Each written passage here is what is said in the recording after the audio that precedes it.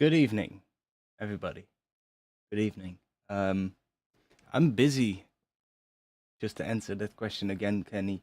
I'm busy. I'm doing a lot of audio work at the moment, doing a lot of sound design stuff. Um, yeah, just been busy with that. I also posted just before we started, I posted the vintage verb presets on my Patreon today. So if you were waiting for that, then you can go to my Patreon right now. Welcome. We are gonna just make something. I might just as well make some more patches during this stream while we try and make a little bit of a tune. But I was making a preset, and I was just making a whole bunch of presets actually, and I made one, and I was like, hey, that's actually a pretty cool one. I kind of want to make a track with that. And obviously I was making other stuff, so I couldn't. But I figured maybe today we can try and make something with that. Now, it's not too spectacular of a patch. On its own, it doesn't really sound that interesting. But in the right context, I think it will sound pretty nice. So how you all doing? Brave man, busy is good. Yeah, you gotta make money somehow, right? And when you're busy, that usually means good. But it's a good type of busy, right? It's not like a boring busy or something like that. It's a good type of busy, so that's good.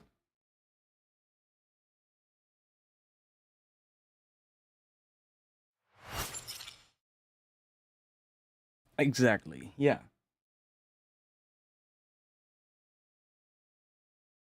Okay. So I have one track here which has a patch, a granular patch, and some movement with this LFO.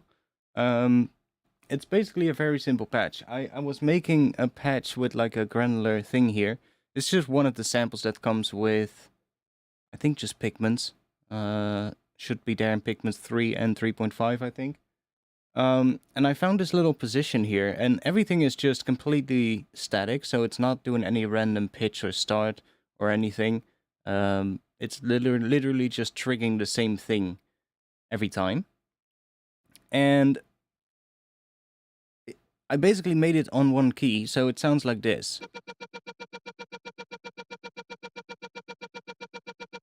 And like I said, that doesn't really sound too interesting on its own, but I was playing around with it, and like...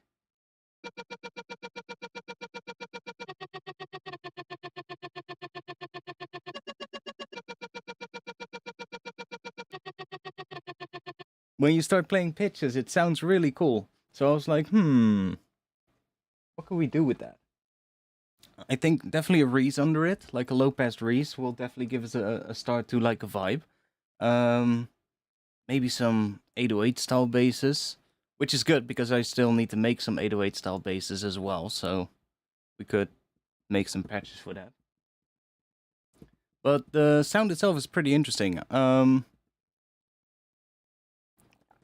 It is made on drum and bass tempo in a dotted timing, so we could play around with the timing. Like, the timing will change depending on what tempo we're going to use it in. Like, if we do drum and bass tempo, I think dotted 16ths is going to be the right one.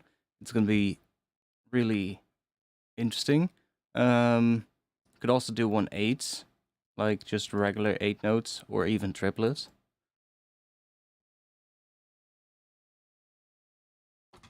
But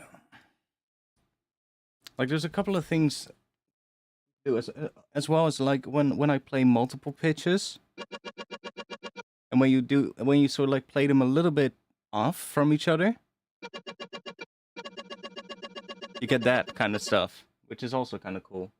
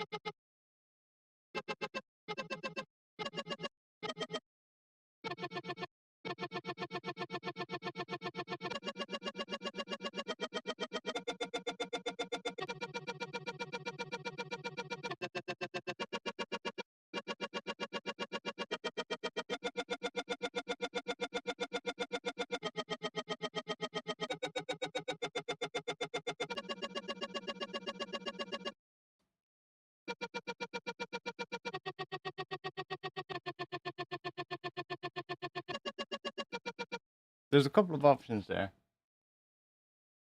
Not sure which one we're gonna take, but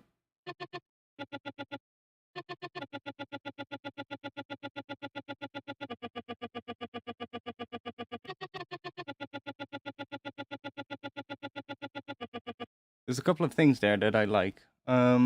Probably need to do it with a reason underneath it, because there's obviously going to be certain pitches work better for the bass. So if I want to have the bass so like in certain pitches, then we limit ourselves to what would sound good on top of it. Right now I'm just listening to it. Like there's a couple of things I like. I like that.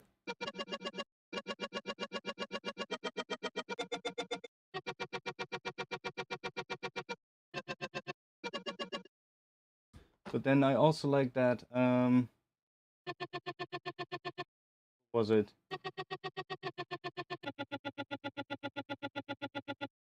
Or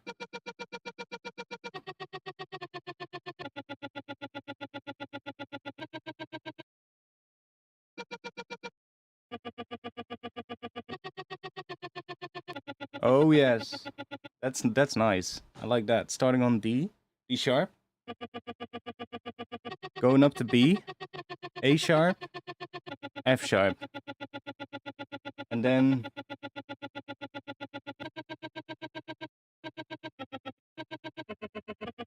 oh yes.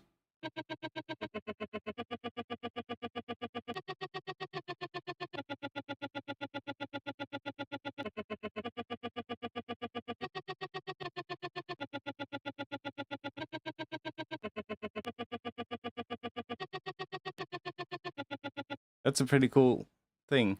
Let's just see what we get in drum and bass tempo, because it's gonna be dotted, so that's gonna be interesting.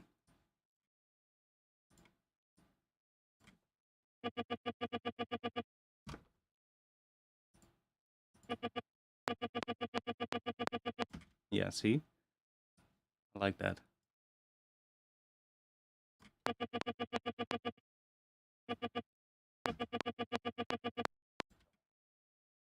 Um,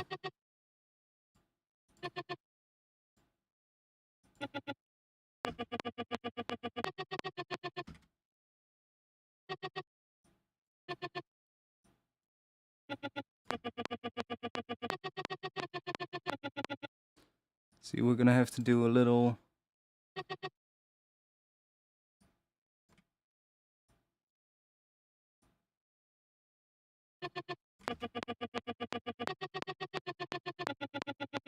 Yes.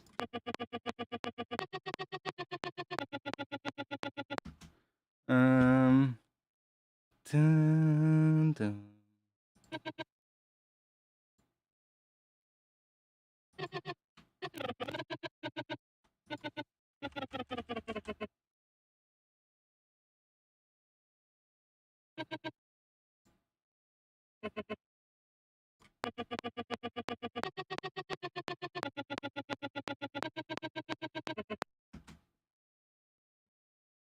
What's that cool doodad in the top right corner? Never seen that before. It's Image Line's Wave Candy. And it's the same with here at the bottom right.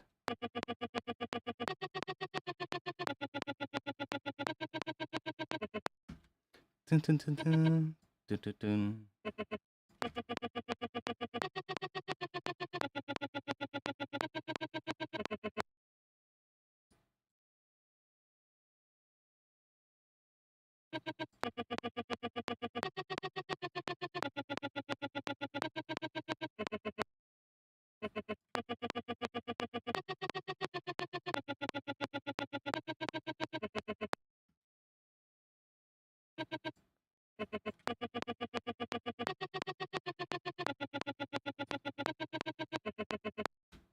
I guess that's kind of it.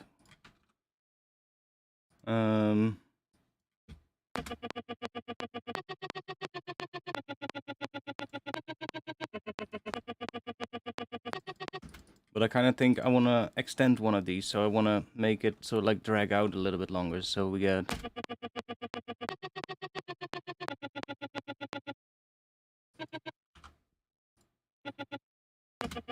maybe that.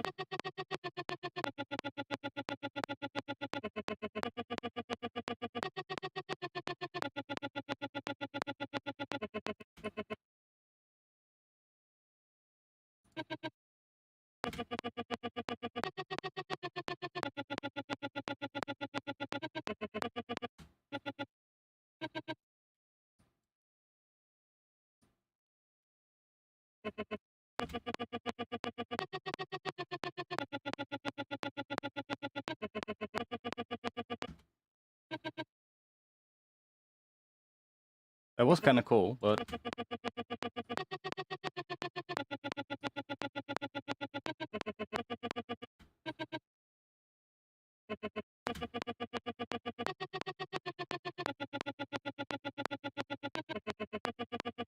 kind of like that.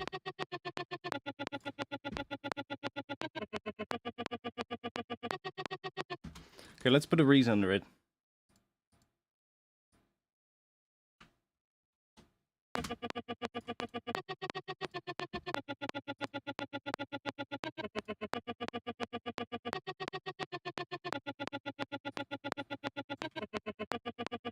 Oh no, I'll do this one in I'll do this one in Serum, because then I have control over the how do you say that? The individual sort of like harmonics. In Pigments, you kind of have it a little bit, but I just want to be able to do this and just remove the fundamental of this saw wave, so I can just crank the voices up here, and then have another one here that is just doing sort of like the mono part of the sound, and the sub is that way always going to be sort of like consistent. Like if I play a note now, and you look at the top, you can see that the sub is pretty consistent. Whereas if we have just a regular Reese like this, something like that, and just do this, so just these saw waves, see how it gets quieter in certain areas, and when you start processing that, that's going to be really sort of like, you know, it's really going to stand out. So I like to just do that, just remove that one. Now you can either put a sine wave here, or you can put like another saw wave or something else. As long as it just has that fundamental, then you're gonna be good. So let's just make that one do this. Like you can put a sine wave here.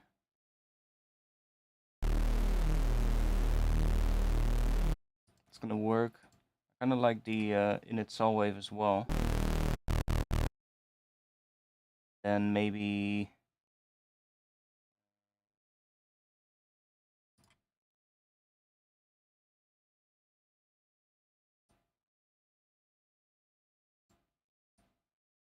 let's crank it up a little bit and do filter grid size, less maybe. So we got like a low pass saw.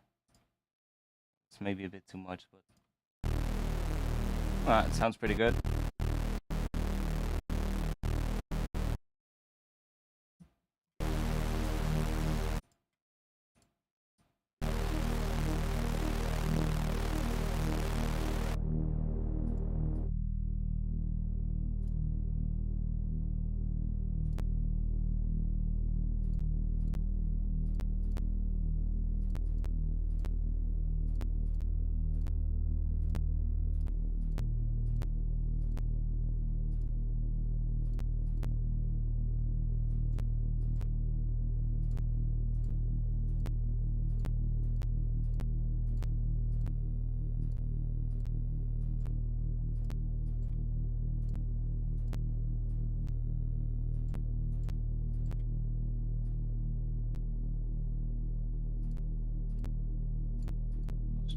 do something like this.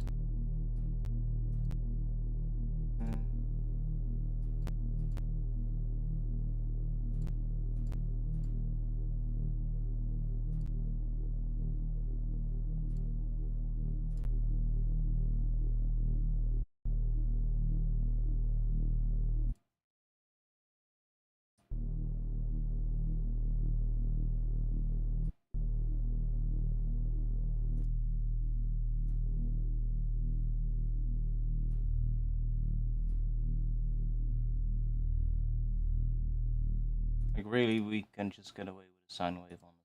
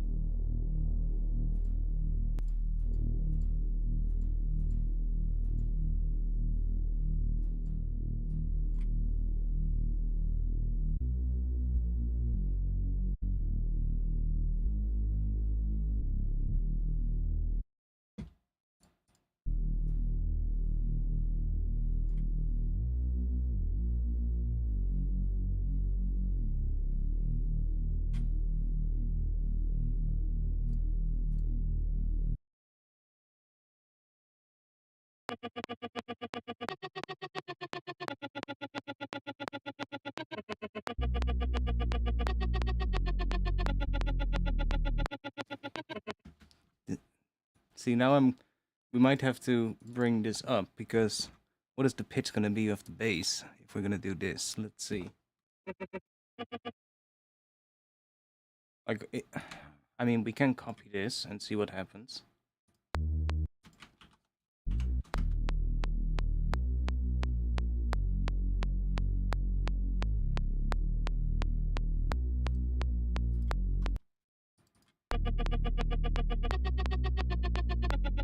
See, that doesn't really sound too interesting.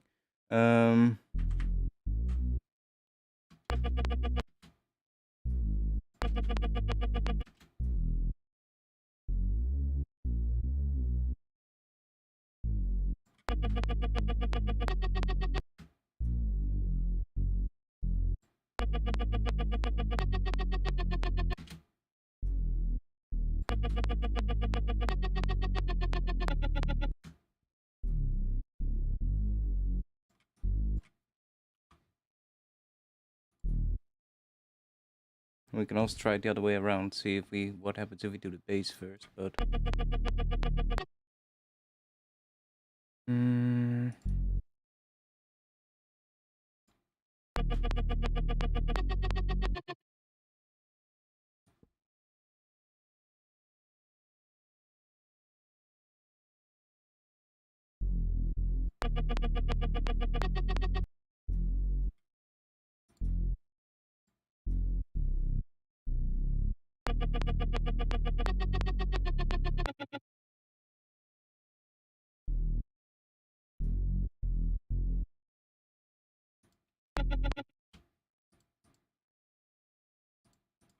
I should probably also check first if this thing is actually in tune, like what this is, because I've just picked a part of a sample and I haven't really checked that. So let me just quickly bounce this so I can I don't have to bounce it, but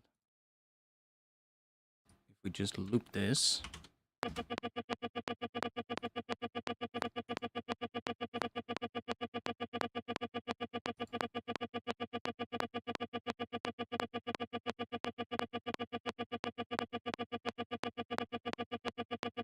See, that is saying something else.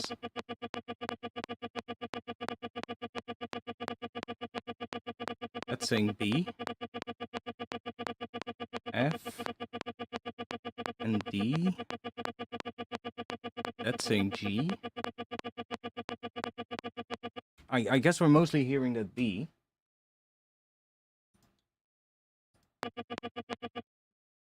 Let's see if I put a B note under it.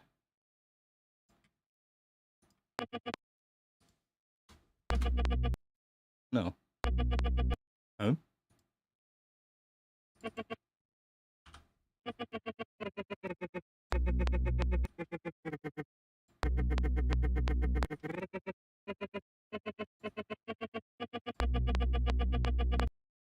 I'm confused.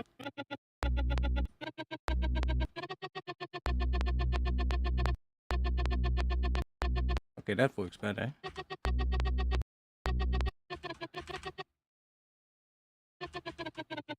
Oh wait, I'm changing this one. This one. I need to change that one.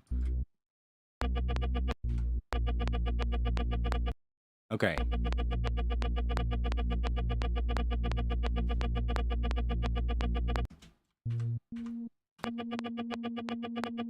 Is it A sharp?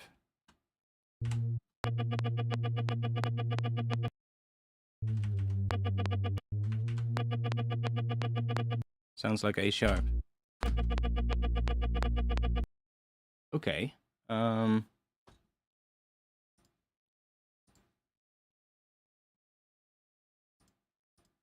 I probably want to pitch it right in here. Do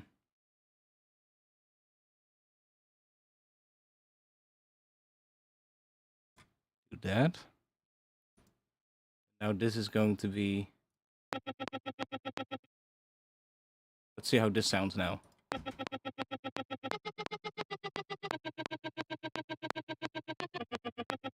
Still sounds pretty good, honestly.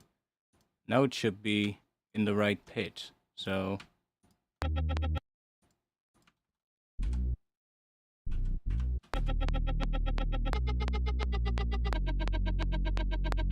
Roughly.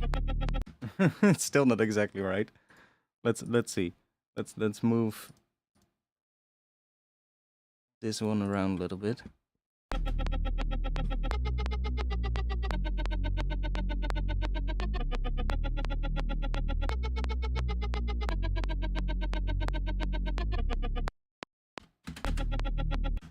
It's hard to do with the bassline under it. Let's move this one up a bit. Then we need to open the filter a bit as well, otherwise we're not really gonna hear anything. Just do a...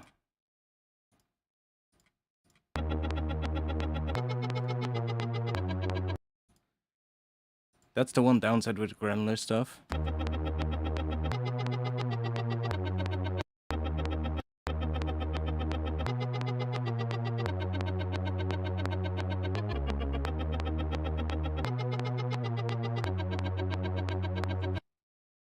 Can we get...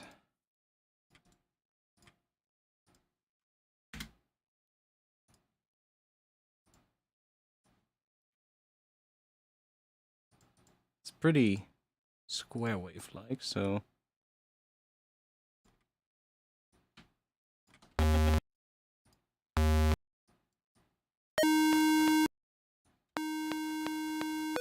Yo, Gray. Welcome. We're trying to pitch this sound. This one.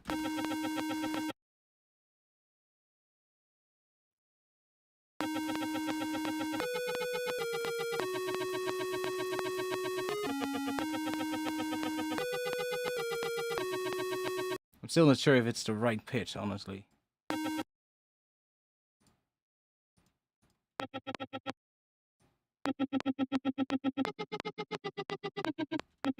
See, that's now saying C.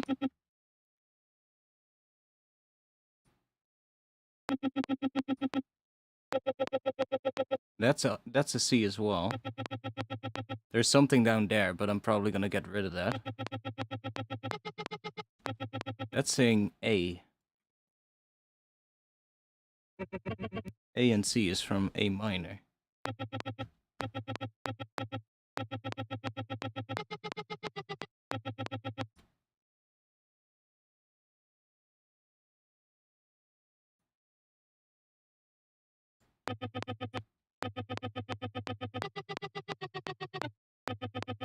Now that's saying G sharp.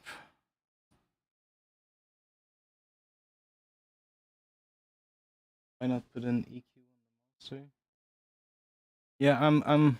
Oh, you're actually pretty smart.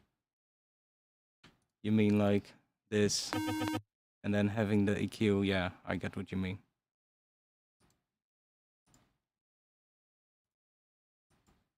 I get what you mean.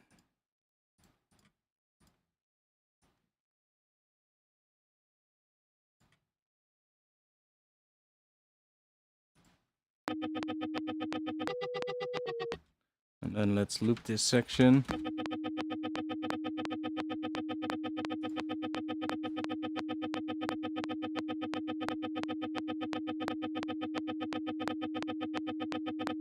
You can see that. Okay, that's good. Okay, so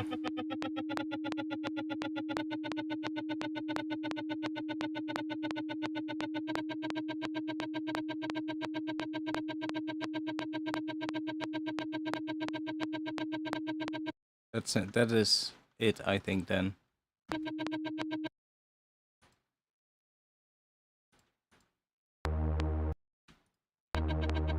Yeah, that's it.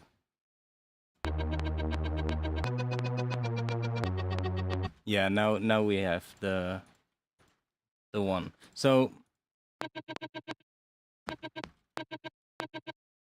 now the only thing that I want to know, I'm gonna duplicate this one real quick.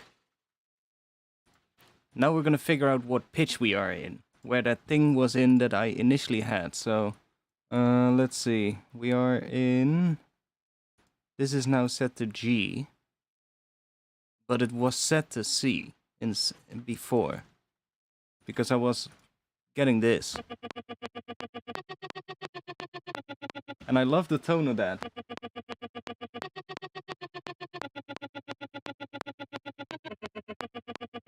That's just, I love that tone. So, I guess if that is C, and this is G,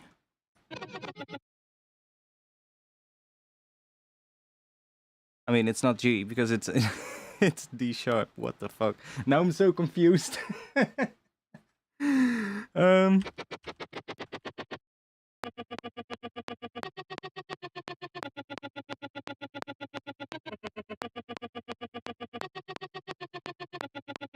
So now I'm really confused, but if I'm correct, this is now playing the right notes.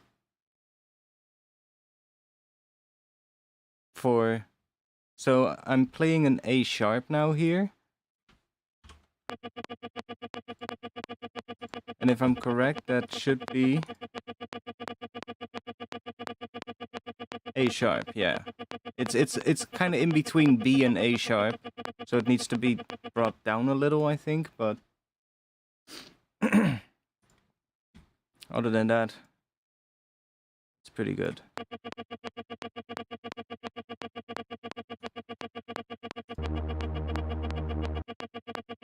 Oh wait, those are different now, of course. So it's doing A sharp, C, yeah, then it's gonna work. I was thinking about it, like I was thinking about when I was playing it. I was making it on in a project that was in D sharp, so in D sharp minor, and I was writing it, and I was like, it works, even though the pitch was not correct, even though it wasn't set right. It still worked with the MIDI that I was using, so I was like, okay, but it was just a fifth off.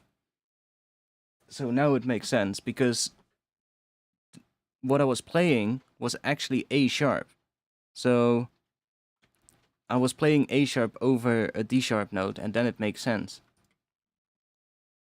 So if I now put like...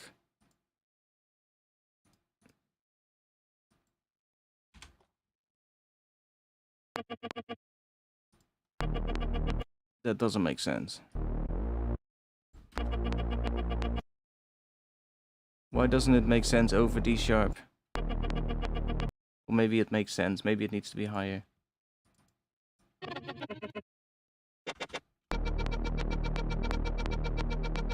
Yeah, that works. Just need to get used to the sound a little bit.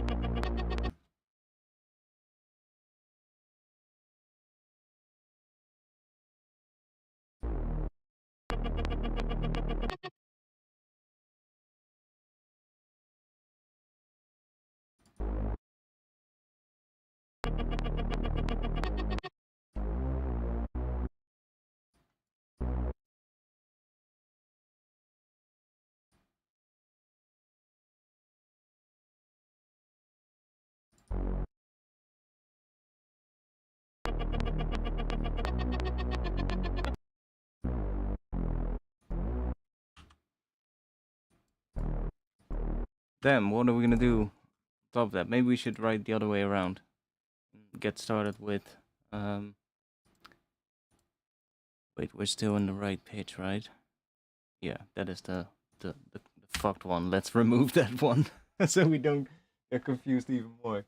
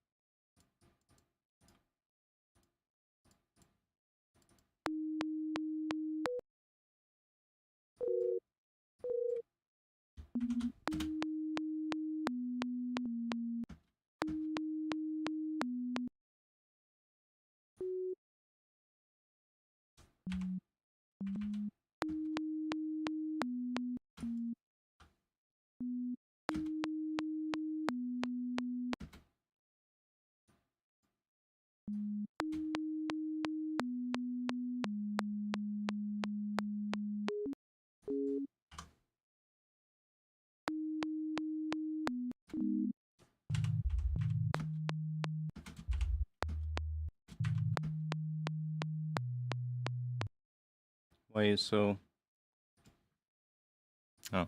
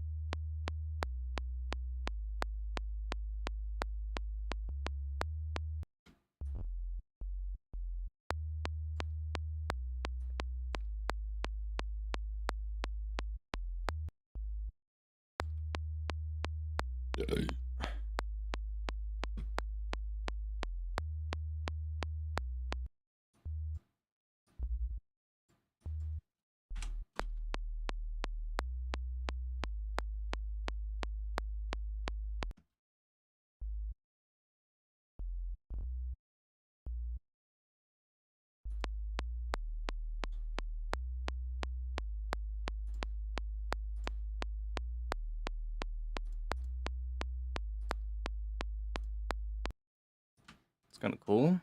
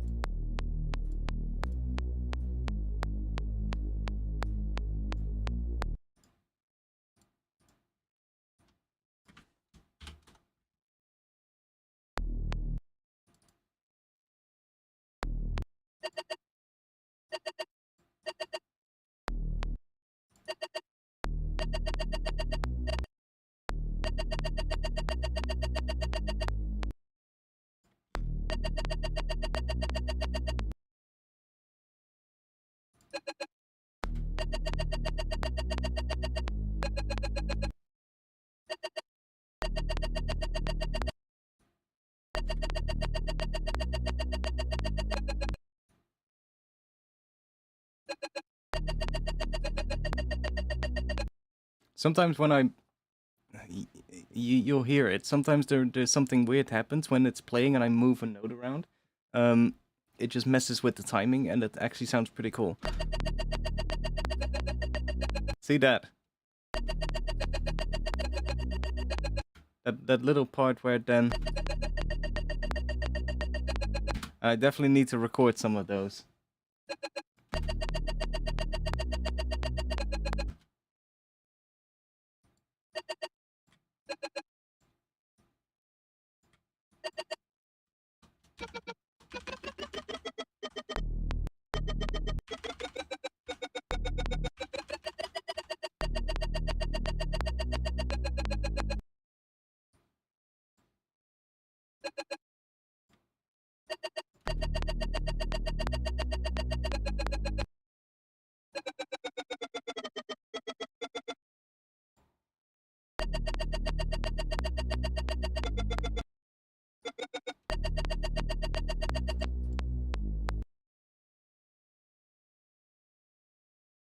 Yo, did I remove the note? Huh? What did I do? Why is this? Oh.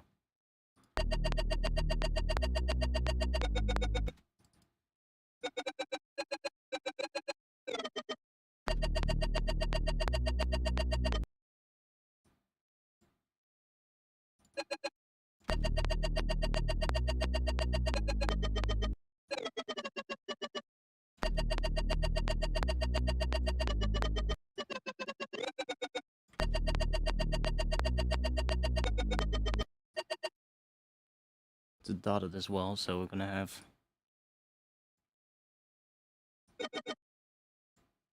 This one sounds kind of good on top of that one, so...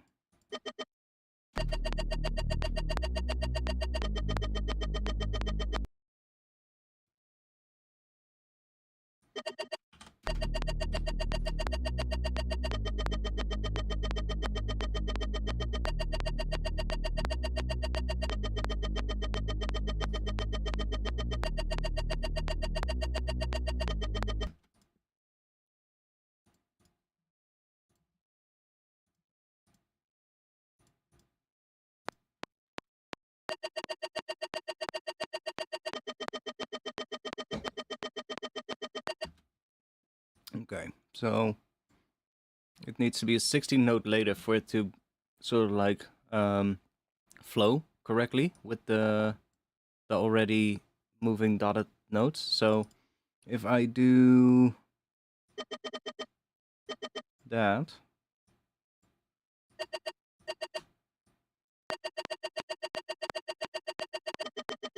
no, that's not right.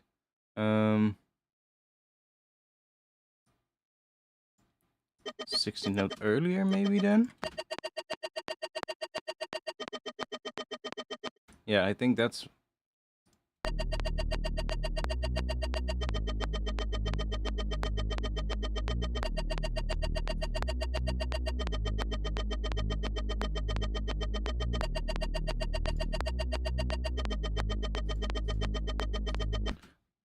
Okay. We're gonna have to make this one a little bit more interesting over time, though. But let's quickly check what happens if we put...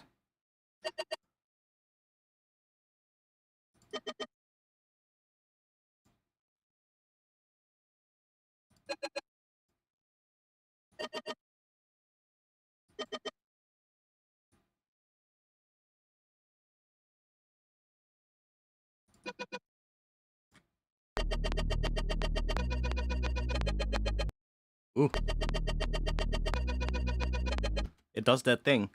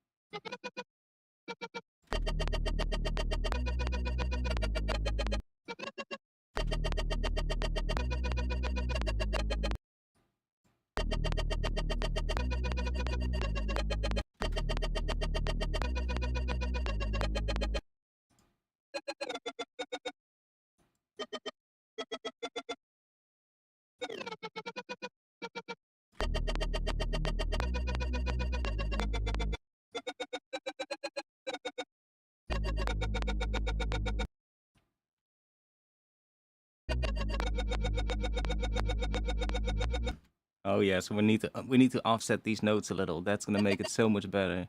Like,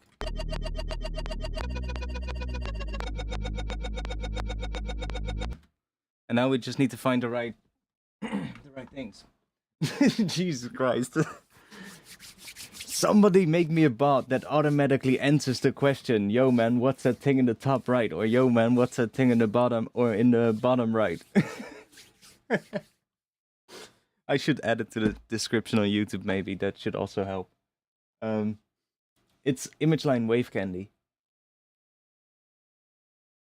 Can we make like an AI trained bot that just learns from the questions and just knows, like, oh, wave candy, wave candy. Put it in the chat, wave candy. No, it's good. It's good.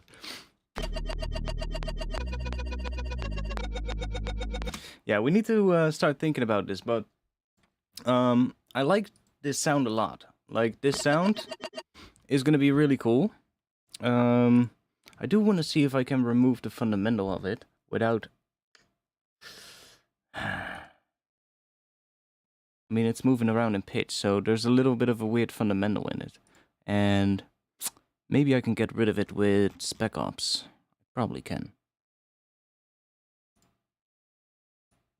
Like, I can filter it, of course, but I tried that before, like, filtering it, and then... like, that works.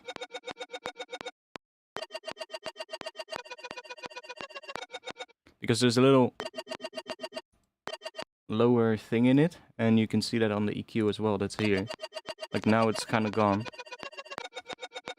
But without this one, like all that stuff here. But it kind of makes it cool as well, so... yeah, indeed.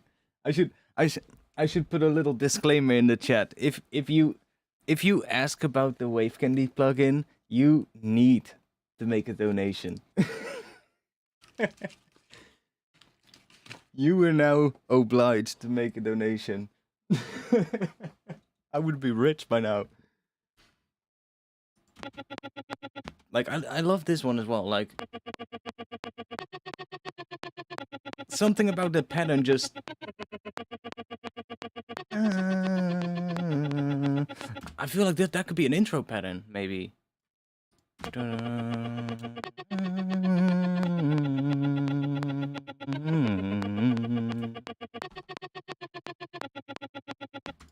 That could be maybe an intro pattern, but...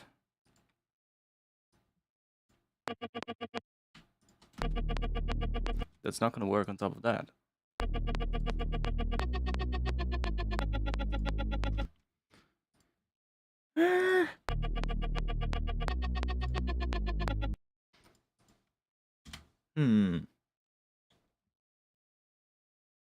This skin for Ableton. That skin is one of my own. It's available on my Patreon. Hey. Nice.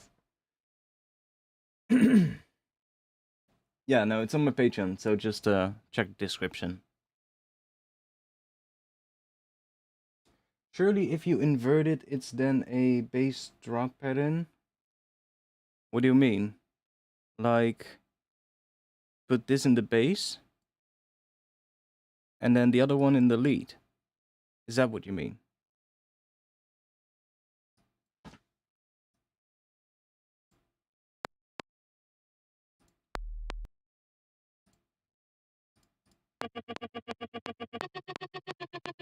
Oh, this is the drop. That's what you mean.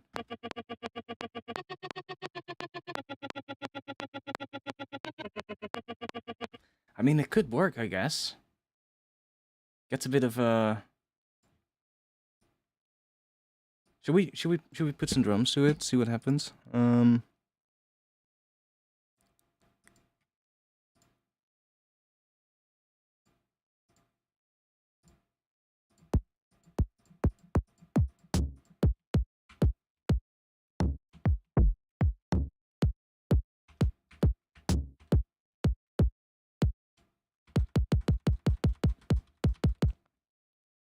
If you You just invert the MIDI pattern, so your intro do the inverted version of the drop. My brain is fried today, I guess. um.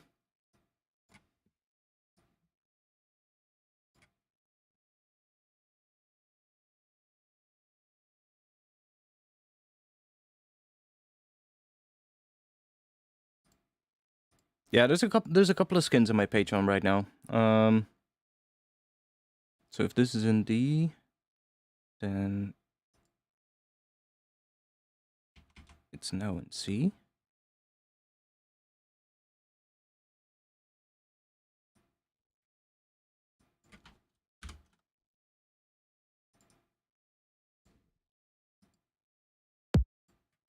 And that is in D sharp now.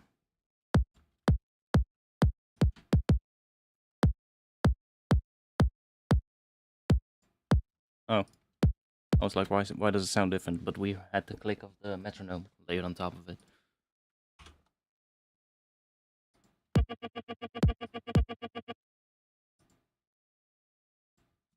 Okay, we need to... Not that. That.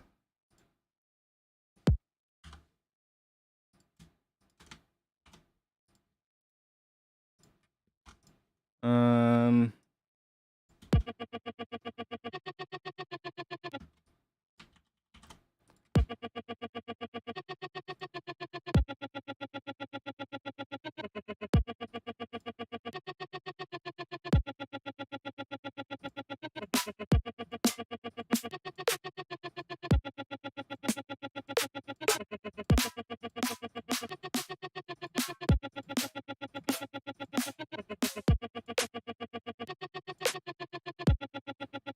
Maybe.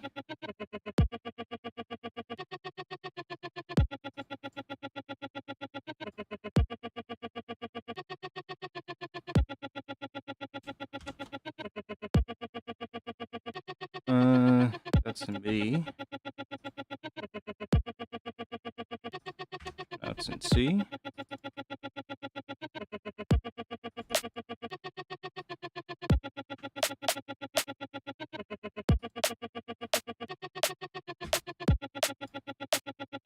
Oh yeah. That could be a vibe, yeah.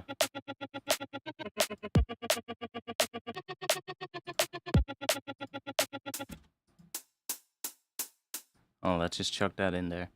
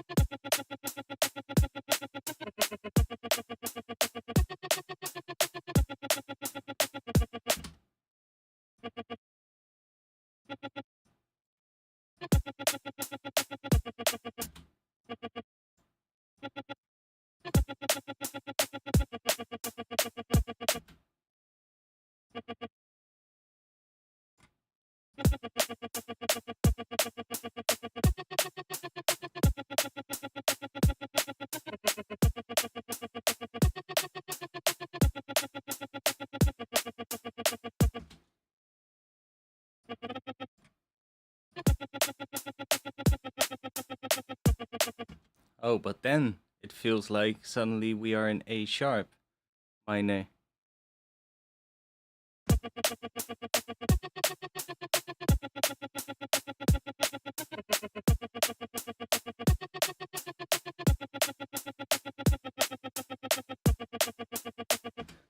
Oh, that also works though.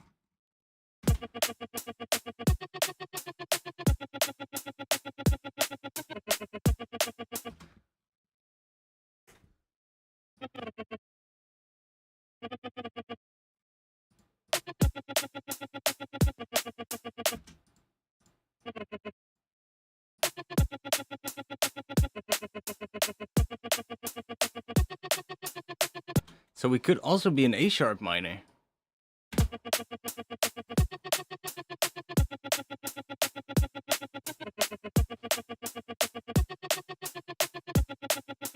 See, that's the whole thing that I'm getting confused by the entire time, is like, what key are we actually in? Not that it really matters, I'm just gonna continue writing, but it's nice to know. It sounds good to me, yeah. It sounds good, indeed, like this one. B would be the other option.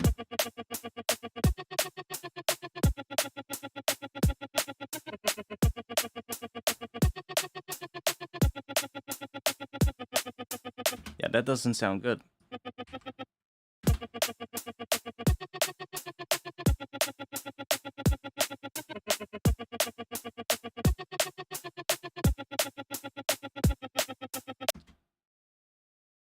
Okay.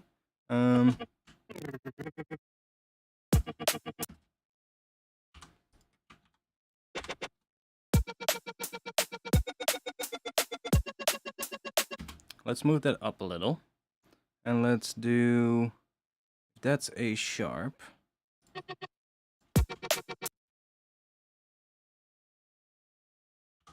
Let's move these just a tiny bit. And then let me just copy them down here so I can take these notes.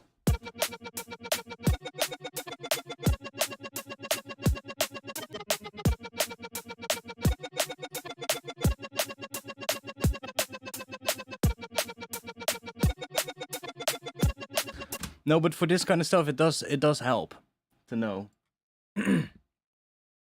Now, that works, but this could also work. See? That also works. F sharp would also work. F sharp might actually be the best. And that is F, so we could go up to B. Nah, B is a little fucked. Yo. Maybe just F sharp.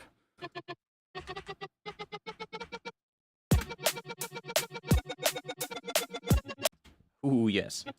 And then that C sharp. Or... let's try G sharp.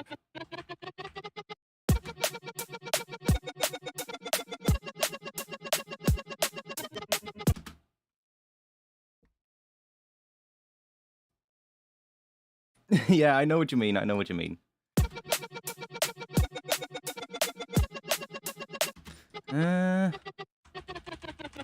That one is kind of cool though, that...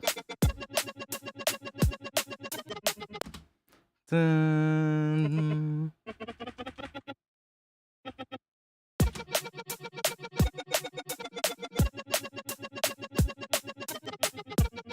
Ooh, that's kind of cool. That one under it. That makes it G sharp major. I think, yeah.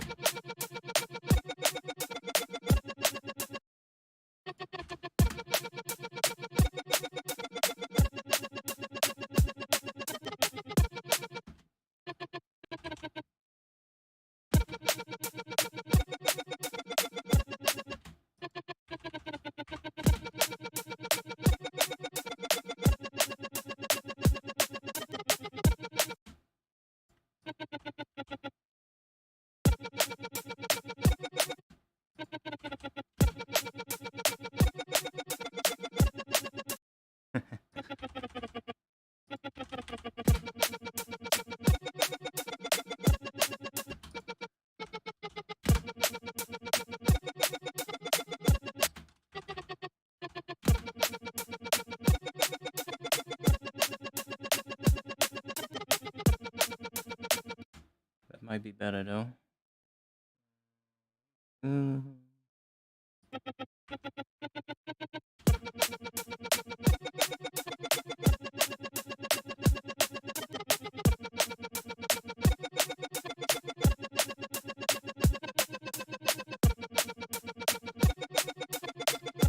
Now it's pretty easy because here it's hitting A sharp. It's both A sharp.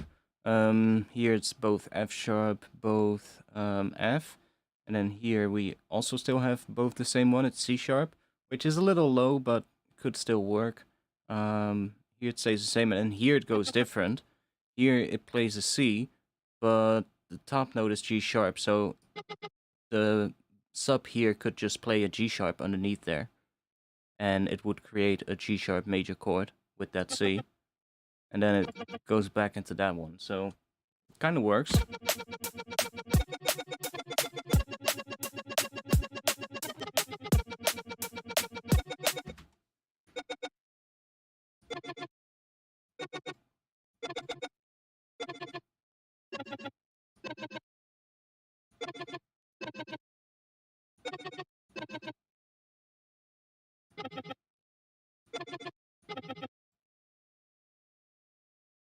That could also be cool.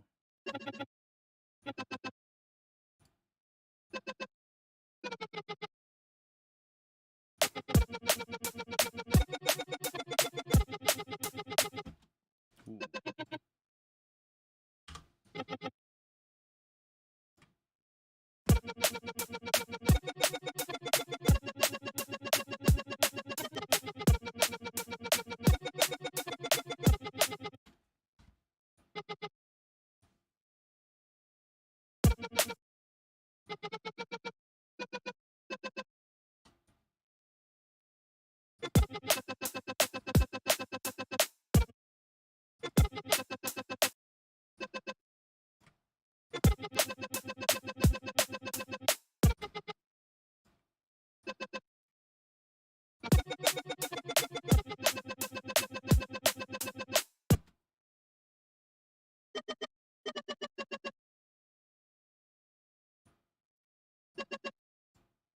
Let's try and put a single one right here. So just, let's see, dotted 8 note. Or dotted, what is that, dotted 16, I think. Let's try put it here.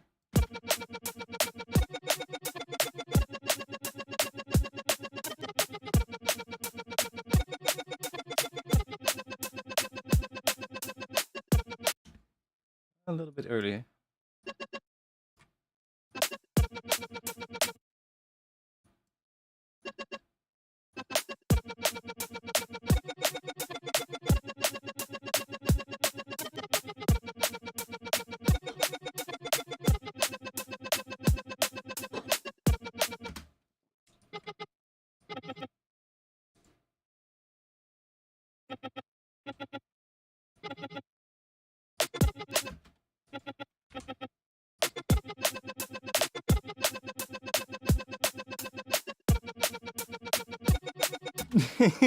For fuck's sake. I knew it.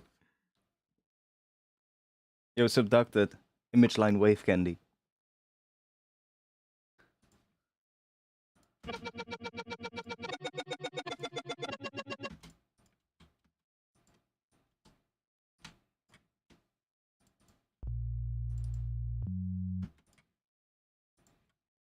So if I just...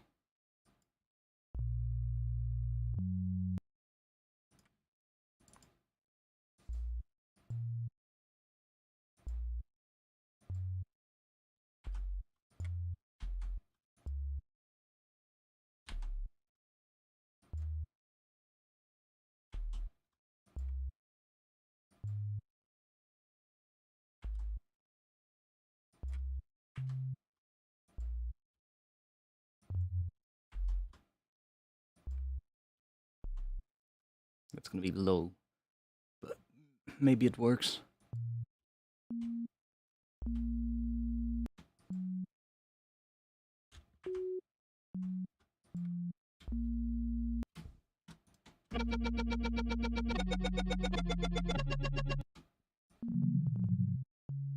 Let's move these to there. So I can just arrange this. Wait, what's that note off? No, it's right. This one is off. Yeah, this should be good.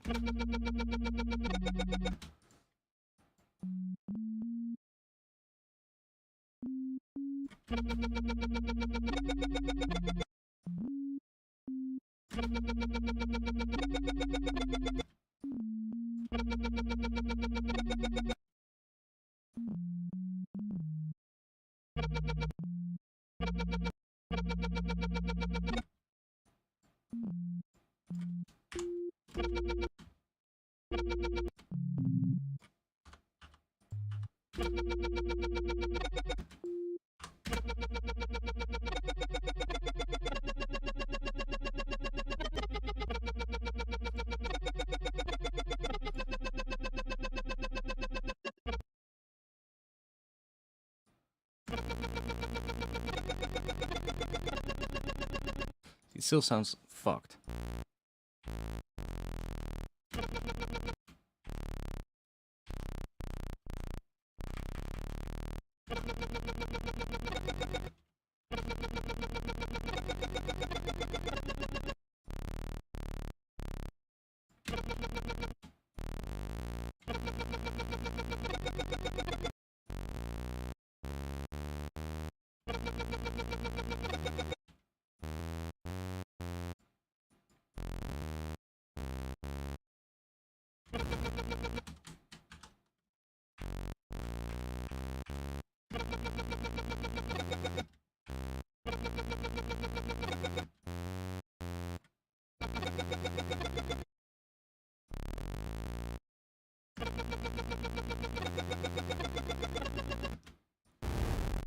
God damn it, what can work?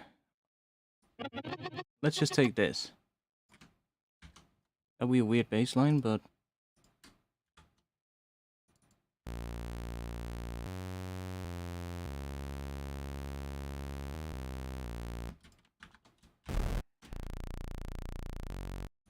See, that's really low.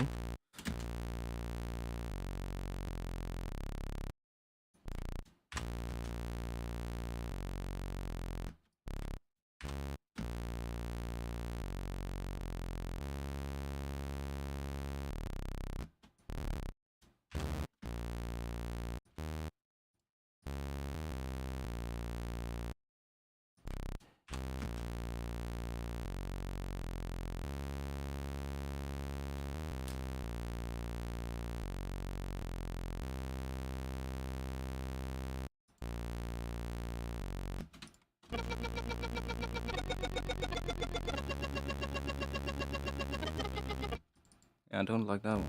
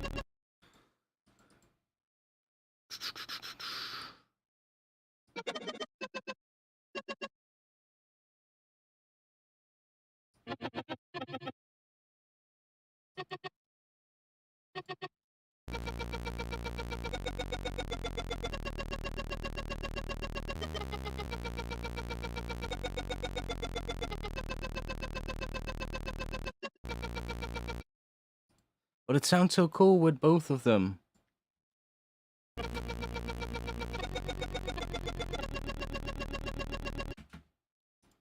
How are we gonna make this work, boys?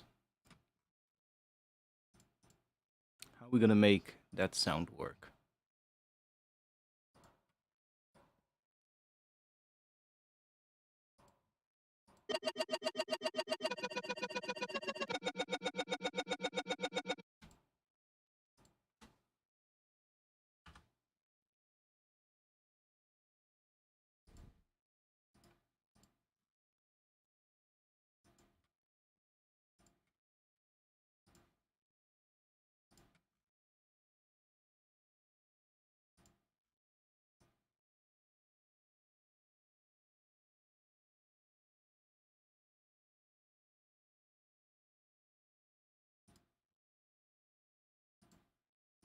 No, I wanna just assign.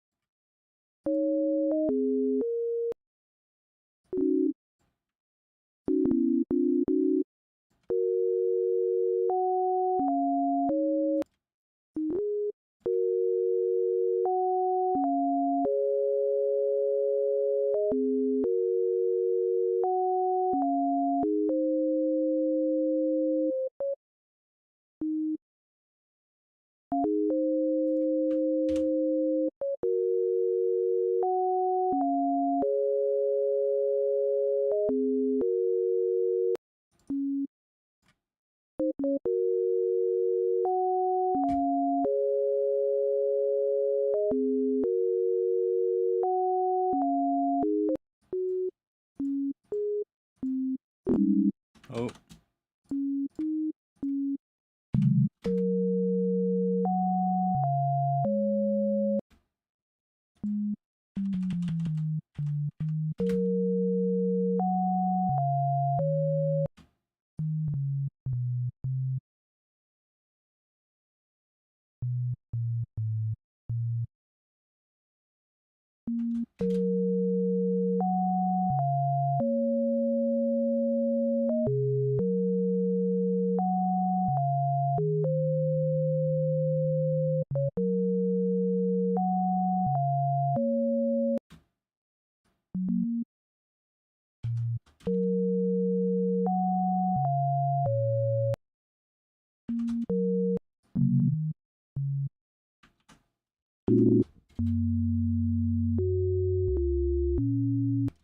The first part is good now. This.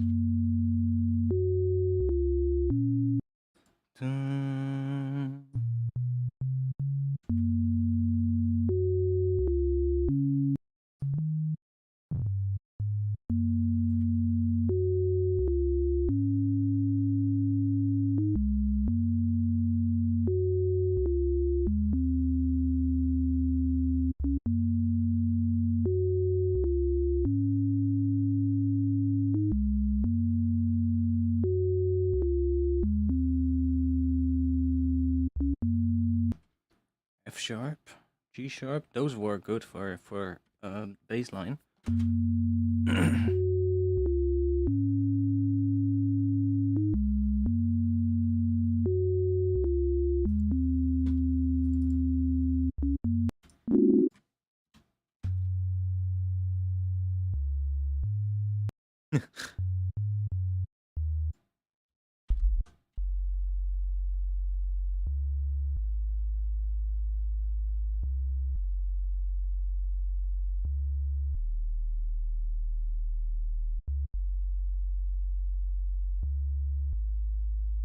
Not sure if I like the progression of the bass, but we'll see. At least it fits underneath these.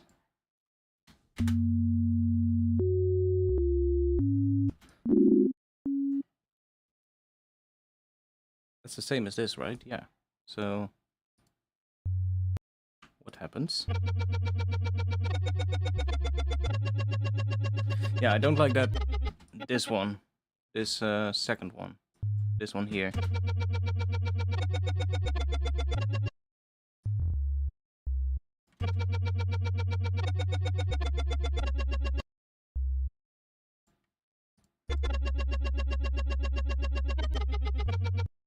Oh, that might be it, actually.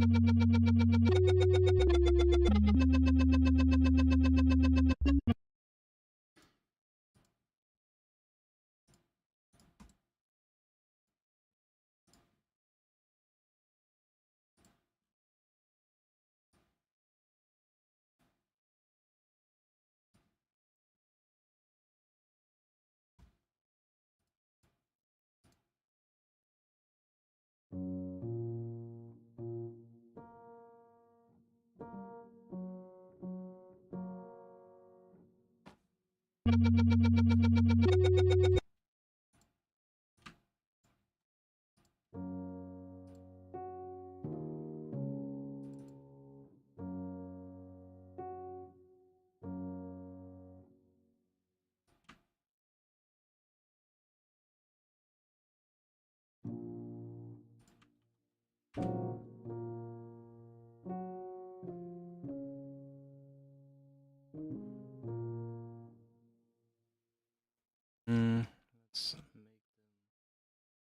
same as this. So A sharp, F sharp, F, D sharp.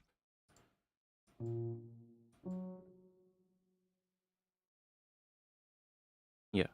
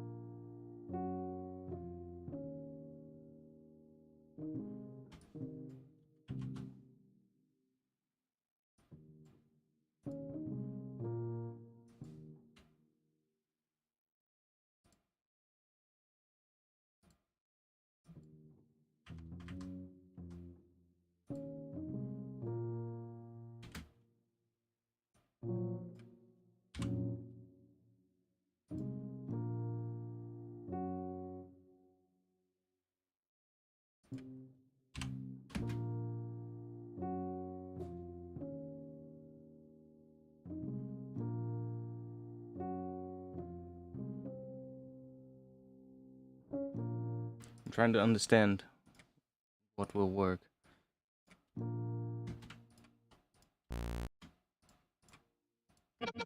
Where's the... There.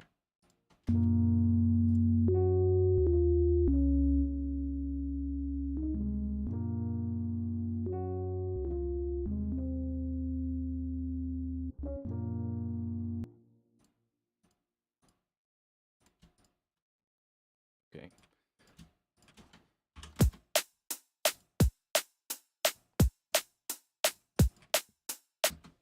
Back to here. Let's do that. Let's try double timing these.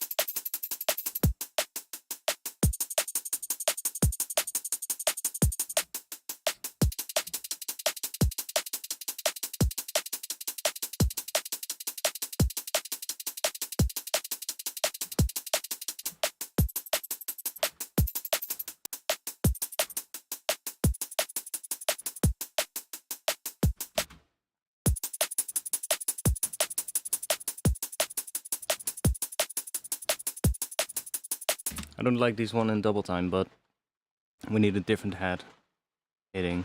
Jesus Christ. You might hear that. It's suddenly, the skies have opened themselves. It suddenly starts raining really bad.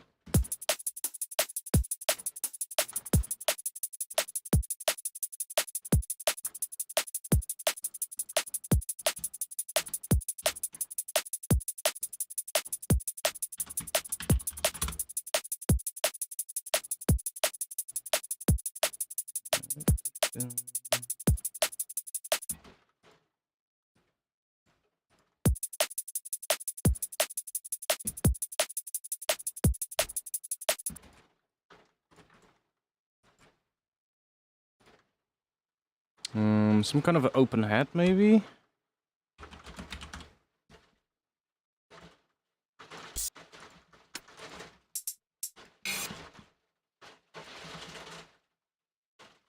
Jesus, how many samples called head open do you need?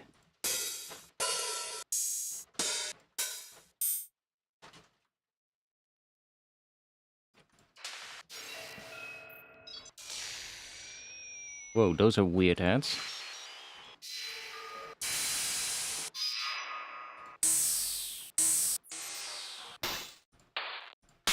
Just a nice...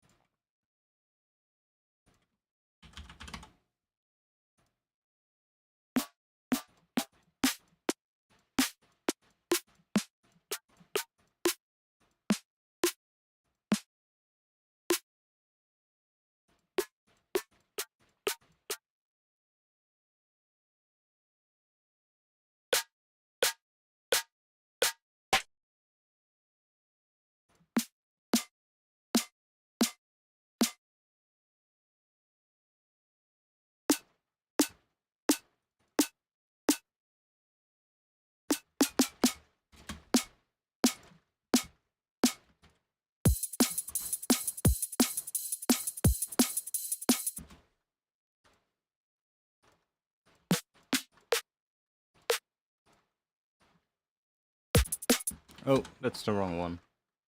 This one.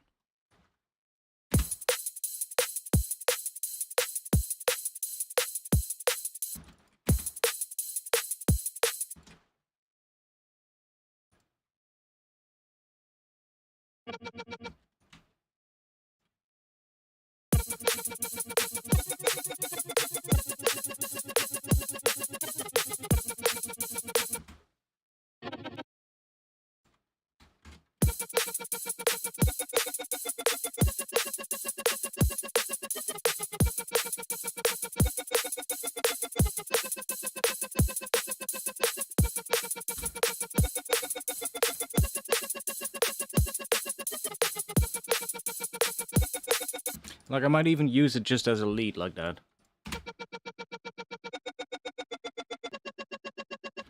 just start messing with it, but then with some other elements underneath it. Like, I can even just take these notes and play it with a different instrument and hope it will work.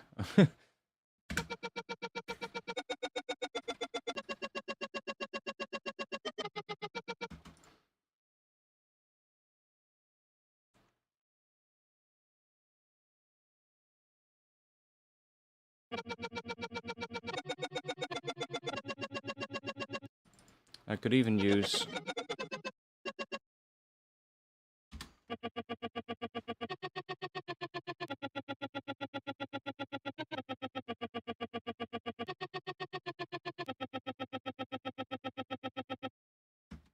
I could even be like maybe the counter melody to this one. Like, I'm thinking now, maybe that in the intro.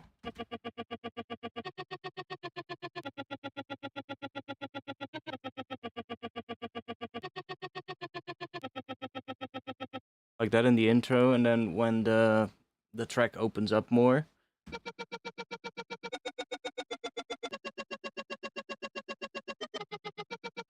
They're really similar. They're just slightly different from each other, so that might work. I'm not sure if this would be the sound that is gonna be there right at the start of the drop though, but like it does work. So, but it could also be the B section of the drop, and then in the A section something different.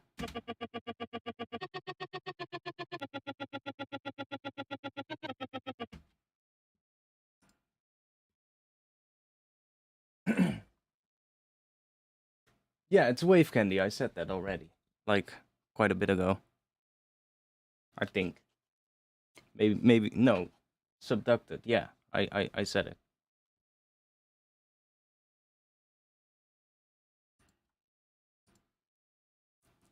Okay.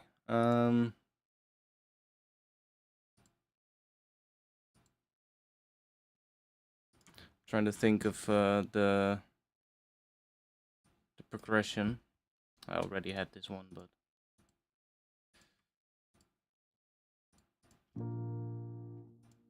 like that's not it.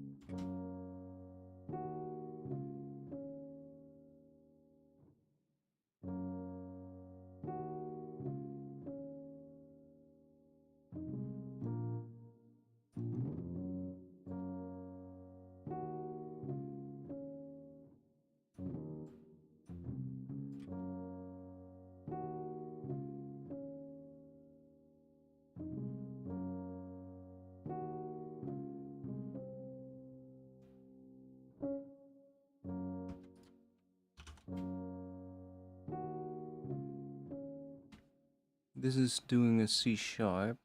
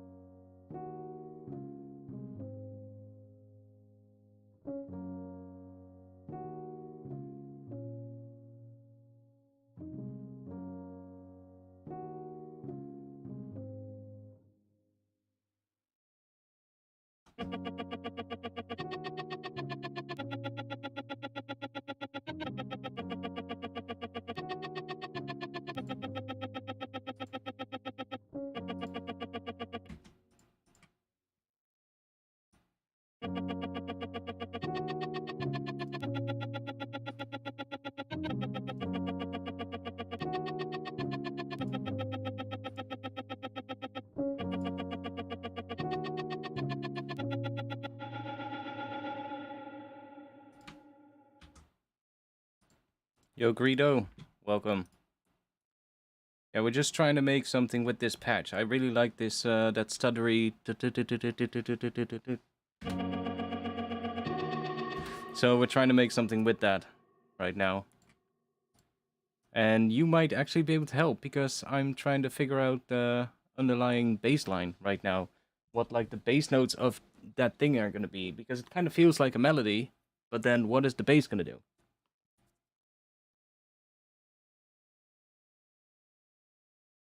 My 7-year-old told me today I need to start making relaxing music and not noisy music.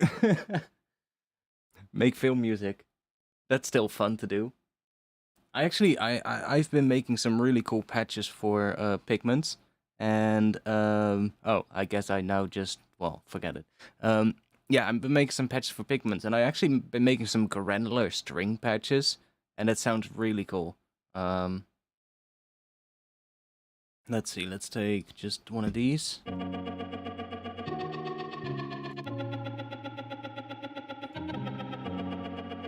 These patches, by the way, are now on Patreon.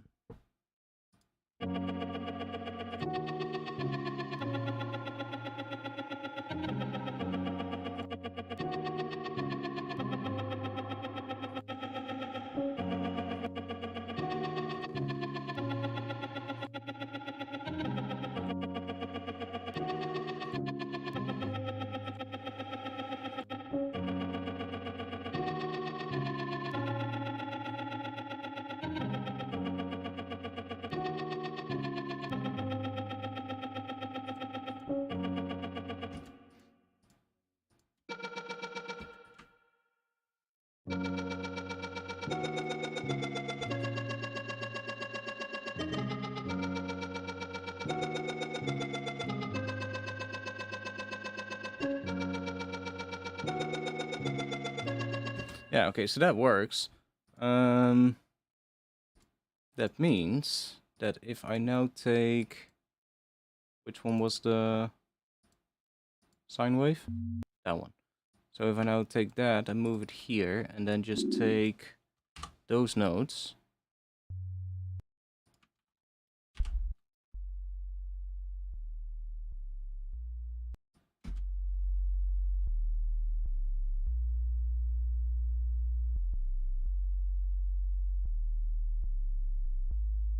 I mean, that could actually be cool.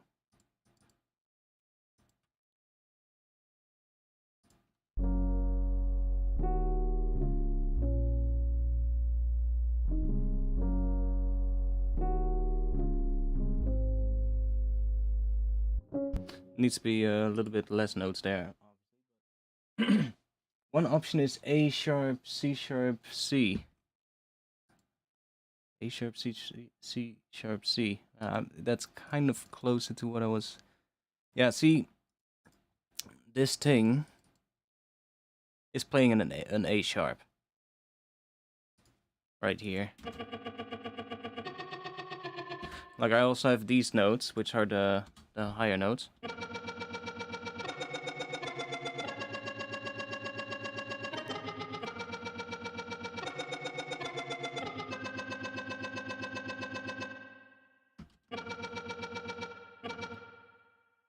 Theoretically, it should now work with this bass thing.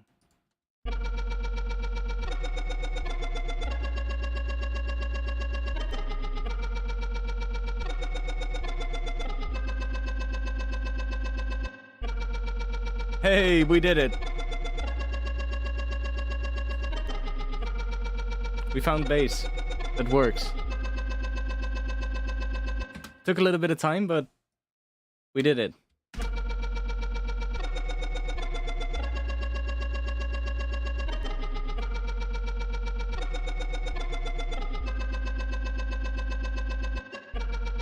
So we're... I still don't know what key we're in. I think A sharp minor, but we're not in D sharp, right? No, we're not in D sharp. I mean...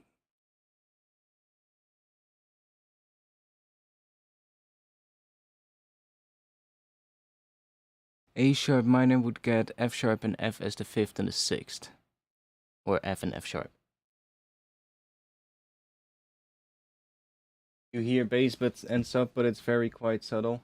Yeah, maybe. I mean, it's there.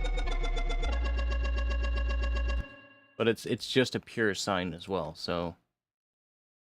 Like if I give it...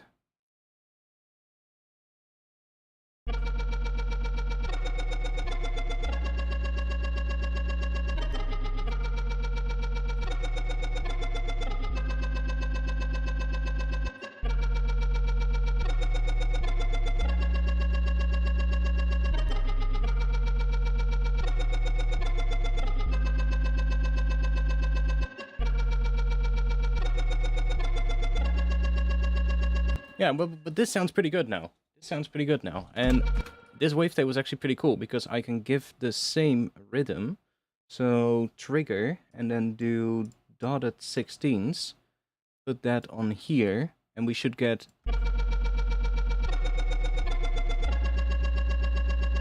There we go.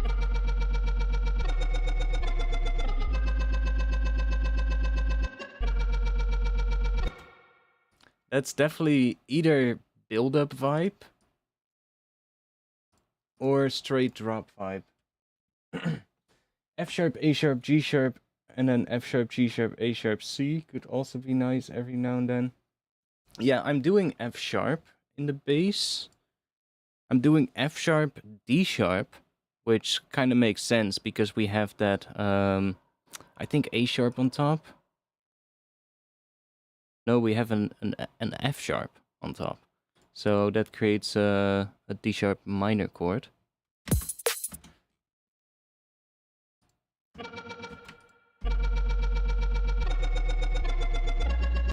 Like A sharp could also work. But like B could also work, I think. See, that also works, but I feel like D sharp is the nicest here.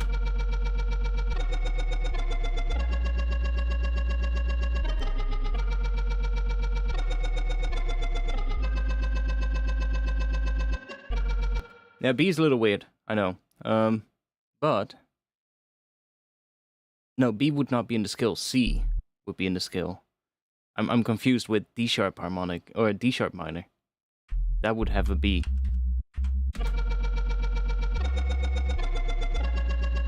That also works though, like a C.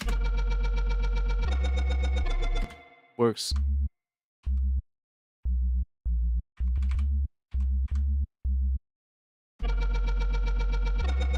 Little.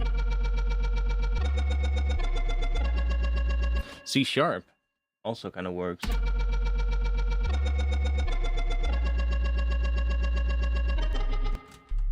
That is the same note as there, so that's just doing an octave then. Hey. Hey.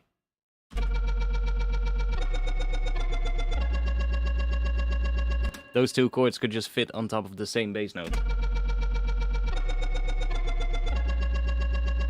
Like those two top notes here. F sharp to F just work over on top of C. So let's play it here.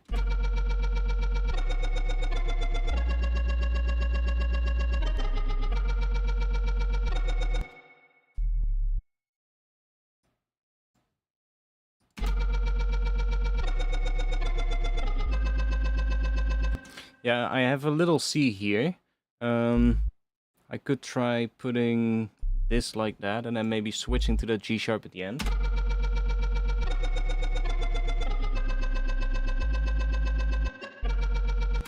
Something like that. But I kind of have this fasting here, which I kind of like. Because C is pretty low, right? So I don't want to stick on C for too long, I think. This first part sounds good now, though.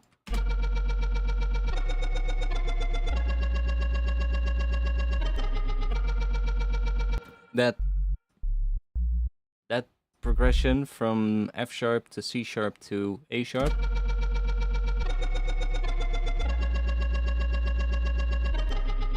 that works really well. So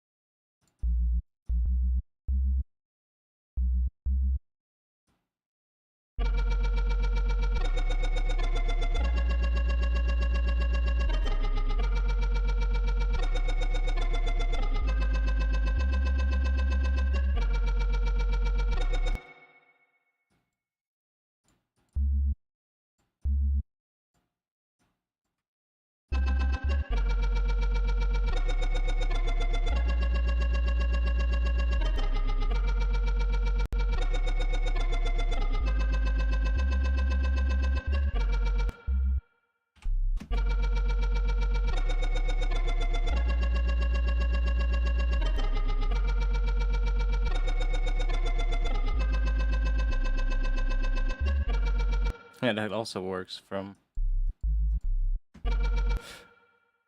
Yeah, but saturation is not necessarily needed right now because I'm using this, which gives it a rounded square wave shape, which is kind of what you get if I would saturate a sine wave. I mean, I can... It's also going to make it quieter.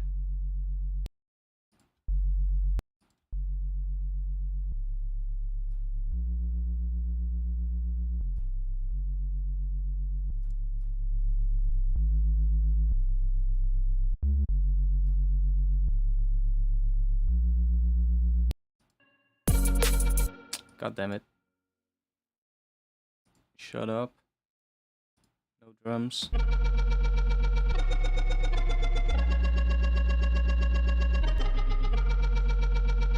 Yeah, I like doing that in the wavetable. It sounds really clean if you do it that way, and you are basically sort of like pre-distorting the fundamental without actually using distortion, which is really nice.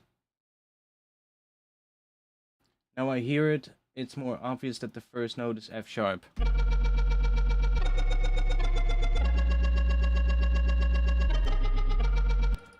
Yeah, it sounds kind of cool. With that A sharp, it creates a major chord.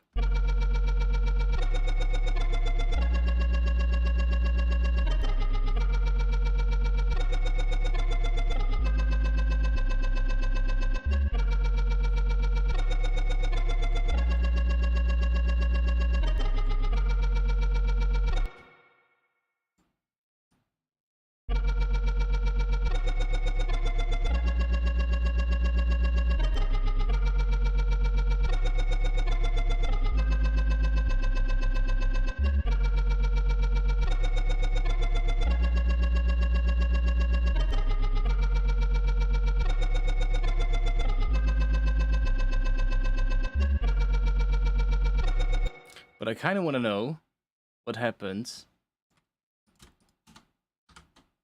if we distort the two together. If you get what I mean.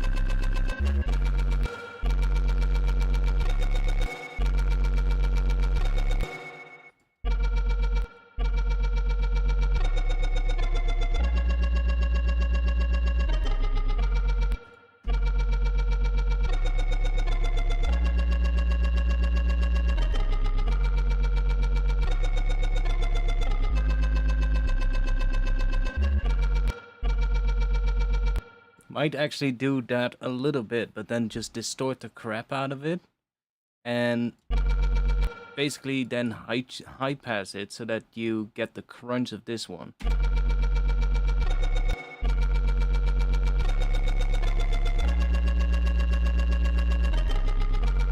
Because I do like what it does, so like...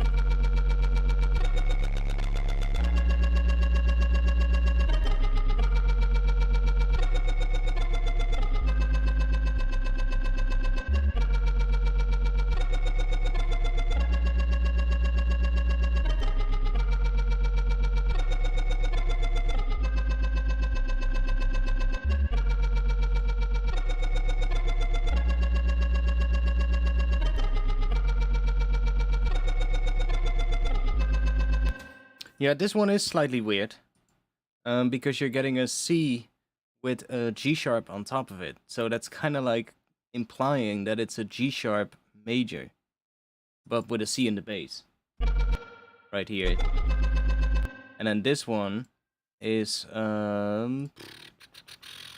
see, it goes that, G sharp. So it does go to G sharp though. It's like C and then G sharp. And that works. And then this one is C with a C on top of it and a C below it as well. So works perfectly fine.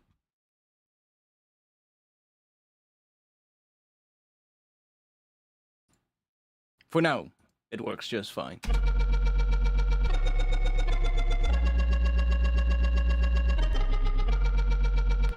Okay, I do like what that does, but it's a bit much.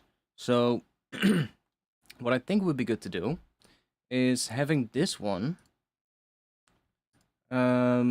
just by itself. It's just a lot cleaner. And then we're gonna distort this one to give it some more crunch, but I want to see what happens if I maybe, instead of taking this sort of like saturated sine, take a very simple, like just a pure sine wave and put that in here with this group. So basically take a duplicate from this track and then go in here, and we're going to remove this so it doesn't get like rounded square. I'm gonna do something like this, so we get a really, maybe even fully like this, so it's just really, we don't even hear it right now, because this is, it's really just that. And then we're gonna distort this, put that together.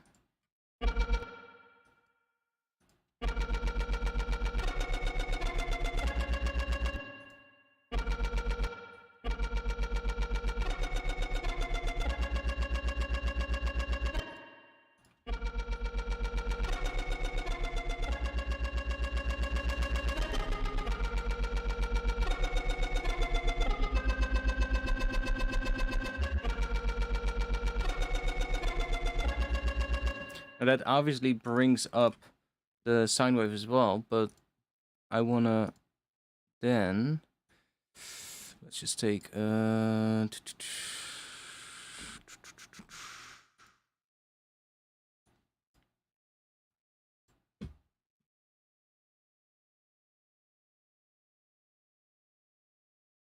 yeah, it was also, that's kind of how I figured it out. Well, when I started playing it on the piano, I figured it out. I was like, oh, wait, this, and then, hey, wait, now the bass notes kind of work for a good sub-range. Like, the first thing that I was trying things that sort of, like, started around, like, C sharp and shit, and I was like, yeah, that it kind of worked, but, you know, then you're gonna come to, like, oh, let's write a drop, and you're like, wait, the first note of my drop is C sharp. That's kind of fucked, right? It just doesn't really work well. It's either too low or too high pitched, and it kind of works if it's sort of like at the end of a phrase, you know, where it's just like a transition section, or maybe the second half of the phrase, you can go up to a C sharp. It might be a little bit high, but if the rest of the track is sort of like arranged around it, it will work. But if it's the first hit of the drop, it's never gonna sound big, right? Because it's either gonna be too low or too high. And when it's too low, it won't have any weight on like smaller systems, and when it's too high, it won't have any weight in general. So it's like, for the first bass note, I don't like that. So I was like, what can work? But this works, and F sharp is perfectly fine.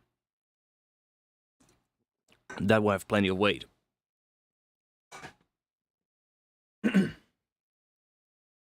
But we're still in A sharp minor, so kind of an odd key for drum and bass, right?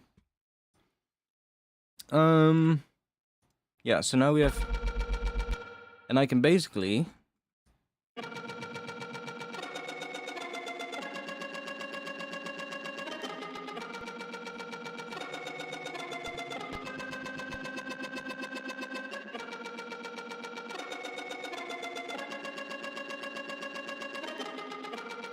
So now we get sort of like a bit of that crunch, and then lay it with the cleaner bass.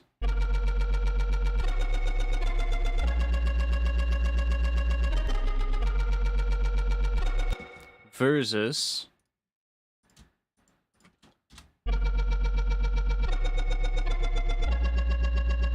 see, so it gives it a bit of extra crunch without distorting the actual bass line. Because we just put like a little bit of a sort of like an extra sine wave in that group, which is then distorted with the main sound, and that is then high passed and layered with the actual bass. And you could even say, if you want the crunch to be slower, drop this a full octave, which makes it an octave below the sub bass range. And then it gets a really weird distortion, but we might wanna get rid of this movement here for that.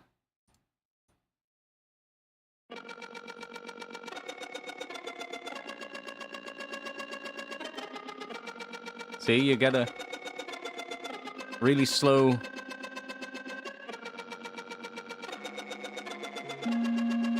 And then we start hearing it, but kind of just start messing with the sound in a really weird way. It's kind of cool.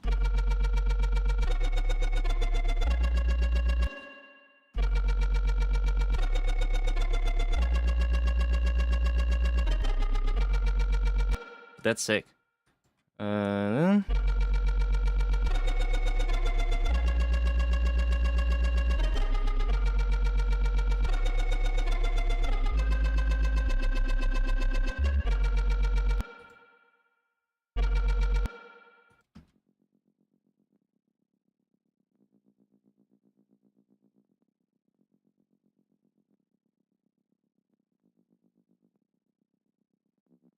We're getting a little bit from the harmonics.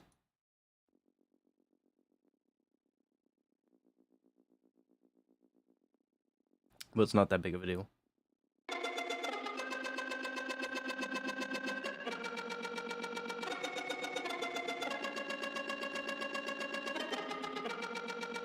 Now we can play with different types of distortion to get interesting results. Like, this is just a quick way to do it, but I would probably, you know, get like something like Isotope Trash or the Melda Wave Shaper maybe, or Soundtoys Decapitator, you know, something like that, maybe Rift or something else, you know. I'm kind of overusing this distortion module, I've used it so much. Plus, a lot of those other distortion plugins give you interesting results as well, so might as well use them.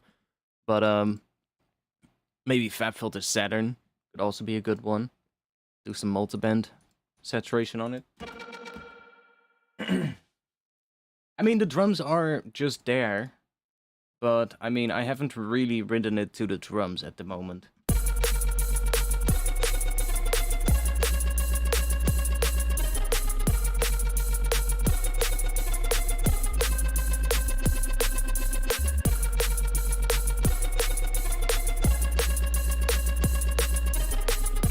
I mean, it still kind of works a little.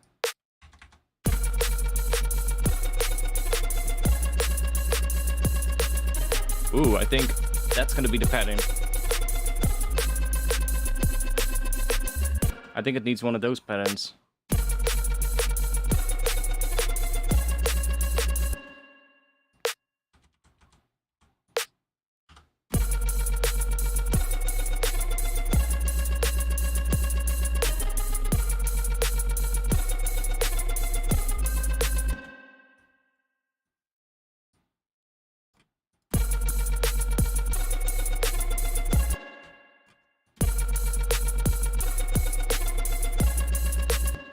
I mean, that could be a vibe as well.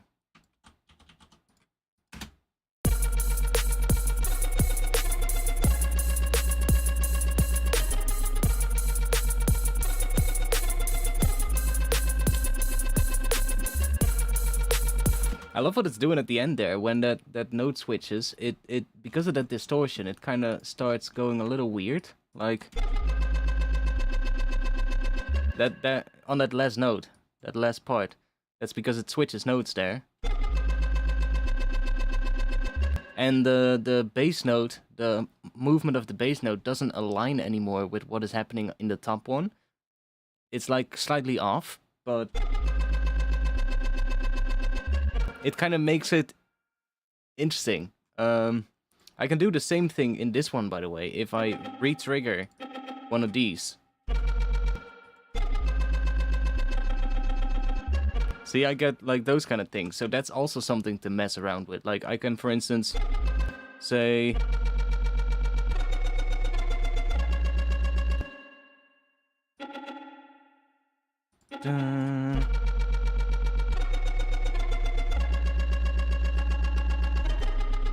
See, so I can create changes in this pattern by re-triggering a note. And if I re-trigger it in a different position as where it would normally follow following the dotted pattern, it will change the sound, even though the note is the same.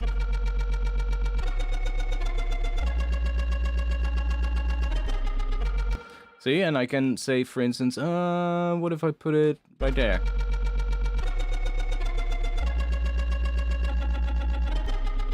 So you get a whole lot of interesting options with that. And that's going to be a lot of tweaking, and that's really going to help to sort of like add variation to this pattern and make it interesting and fit in the track. Don't want to get too caught up with that right now. Yeah, I like the health time as well. Could maybe be... I'm not sure if I want to do the drop health time, but...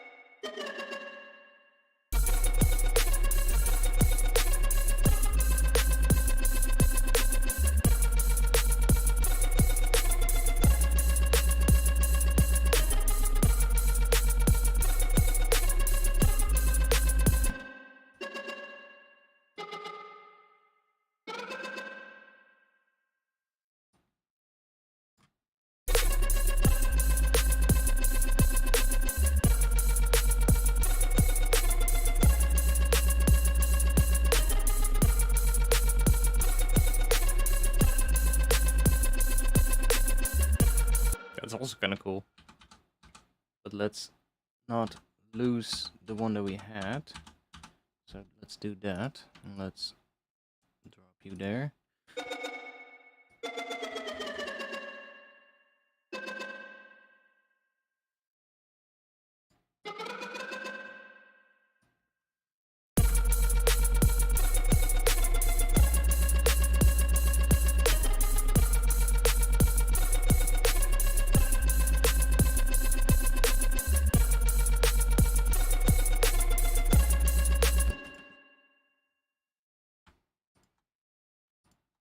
Okay.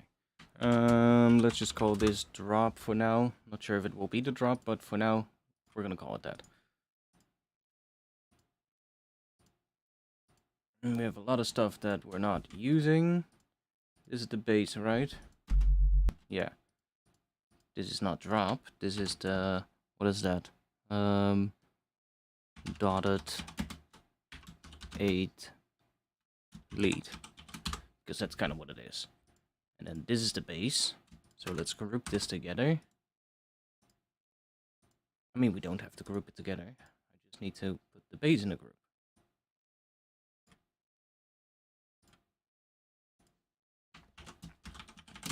Okay. Do a different color. And then the rest is all bullshit, but we might use it. The piano and stuff. Let's go in here. Let's do that.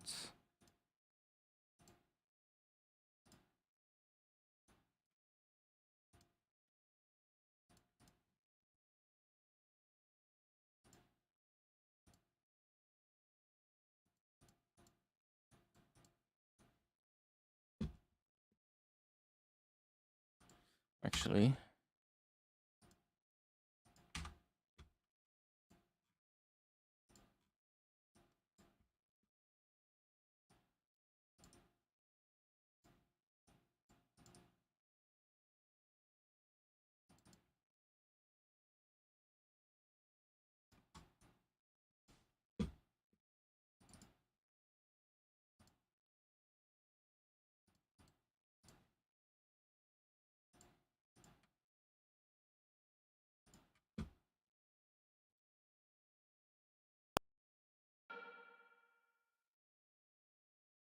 not sure if we need it to the snare, but let's just set it up for now.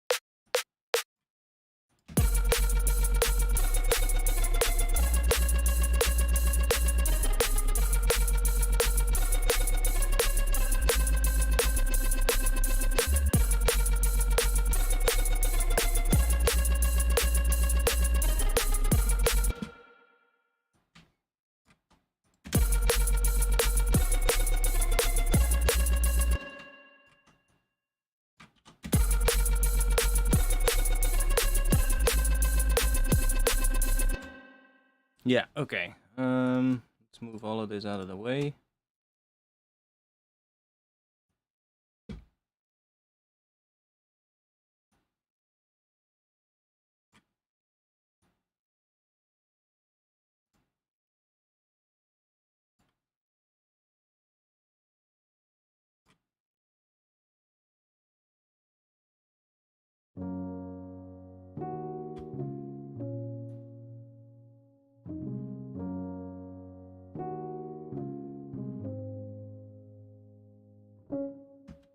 That still works with this, right? Oh, that's the wrong one. With that one.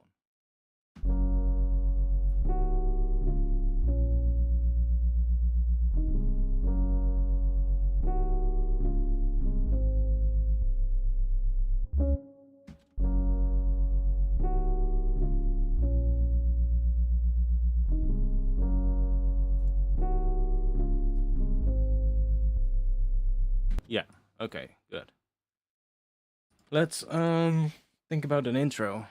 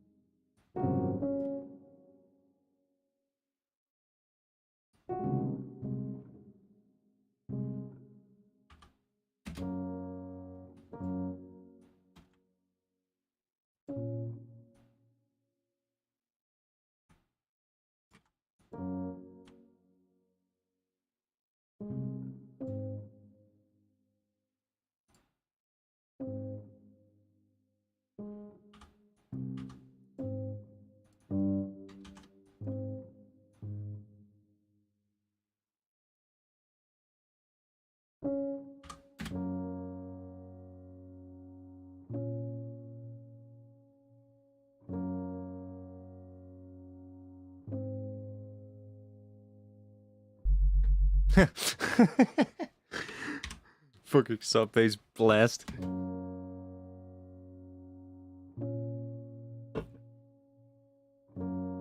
Yeah, I mean, I heard that sound when I was making this sound in Pigments, and I was playing notes, and I was like, man, it sounds really cool on some things. And I was like, at some point, I came like, I was playing something else because I was playing it on D sharp, but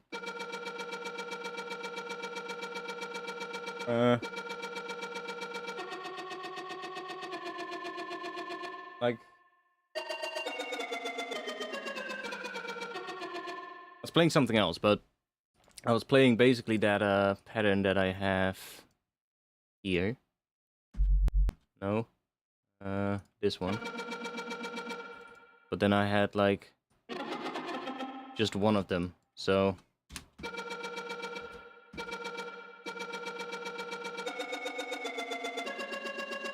and I think I played it.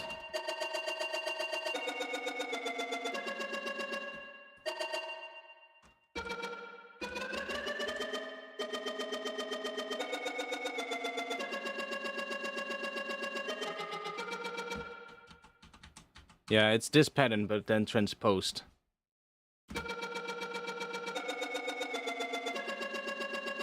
I think we were transposed in a different key or something. Or was it this one?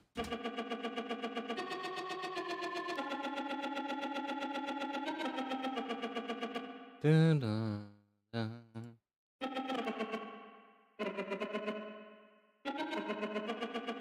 Oh, that's also cool.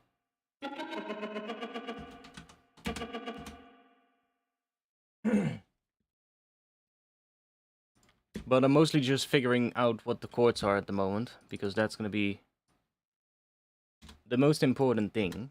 Then afterwards, like if you have a bit of a vibe going, then getting the rest of the track written is a lot easier. So that's why I spent quite a bit of time on this section, but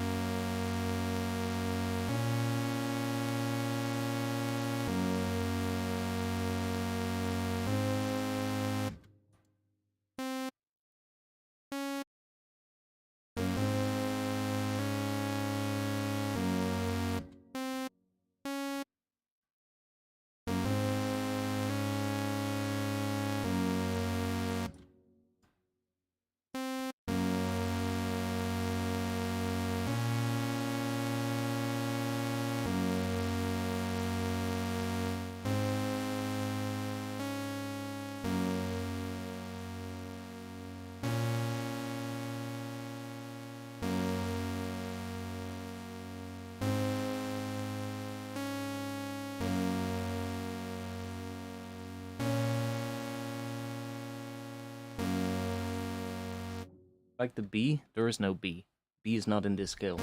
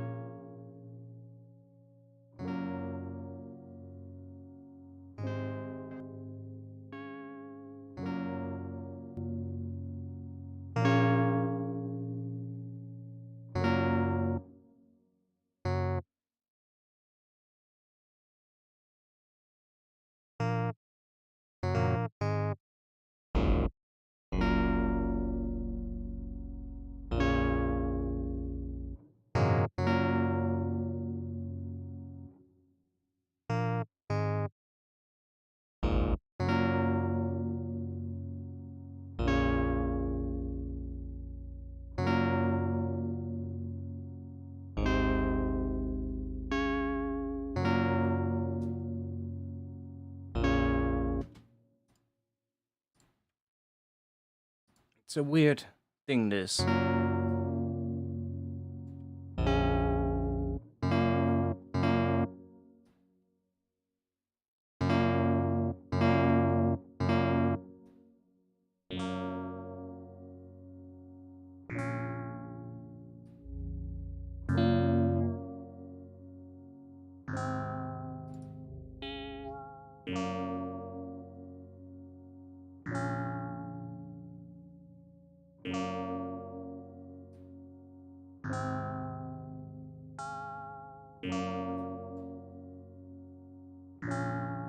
Whoa, that's weird. Now the odd harmonics are in the left speaker and the even harmonics are in the right speaker. That's weird. That's gonna phase cancel probably. Or maybe not. Now I wonder.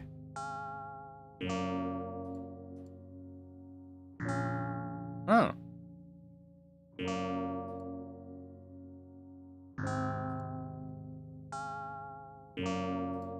Oh, that's interesting. Not really the vibe, but it's interesting to know that we can even sum that to mono and it still sounds good.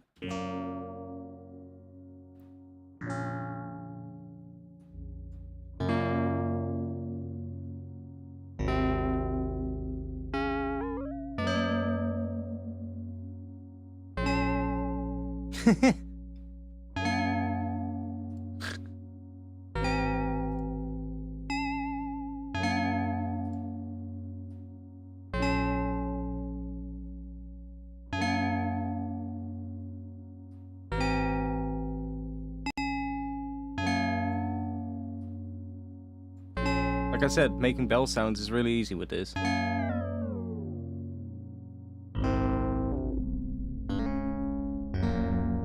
That's even weirder.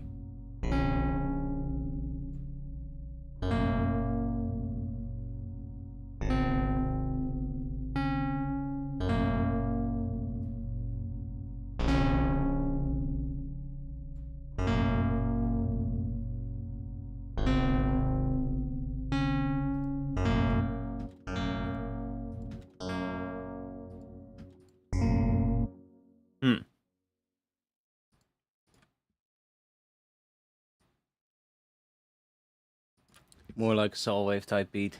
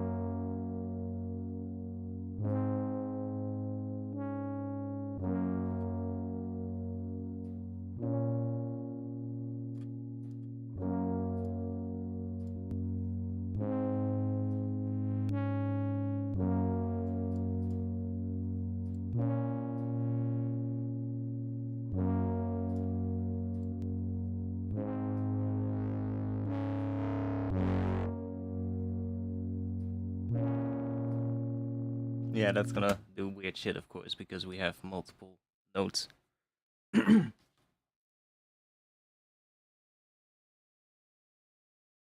on.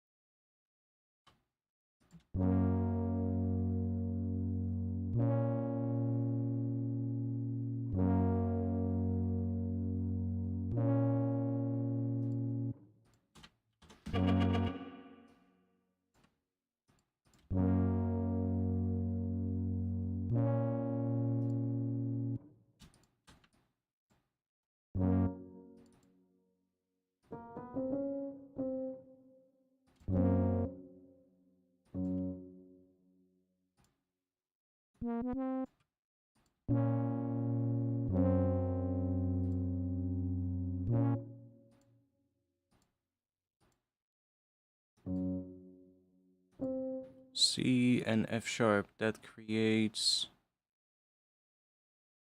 F sharp diminished. It's kind of cool though. It sounds kind of interesting.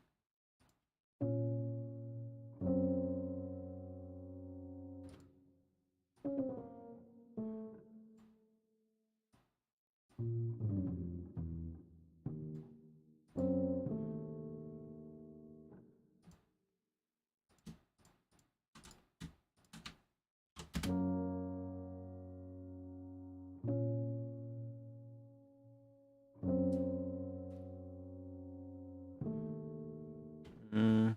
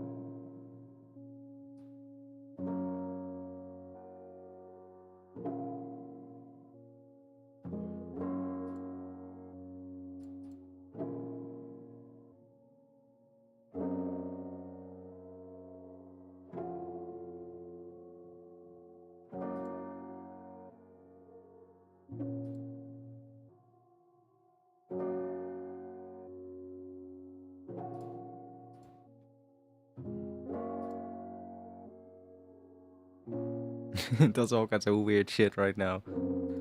Let's throw Note T on it.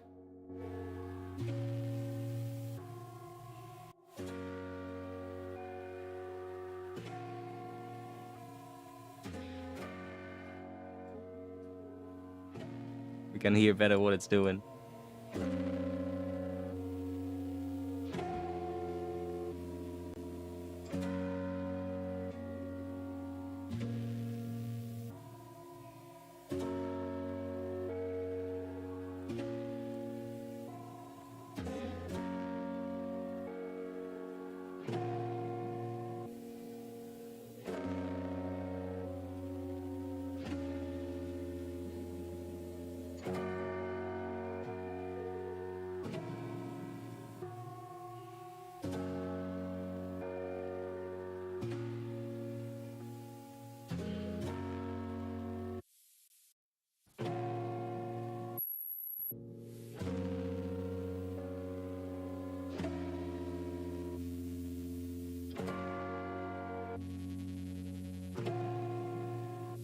Oh, that one could work.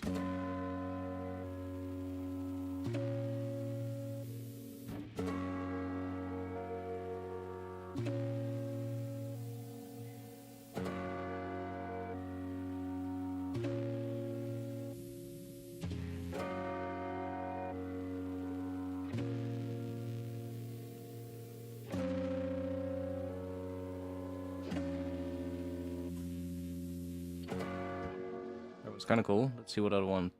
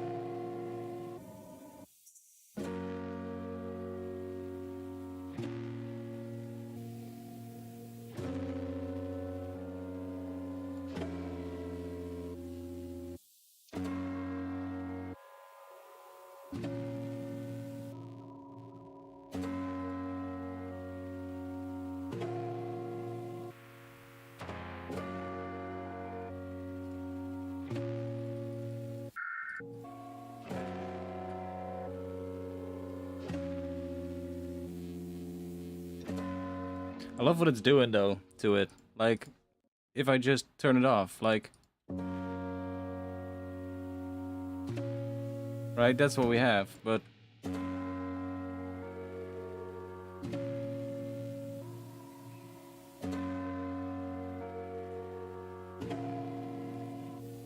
starts creating all these weird artifacts in the sound, which are really cool.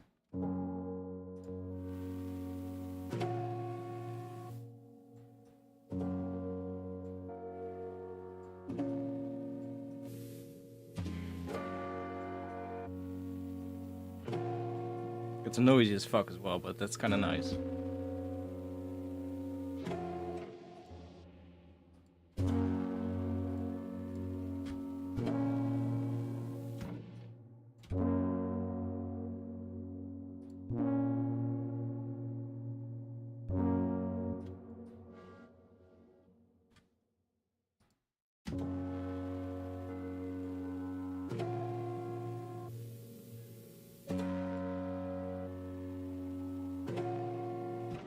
Ooh, I have an idea. What if I put let's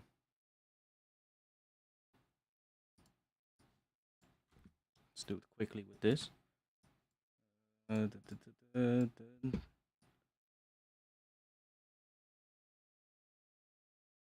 This doesn't have dotted 16s, but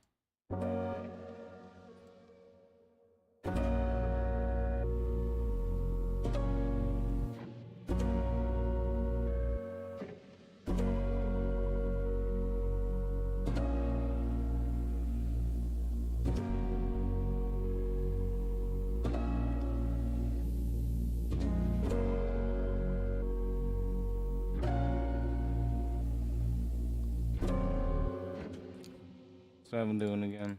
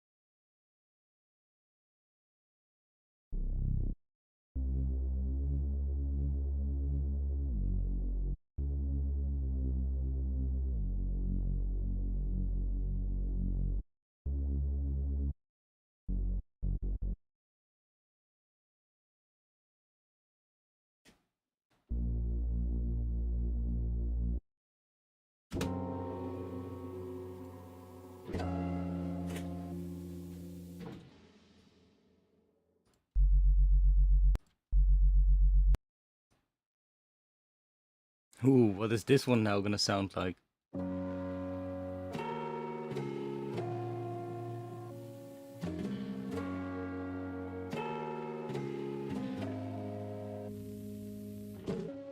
Okay.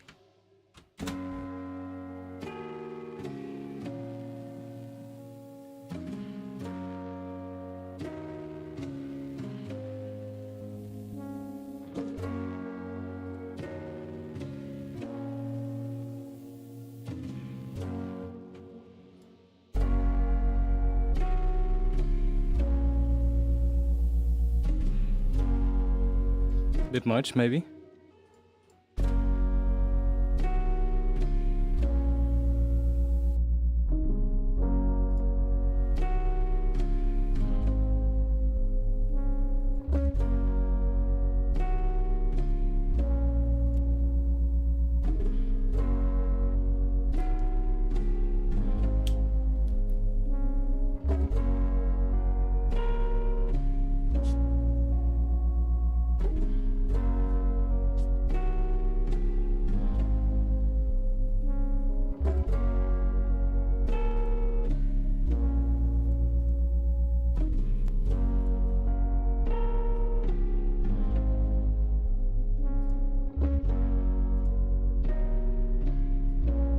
I mean, it is doing some cool parts every now and then. It's not always good, but...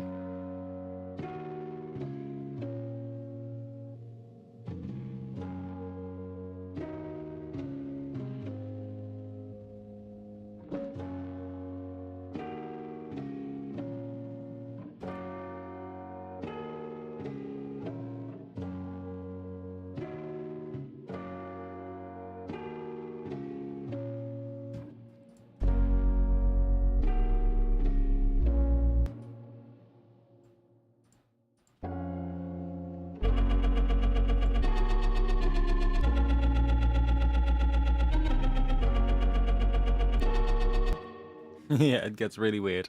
And out of tune every now and then. But that's, I guess, fine. I want to hear how the higher one sounds like here.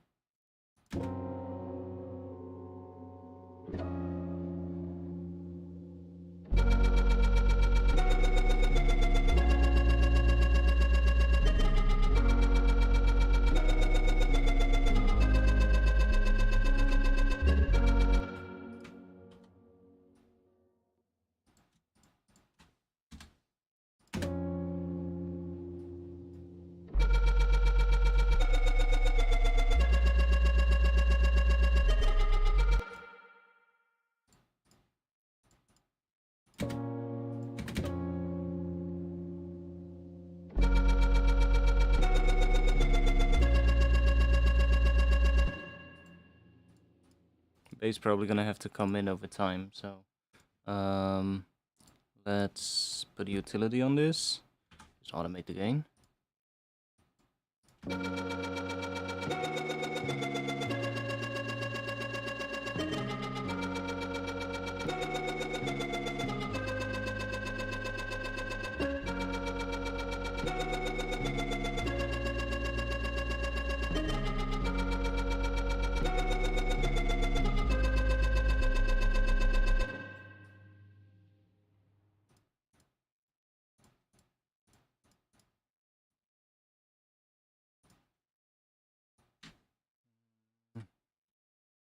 kick and the head maybe.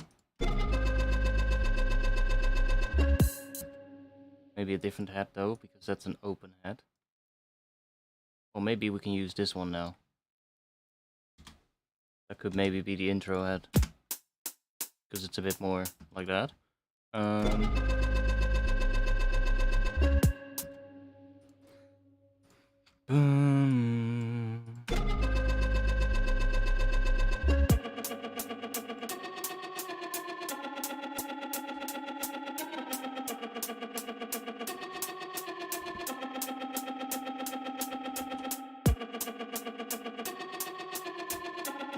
Just starting to sort of like build a little bit of a track, you know? And Budagadu. I love your name, man. It's always so good to see your name in the chat. Just want to say, bro, I'm always reading up on D&B and things, and to see your name appear on Reddit. Yeah, mate, I hang around D&B production quite often on Reddit, so if people have questions there, or sometimes if I have some free time, you know, like sometimes I'm taking a shit and I just, you know, have my phone in my pocket, right? I'll just check out a tune from somebody and give him some feedback, you know, something like that. And people like it, you know. It's I just like helping people when it comes to that kind of stuff. And it'll be totally random, because I might not pop up on there for like months, and then one day I'm just browsing Reddit and I'll just stumble upon one of the posts and be like, oh, let's have a little look there again. So yeah, that might happen every now and then. Plus, you know, I tend to always tell people, hey, if they're looking for something to learn, you know, I usually have something that can point them in the right direction, so kind of helps as well. I don't really make the same style of music you do, but I really love your work rate and attention to detail, so I always catch the stream. Yeah, man. I don't really care what kind of music you guys make. Like, I'm open for everything. Like, if you want to have feedback, I don't care what it is. I can always give feedback. So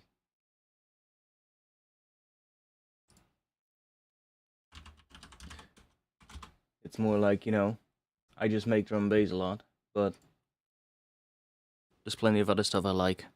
And I should probably do some other genres as well, every now and then, switch the tempos up as well. This one is not the right one, though, because this synth sound just sounds cool for drum and bass, but I mean, it could sound cool in other genres as well.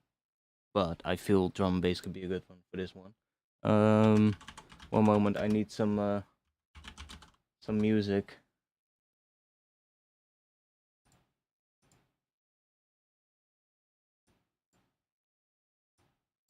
I need some music for my bathroom break. I'll be back in just a little bit. I need to go and take a leak. Like, remember those field recordings from the website that got taken down? Yeah.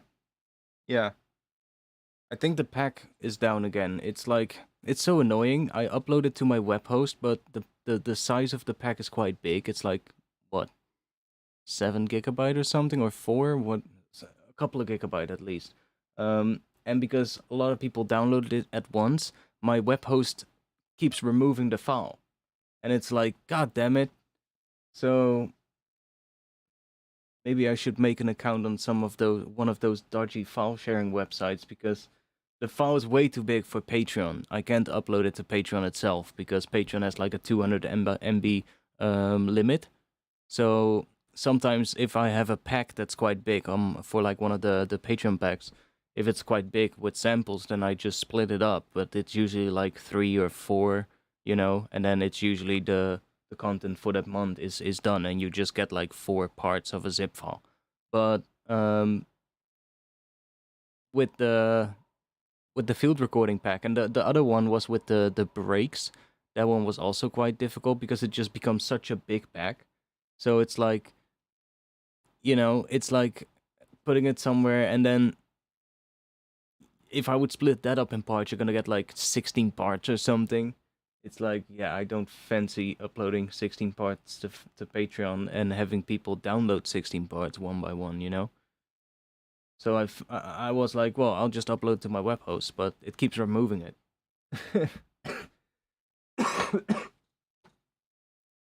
Keeps saying, yo, what is going on here? So, I'm not sure what's up with it. Anyways, I'll be back in just a little bit. I need to go take a piss. You can enjoy some nice music while I'm gone, and I'll be back in just a little bit.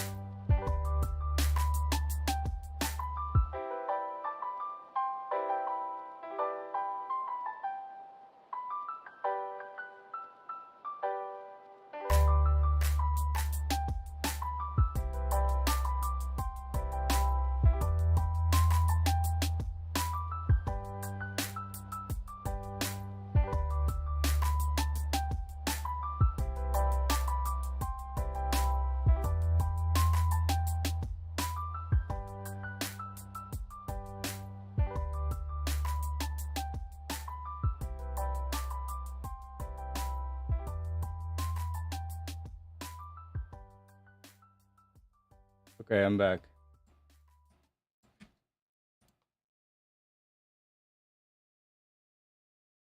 Back. Dun, dun. Okay, let's think.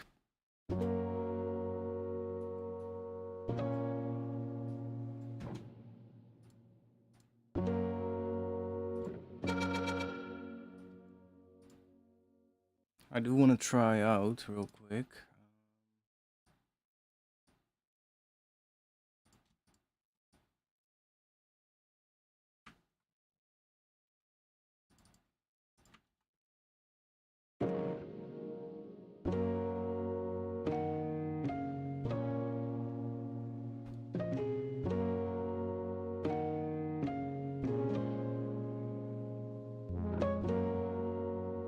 What was that at the end there? That was weird.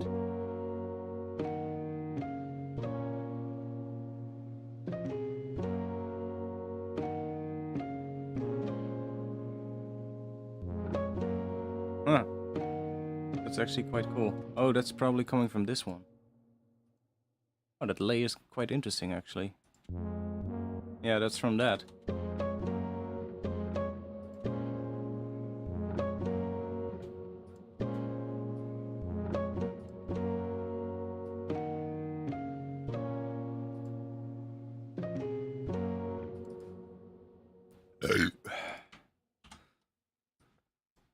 Okay, so here, we...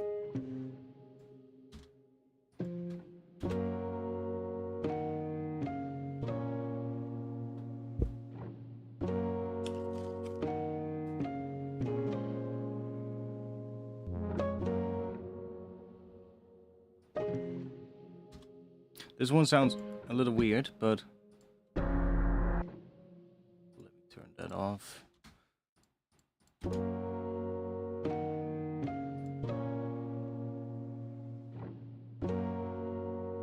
You hear like every fucking part of that piano now because of the OTT.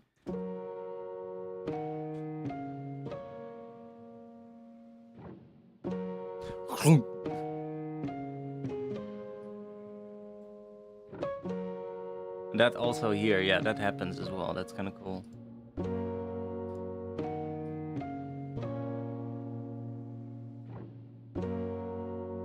Not sure if I like that, but yeah, that one sounds a bit weird. Let's see if we can fix this one.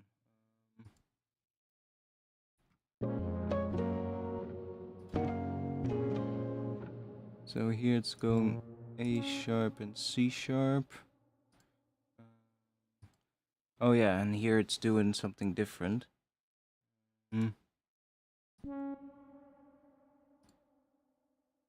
Should we do...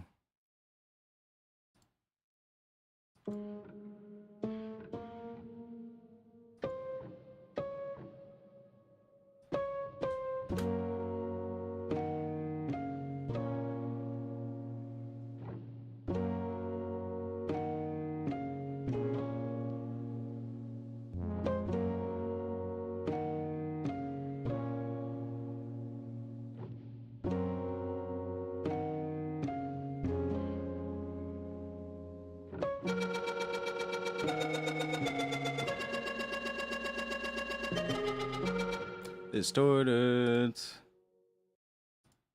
because it also doesn't have the lead anymore for some reason. Oh, that's here. Like here, we probably want to have this turned off completely.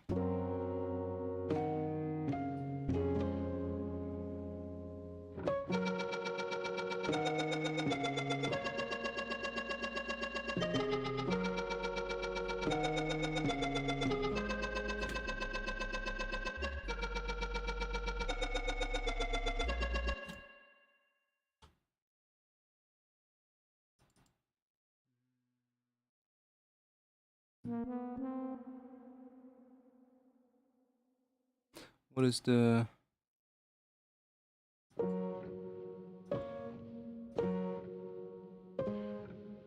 G sharp and C?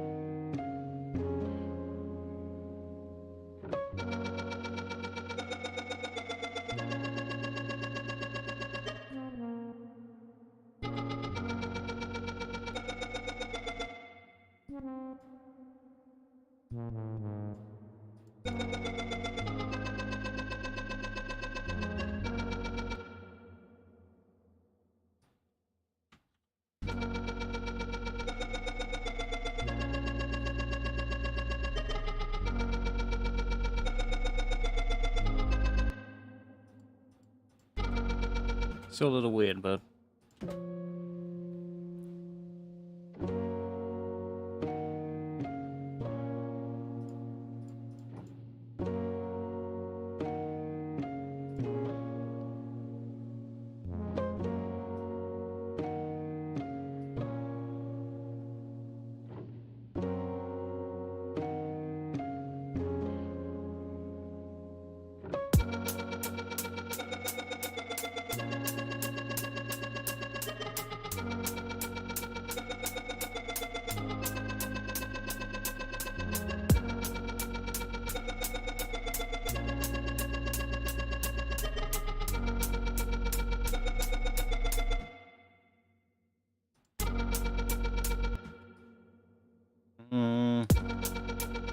What are we gonna do at the end here? That's the question.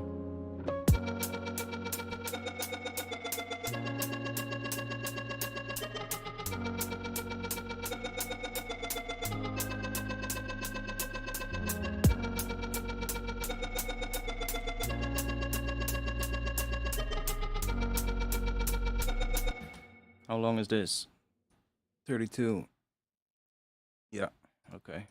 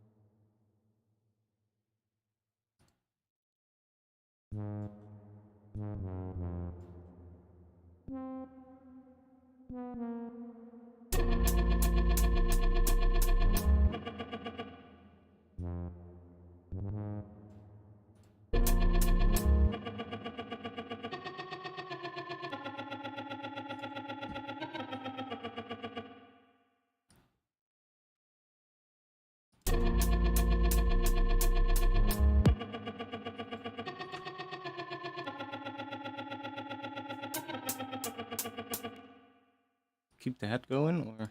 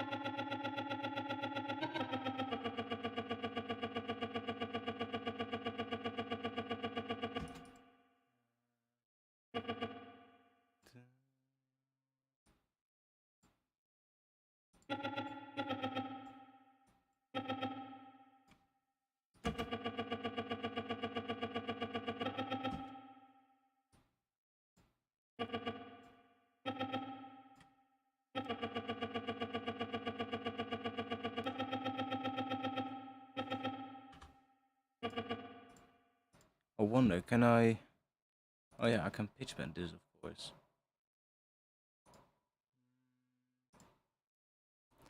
Let's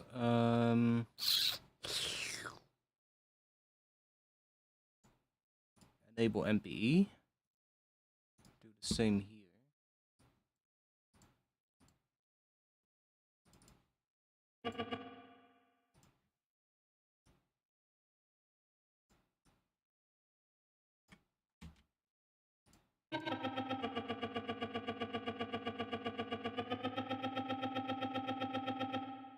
Yeah, that's nice. Now we can do stuff like this.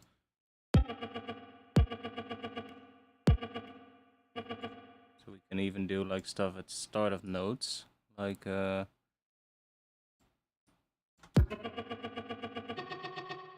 know, like stuff like that. Not that this one is the best place to do it, but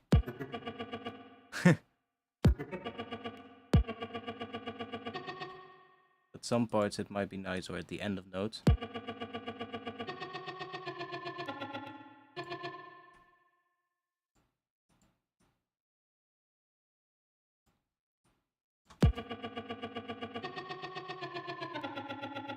Although this sound is a little weird when we do it, so maybe we don't do fast ones like that. But here it's nice because we want to have that slow sort of like change. Where did you learn music theory, or suggest I learn? Was considering learning piano to excel my production. I mean, I just learned it over time. It's not like I learned it in one place or something. It's just I learned it over time. And at first I knew nothing about music when I first started, and now I know quite a bit of theory. It's like at some point you just start understanding things. Right now I'm still baffled by something that, well, not baffled, I know how it works, but something that tends to confuse me sometimes. It's I'll be writing something and then I'll be writing a melody on top. Like let's say I have a bass line and I'm writing a melody on top, and I'm like, huh. For some reason this one note that's not in the skill sounds a lot more interesting. But then suddenly the entire thing feels different. And I'm like, why is that? And most of the time, it's either because that new note turns the skill into either a skill that's a perfect fifth up from what I was using, or a perfect fifth down from what I was using. Because those are obviously related to each other, right? So everything that's sort of like a part with a perfect fifth is kind of harmonically related to each other. And that's why going from like D sharp to A sharp works really easily, because there's 7 semitones apart, which is a perfect fifth. And the same thing when going down. So if you're on D sharp, a G sharp scale would probably also fit. And sometimes I'll be just writing something and I'm like, I'll think like, hey, I'm in D sharp, but I'm actually writing something in A sharp minor, which is the case with this track. I thought when I was playing with that sound first earlier today, with this sound, this one here.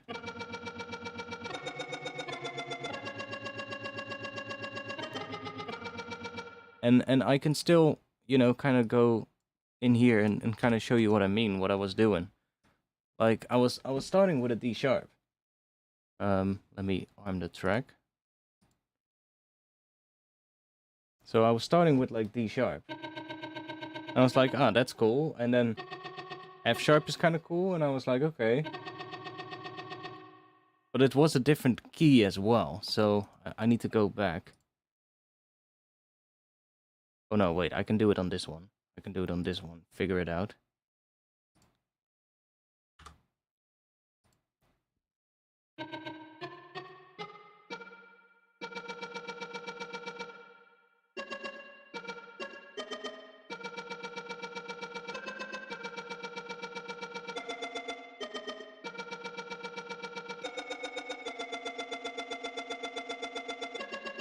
That's it.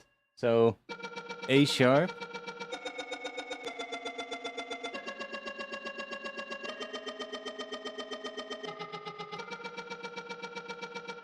That's basically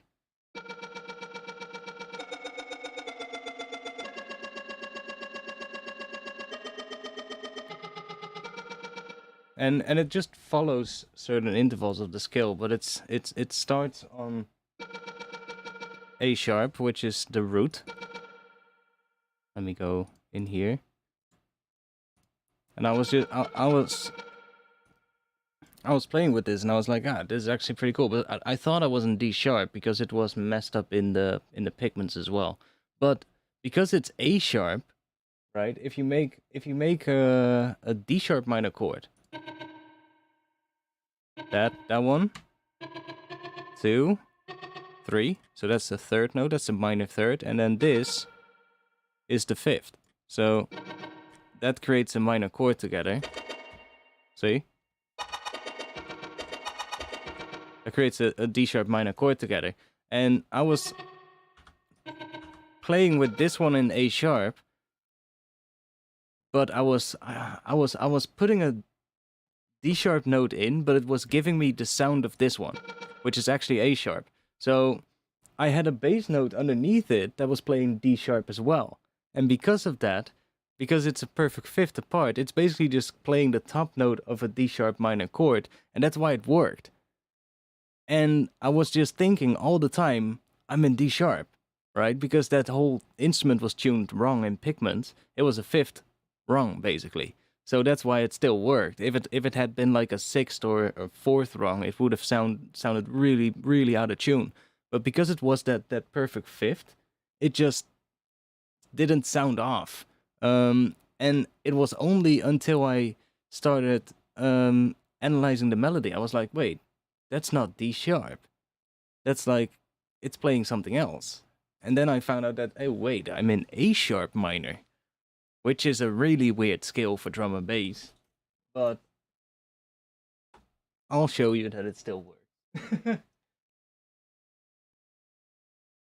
And it's something that's at this point I often have that because I am at the moment I'm writing a lot more tracks that have definitely a lot more harmony and musical stuff in it.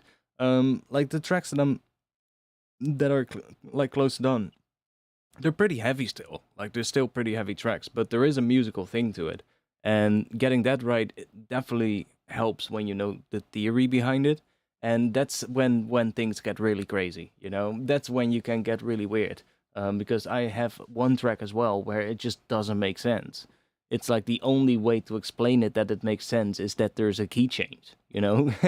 maybe there is a key change, but it sounds cool, right? And that's all that matters. Like I've also been messing a lot with weird like notes that are out of the scale, and sometimes it just sounds really cool.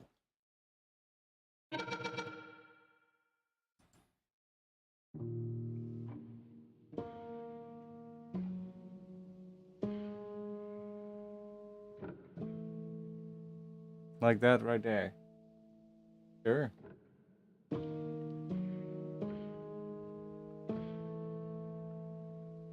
Sure. Both of those last two notes that form that last chord are not in this scale, but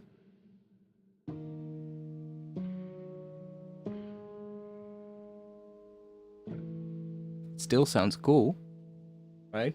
So it's like it doesn't always need to be in key. It can also do something else. What really matters is that it sounds good. Then music theory is more something that you use to describe what you've done to other people in a way. It can also help you though when you're writing. It can definitely help. Like if you, but I mean, I would say just know the basic scales. Like no major, minor, and minor has 3 different minor scales. Of course, there's the natural minor, melodic minor, and the harmonic minor. Um, I don't really use melodic minor a lot, honestly speaking. Most of the time it's natural minor or harmonic minor, or just a mix between the two, because you can easily switch between the two in one track. That's just see that the two scales, harmonic minor and natural minor, are one semitone different. There's only one note that is different, and you can just use that one note as well, like to do something cool. It doesn't really matter. It just means that temporarily you're borrowing a note from the harmonic minor, which is cool, you know? You can do that just fine. Just see those 3 minor scales, they're kind of like interchangeable. Natural minor would be the most used one. Harmonic minor gives you a little bit more of a spicier sound, a little bit more of an Eastern sound in a way.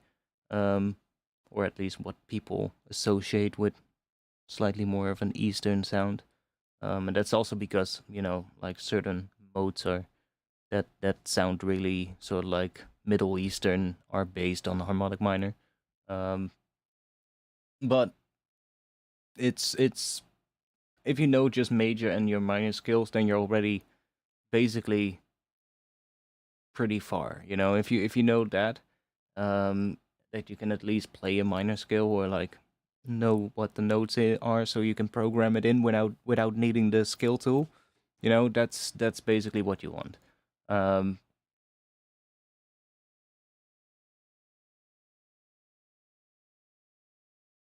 and yeah, and then it's also because when you know that, I guess that's what I wanted to say. When you know that, it'll be easier, sort of like, you know, learning like which note is the seventh, for instance, or which note is the fifth of the scale.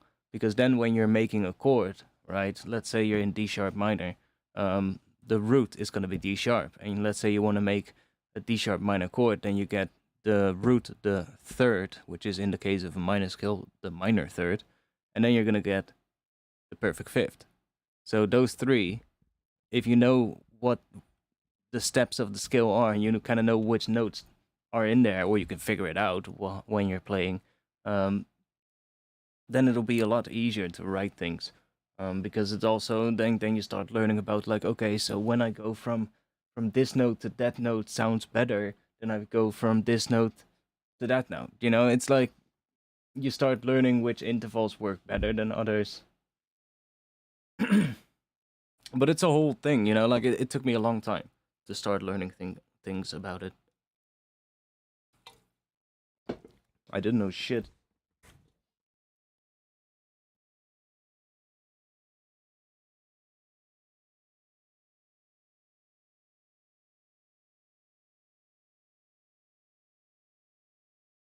Yeah, well, I would say just don't think about it. Just listen, you know.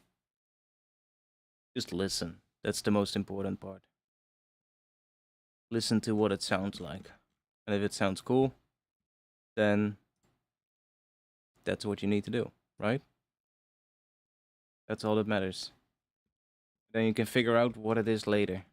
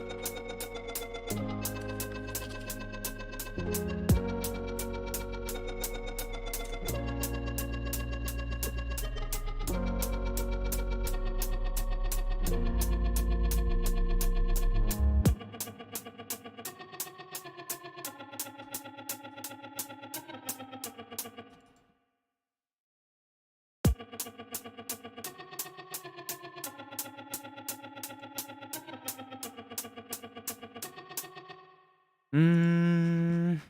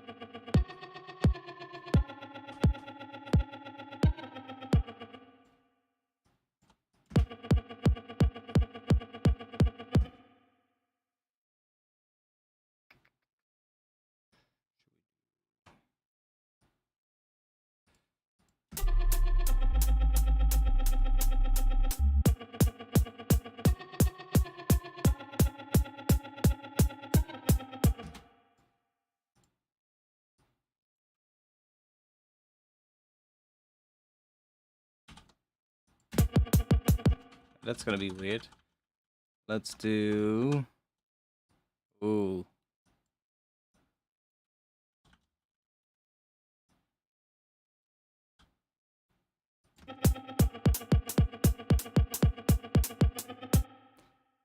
Oh, wait a second. That could be really interesting, actually.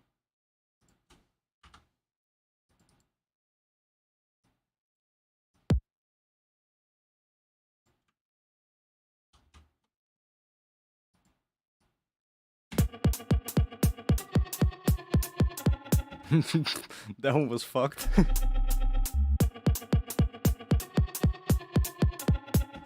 Okay.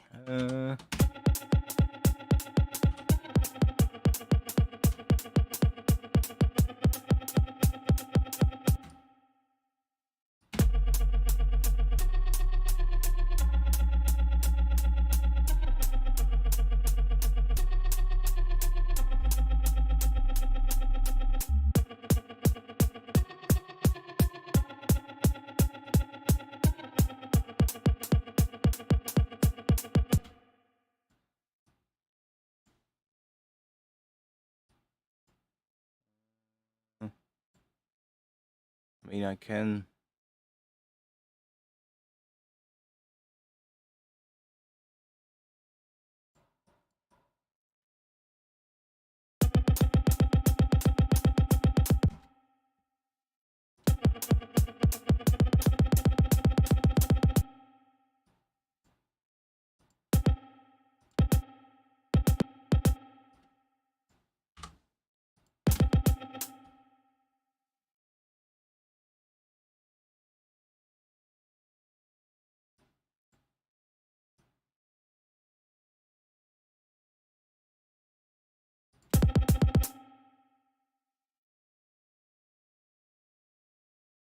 I'll probably need to align things later because that synth is probably gonna go out of time with this kick and, you know, stuff like that, but we'll figure that out.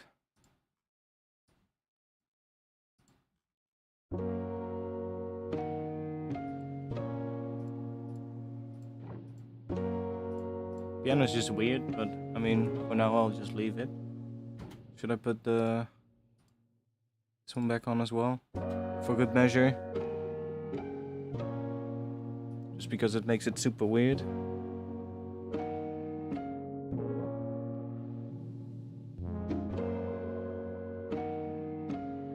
And I might replace it with a different piano that is a bit more brighter, so I get more mid-range instead of that lower stuff.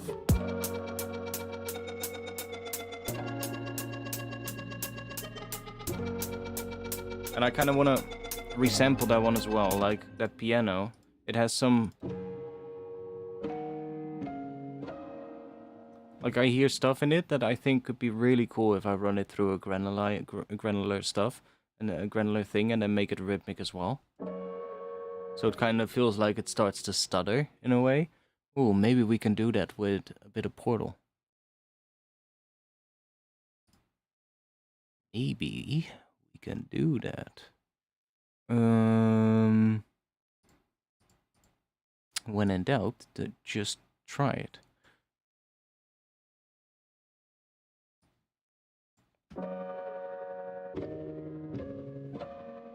See, it already gets a bit of that.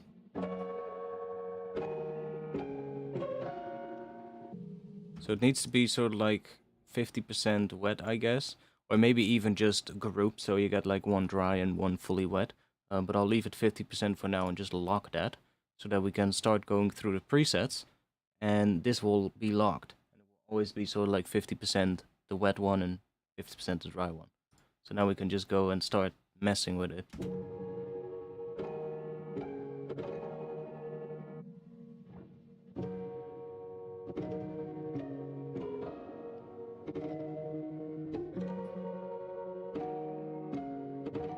We're gonna get super sick shit. Believe me. We can even put it in front of the...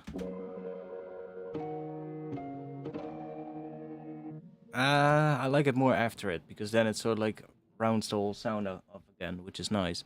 With this one, it kind of makes it really glitchy. Like if we can try it without as well, but...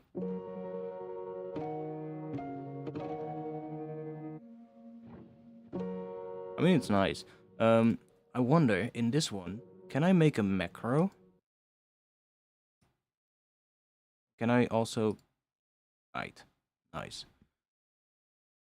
Can I make a macro here as well? Yes. Oh, sick. So if I just do that, and then I can control. I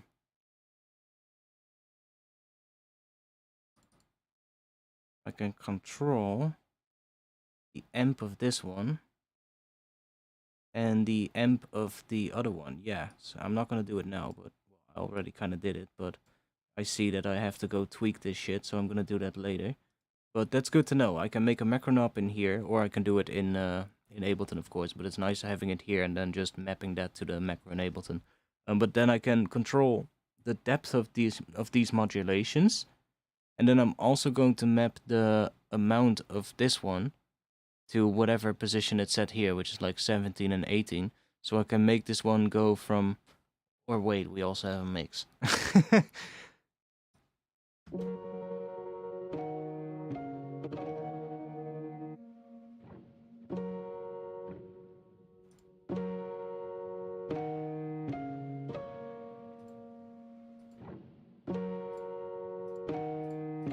Yeah.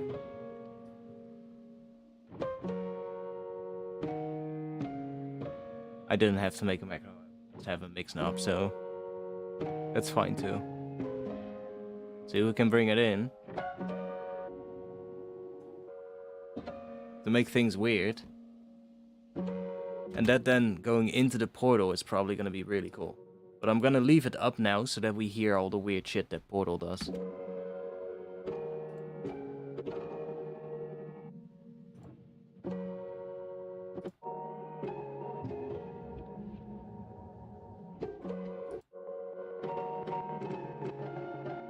Ooh.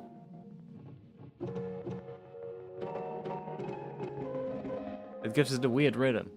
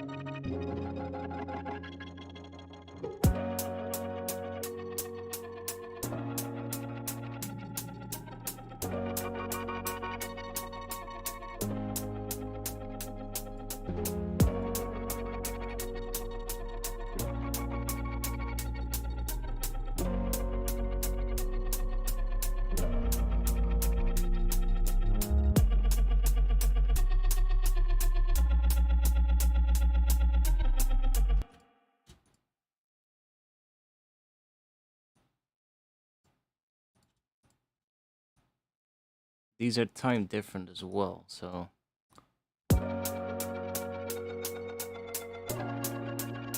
See, these are later than these ones. So if I want to get the same groove, I need to move these to here.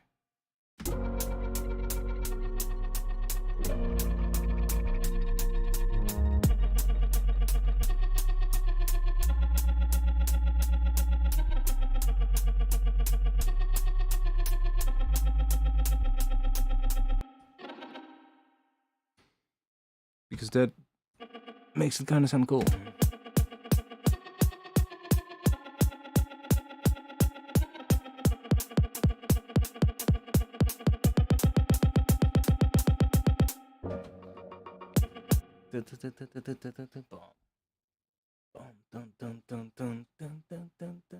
I'm feeling like what is it? A dotted quarter note drop maybe? Dun dun dun dun dun dun dun dun dun dun, something like that.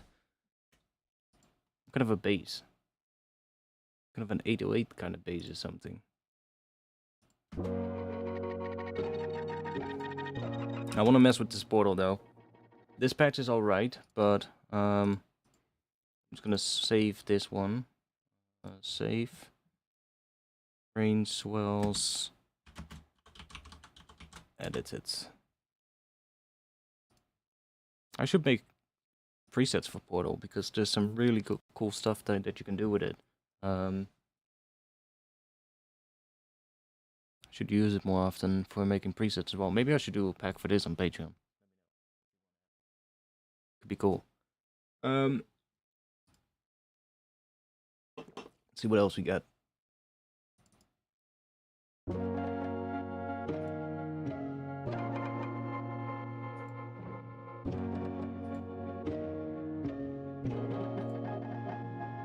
Ooh.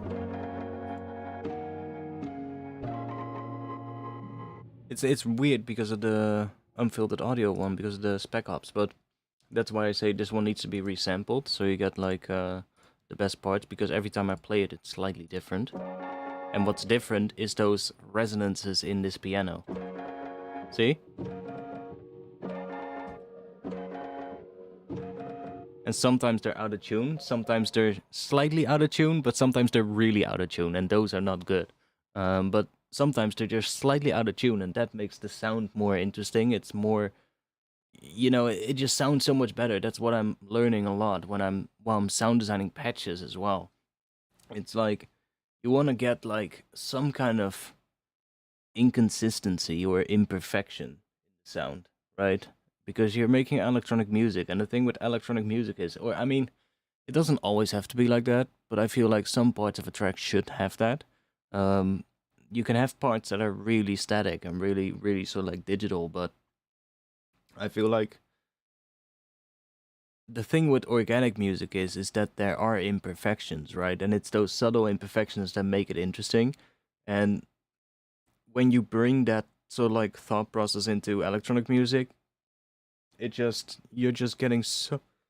Sorry. You're just getting so many cool sounds. Well, I mean, I'm just showing you one plugin that I use a lot, but like Unfiltered Audio, this one, Spec Ops, it's a really interesting plugin that I use a lot to sort of like degrade the sound and make it sort of like weird. There's another one that's very similar, which is free, by the way, so I'll tell you about that. It is by a guy called Daryl Barrel. And yeah, he's really called Daryl Barrel, I believe. But it's very similar. And it's this one. And it's kind of the same thing. It splits the sound up into FFT spectrum, and that is what this does as well, so that all those harmonic bands that you see, that is basically an FFT spectrum. So it converts it into that, which is kind of almost like you can see it as an image. So instead of processing the audio, it's processing kind of like an image representation of what the audio is. And then in the image it represents sort of like the harmonics, and then you apply filters to it, kind of similar to filters how you would apply them in Photoshop, and then it converts it back to audio. So it's a different way of processing the sound, and this one does it in a similar way. This is the same thing. It's just a little bit more janky. It's a free old plugin. But I feel like this is what Spec Ops was based on. I have a big feeling. I think Spec Ops came out after this one, so... but it's a very similar thing, and actually this one can sometimes be really good as well. I might sometimes pick this one over Spec Ops because this one has a couple of other things that are just really interesting. That let's just try it out actually. The only thing with this one is the unfiltered audio one has an FFT size here, which is adjusted. So the plugin delay compensation will adjust for this one. This one does not. So if you have this one, you have a delay time here, and it's set to 1 beat. So if you want to use this one, you have to take your MIDI and basically put your MIDI 1 beat back in time, so that it gets like it's in time again. So if we now take the portal off, let's see what this one can do. So right now it's not doing anything.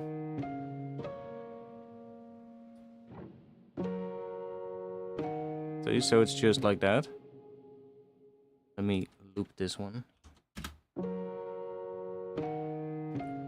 But this one has a very similar thing. It's just a little bit weird, like this. Look, you click and then you get 2 controls. So you've got your fine and coarse. Coarse just brings this up. So let's raise this up. This is the frequency range. So now from 0 to 25.8, it's gonna do something to the sound. And this is what it does, the filter. So if I bring this up a bit, and then mess with this. Okay, filter doesn't do anything. Let's take contrast, which we were using in the Spec Ops one as well, right? See, contrast down. Gets really noisy, almost like OTT in a way.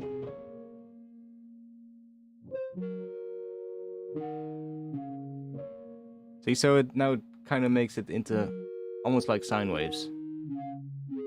It goes basically into sine waves.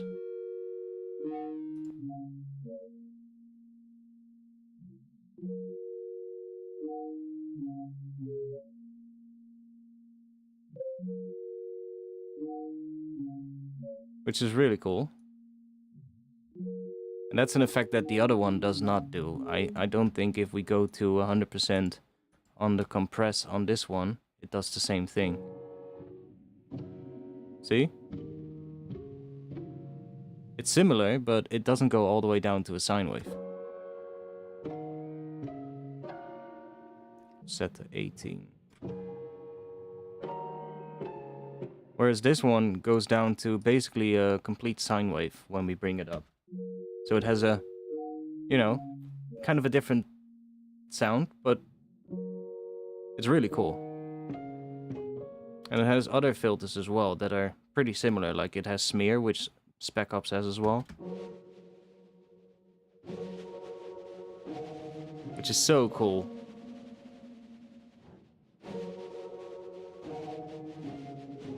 And this is just so good to make sounds less perfect, you know? Like to show really what... Well, I mean, this is if we take OTT off and take that off.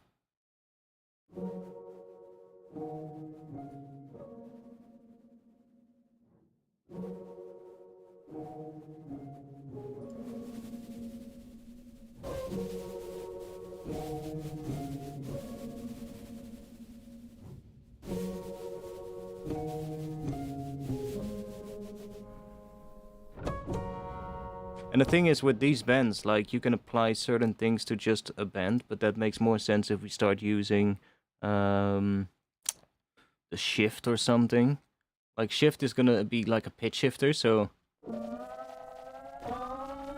a really janky pitch shifter.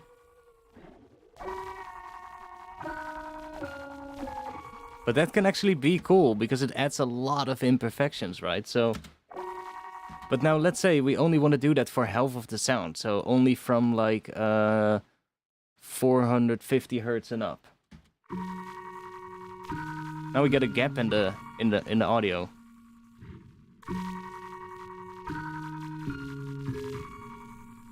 It has literally just taken this part right here from 453 and just moved it up 12 semitones. So there's a complete gap in the audio now.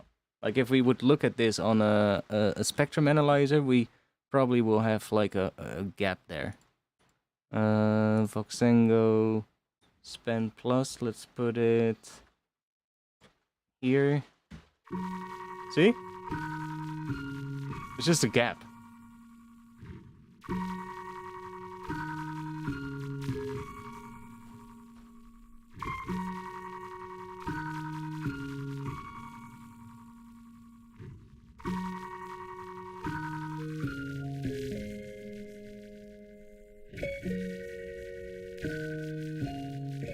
And that turns a very simple piano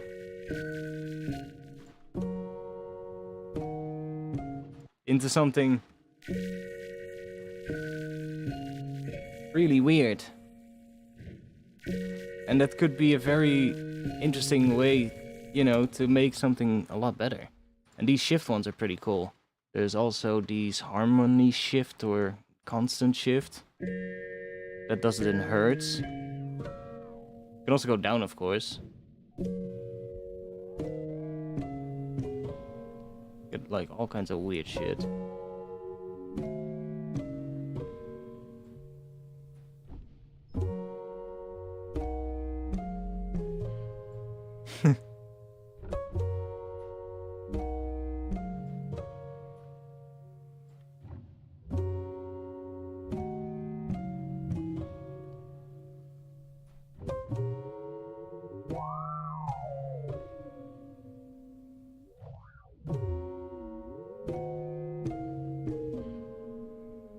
Just put it like really like that, and you're just gonna get like one area that's slightly out of tune from the rest. Just like kinda cool. This auto harmony one is pretty interesting. That one does like all kinds of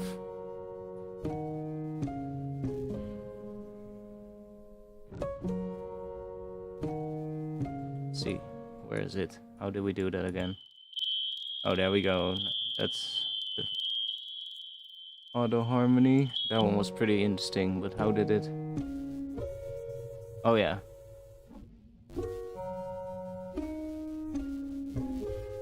Then when you just bring the volume down, it gets like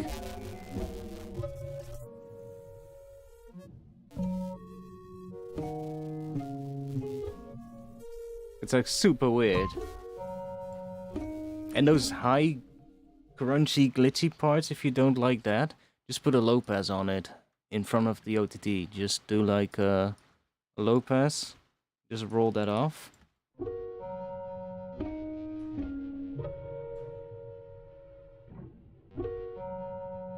It sounds a lot cleaner.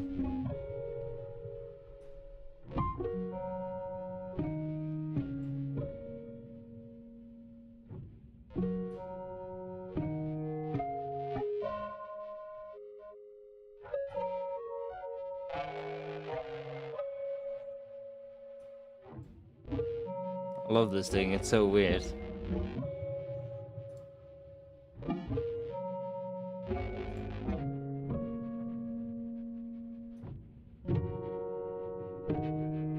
It's weird as well, because it goes from 0 to 100%, and then it goes into decibels for some reason.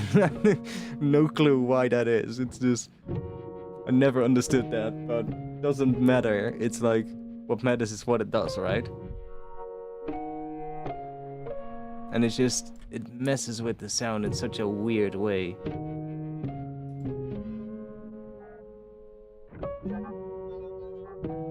Ooh, that's weird.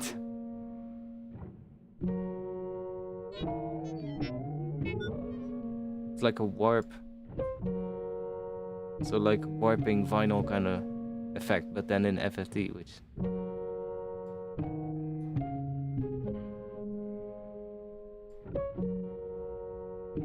I get like a weird stereo thing. Yeah, this is called DTS DTBLKFX. I'm not sure what that stands for. Data block effects or something, I think. DTBLKFX. That's what it is. Just search that. You'll find it.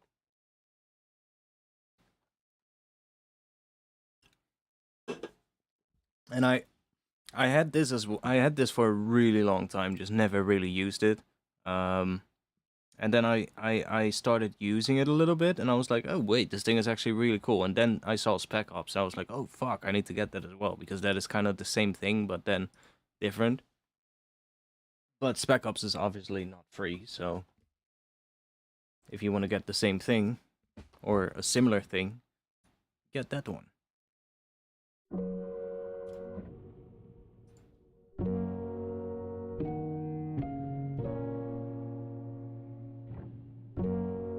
Imanu lost this one as well. I know that. Can just hear it. I hear that auto warp mode. And he dropped an EP or album today. If you haven't, go check it out, because there's some pretty cool tunes on it. Not as much drum and bass though, but still pretty cool. But I hear that auto mode, that auto harmony mode, or whatever it is, that auto harm. Which one is it? Auto harm there. I hear that one in a couple of the intros, I think. But it's one of those really obscure old plugins that almost nobody knows about. There's a bunch of those. I have one of those in Reactor as well, which I tend to sometimes use. It's great for like gabber kicks. There's a couple of weird Reactor ensembles that like nobody really knows about, but some are pretty interesting. That one that I talked about, that's good for like gabber kicks. It can also be really good for Resus. It's kind of like a weird distortion / filter module in Reactor, which is so fucking weird. Yeah, I love weird obscure plugins.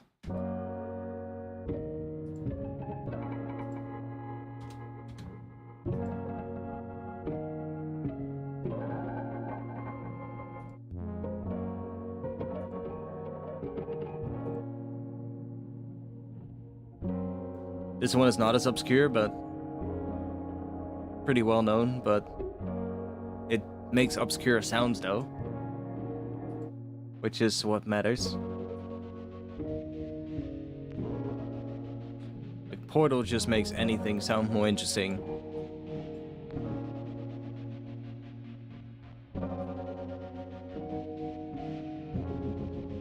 And it's one of those plugins where you can literally just flip through some presets and get something you like. Like, that's cool.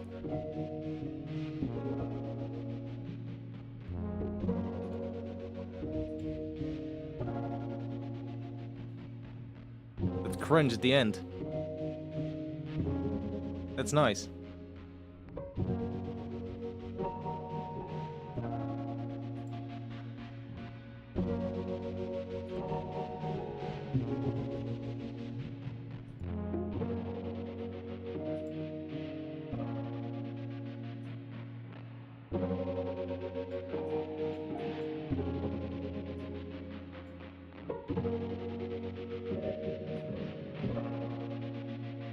Like, this is literally just all starting from a piano, right? It's just all coming from that.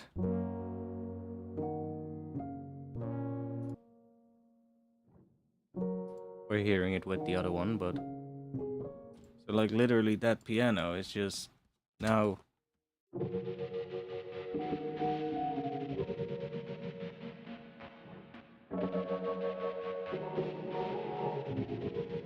And it sounds really weird on its own, but when you start having like that little bit of a bass underneath it, like I think I want to maybe put this all right here. But I need to do that with the automation so that I can extend the intro another 16 bars, because I think we can have this sort of like vibe continue for 16 more bars. So we can really build on it and then go into this. And then probably also start taking parts of this one out when this one kicks in. Then here go into the actual build, like, and start bringing in some bass maybe. Some like hints of what the drop bass is gonna be. Then the drop bass, yeah, I'm really not sure, but I think it's gonna have to go dun, dun, dun, dun, dun, dun, dun, that kind of a rhythm. So dotted 8s instead of dotted 16s. And then I could use this, like this one, that this one. Like if I just do that, I get one hit, right? So I can just arrange that in dotted notes as well.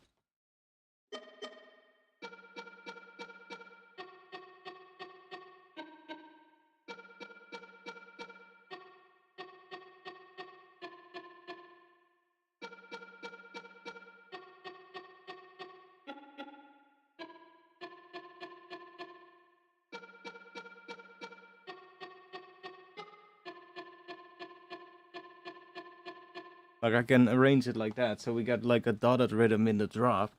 I think that's gonna be really cool.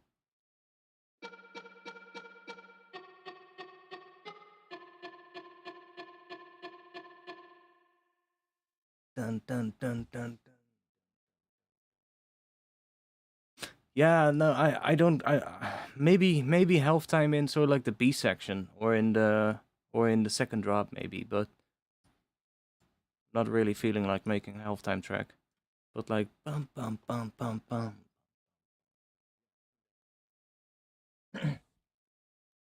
Or are you talk?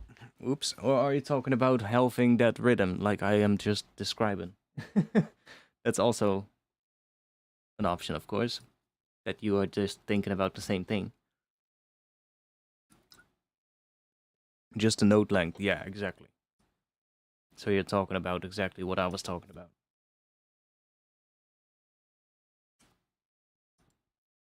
Like if I take this.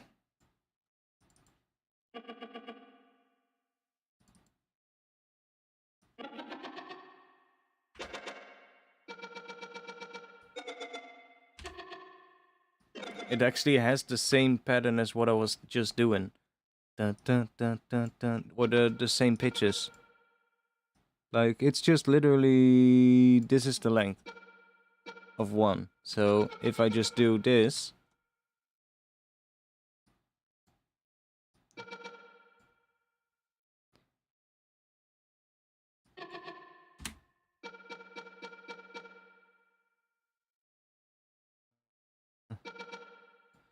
Then if I want to have it in the same rhythm as that other one, I'm gonna do it like that. Dun, dun, dun, dun, dun, dun. Let's do that afterwards.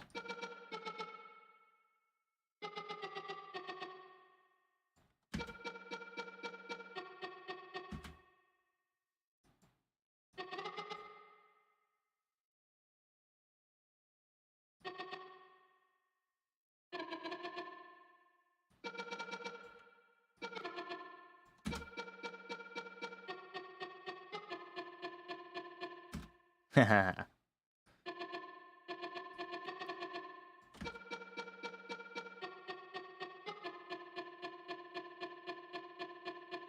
Yeah, like that.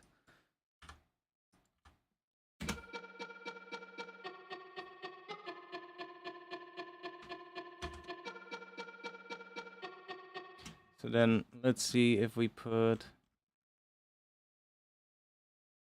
these now real quick here. Yeah. That's gonna be the one.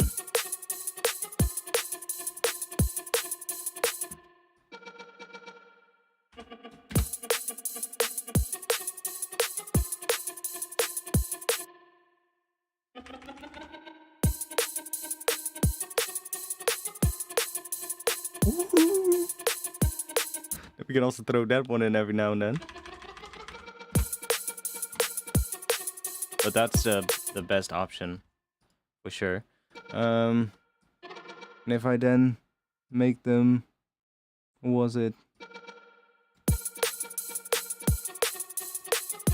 So that they're slightly late. I think that was just enough as the other one. No, that one is another.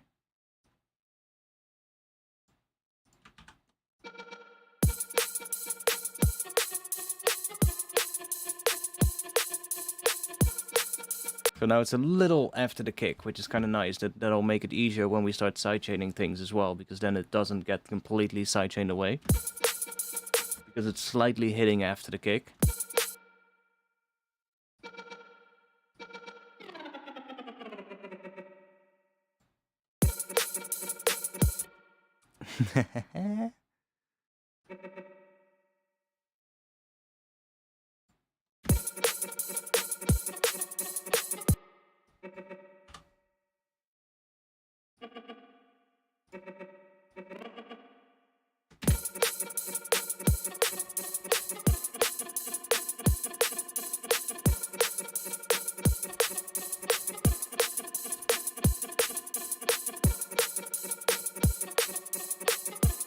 That's basically the chord progression, so... Do you make mud pies and select favorite part and use it in your track? And if you make, what processing chain do you use? I used to do that a lot, like make really long mud pies, but I don't really do it a lot anymore. What I do, I sometimes still do it, but most of the time only when I'm sort of like close towards the end of making a track, and I'm just looking to make things more interesting, or looking to sort of like fill things up a bit with like some granular effects. Then I might take like, you know, I might just export part of the track that I'm working on and just import that into like pigments and just start messing with it in like a granular synth. But just to create like some ear candy that fits the track, because it's made from things that are already in the track. But I don't really just do like long mud pies other than that anymore.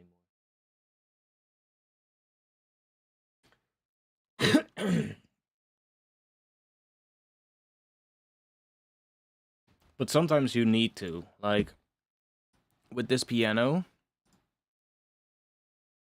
I'm gonna need to do it. But what I'll start doing probably is just make an audio track with a bunch of those take lanes. Like, what is it? Here, these insert take lanes. And if I then now do the input of track 18 and just loop that section, then I'll be like, okay, this section, this piano, this processing on the piano is different every time it plays. So, you know, I want to find the best parts. I'll just do this and now record this and just let that run for like, I don't know, 10, 20 times, whatever, how many times I want. And then I just start going through those and taking the best parts. But that's only something I would do at the end, when I'm sort of like close to being done with the track. Not something that I would worry too much about now.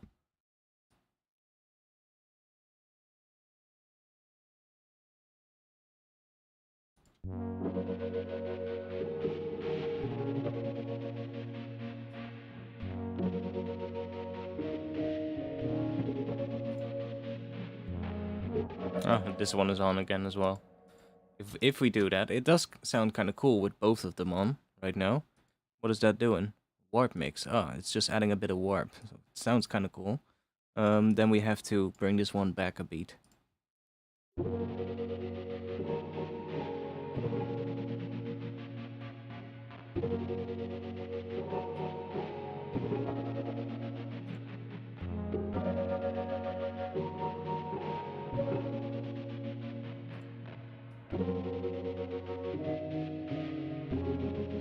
I don't really like the last part here, but I don't really like that last one. I'm gonna turn this one off.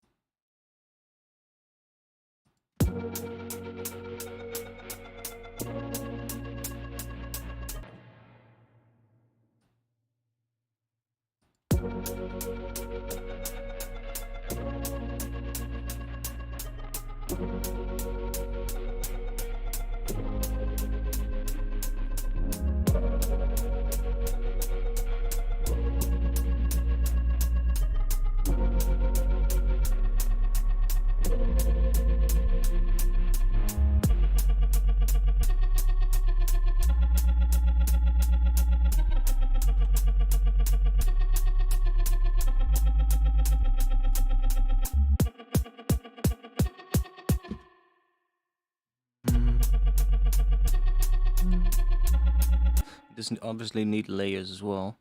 But let's try taking one of my vintage verb presets. Put you on here. Let's take one of these huge ones.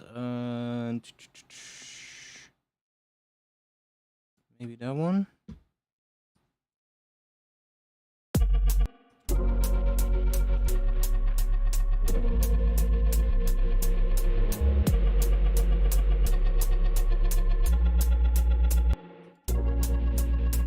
Yeah, I should group it, by the way. Should group it. Have one dry, one fully wet. Then I can EQ that one.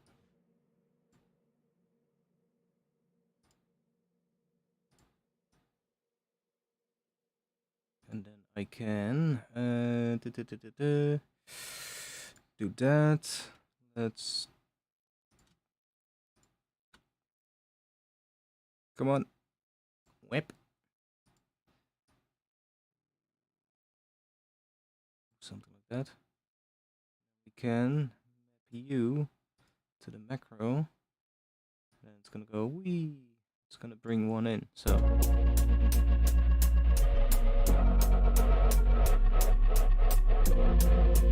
We just got reverb coming in. Now we can bring this up to however much we want. I'm just gonna go do 100% and then use the volume here to kind of blend in how loud it is. So it's too quiet.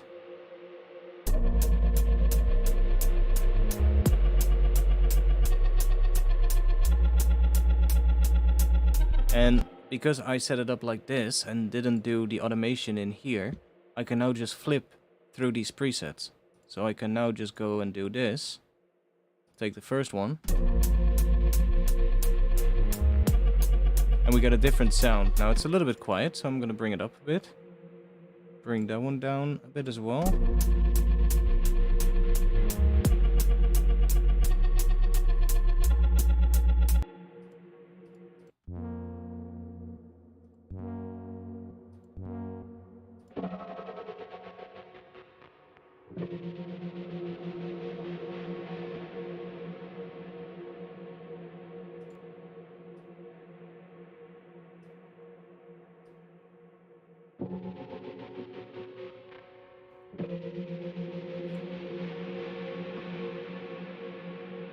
So we really got that reverb. How you started making music?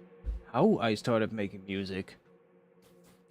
I started making music doing hip-hop beats back in the day when I was really young. Well, no, I lie.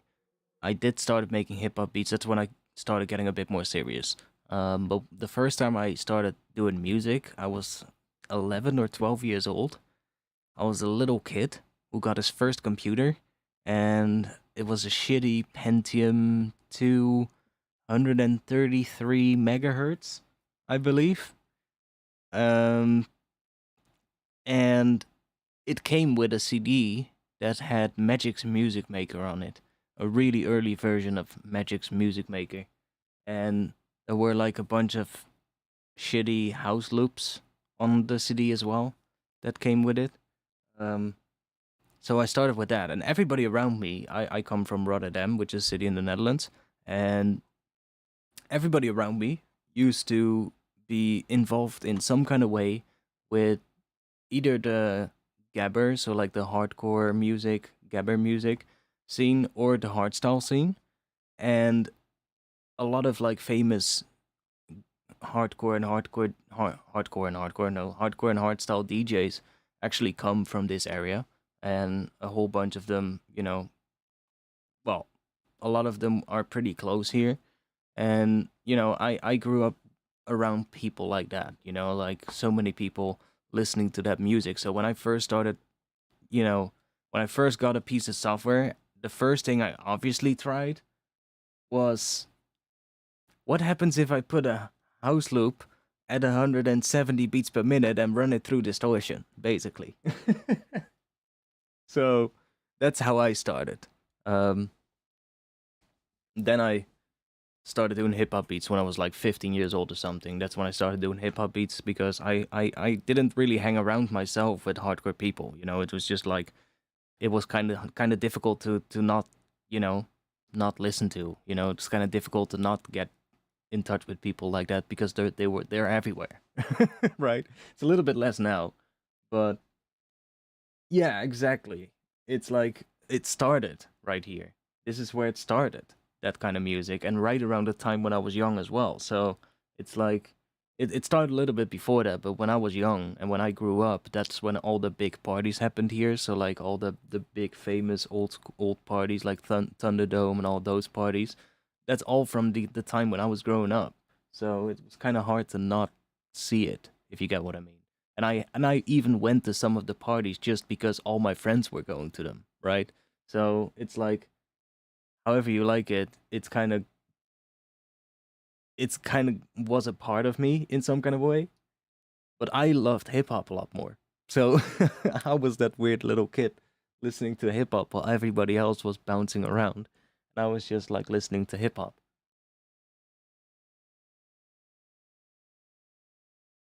And I then got in touch with like some rappers as well, so some like local rappers. Um, Started getting in touch with other ones as well, people that are like I started doing graffiti. Through that, I got in touch with other graffiti writers, and then through those, I got in touch with more hip hop people, and then I sort of like started hanging out with like a couple of hip hop groups that were pretty well known from this area, um, and making beats basically and helping them with like filming video clips and all that kind of stuff. And then eventually through hip hop, like I had always loved drum and bass, as one of a different genre. Like when it came to electronic music, I was always like, everybody was always listening to like four to the floor distorted kick drums at like 160 to 180 beats per minute or even faster. And I was always like, but guys, look at this music here. There's this, there's like other drum sounds too. There's snare drums, and and everybody was just like, no, no, no, mate. It doesn't have a distorted fucking kick drum. It doesn't have a distorted 909 kick. Come on, mate. What are you talking about?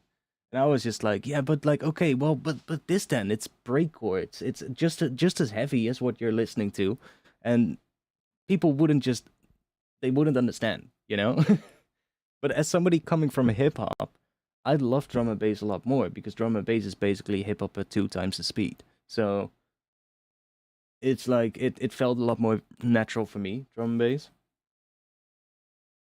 And I used to go to drum and bass parties instead. As soon as I figured out like, oh, there's drum and bass parties in Rotterdam too, that's when I was like, okay, well, sorry boys, but and I mean, I started skateboarding as well. And when I started skateboarding, I started getting, I got like a whole new group of friends. And all those were like either graffiti writers who would also go to drum and bass parties or just skateboarders. And they would all go to drum and bass parties. So like, it's a whole different scene I got into. And one that actually I felt a lot more at home in than the one that I grew up in. Um, because I only got into like skateboarding around 13 or something. And that's when I also got into drum and bass parties and shit and figured out like, oh, there's drum and bass parties that I can get into with my young age.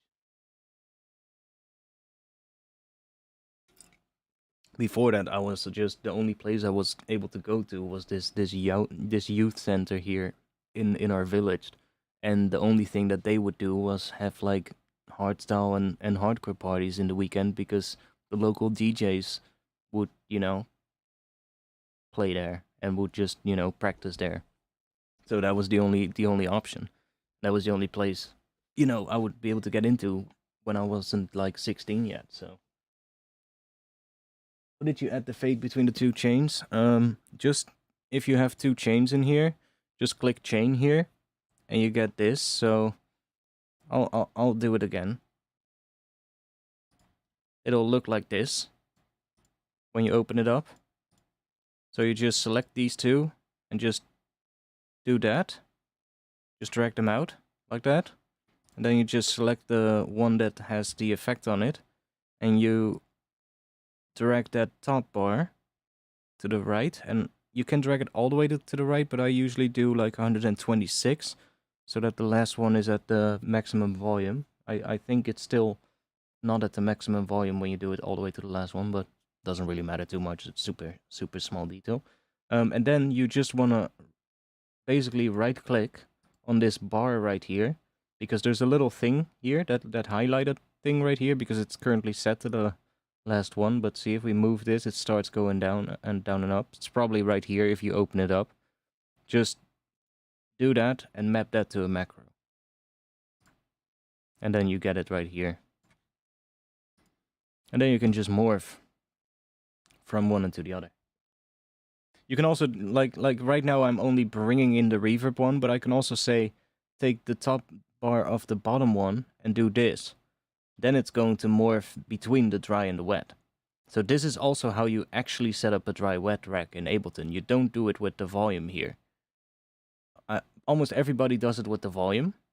When you make, when they have like an effect that doesn't have a dry-wet or a mix knob, they need to make it.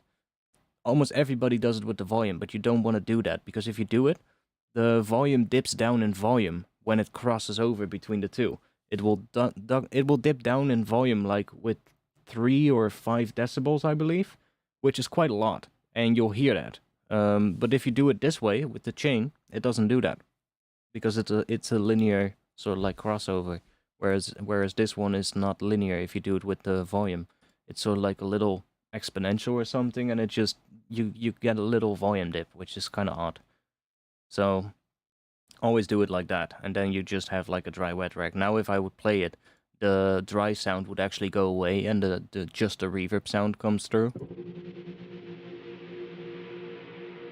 See, so at the end the dry sound's completely gone,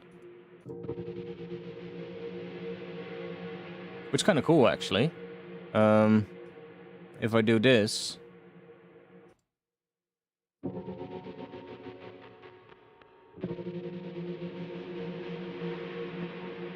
we still get a bit of that crunch in the end, which is very subtle though, because that reverb is getting pretty loud. But I think it might actually be good for this one to do this. And I think that I might actually do it from maybe somewhere like here. So halfway through it's gonna come in. Halfway through that last one's gonna fade out. So you can actually make pretty crazy macro movements with this as well. Like, you can have multiple chains with effects, and you can sweep through these effects, and you can literally just like if we have more chains as well, like if I just make a new rack real quick. If we have a new rack here, let's create chain, and I'm just gonna say like we have 5 individual chains with different effects chains, for instance. Now if I go in here, I've got all these all 5. I can say distribute ranges equally. Oh wait, we have to drag them out first. Then distribute ranges equally. So now they're sort of like distributed along this selector, and we can fade these into each other. So you can literally make like a macro knob that morphs through multiple different chains while you automate the knob, and you can get some pretty crazy effects. Like, you can just you know, like, how would you use that? Let's say we have 2 chains, and you want to bring distortion in. So you want to make a sound sort of like really crunchy in the end, but you don't want to remove the dry sound, but you want to distort it a bit towards the end. but you want to leave the dry sound there as well for some reason, then you can just have like a chain with distortion, do this, but only here, for instance. So let's say there's also something else happening, and then you can, let's say you have one extra chain that is just doing this, and then over the entire macro knob it's sort of like moving up, and then only on the last part you want to have an extra bit of distortion coming in that really destroys the sound or breaks it apart. You can do that here. Or you could say, while that happens, you want the dry one to fade out. So then at the end, only the fully wet one of this one, which is whatever processing is going on. This is the dry. Whatever processing is going on, and here we have some extra distortion coming in. So you can have like a really interesting movement, and then you map that to a macro knob. And then when you automate this, you get like a really interesting thing. Obviously you need to put the effects in, but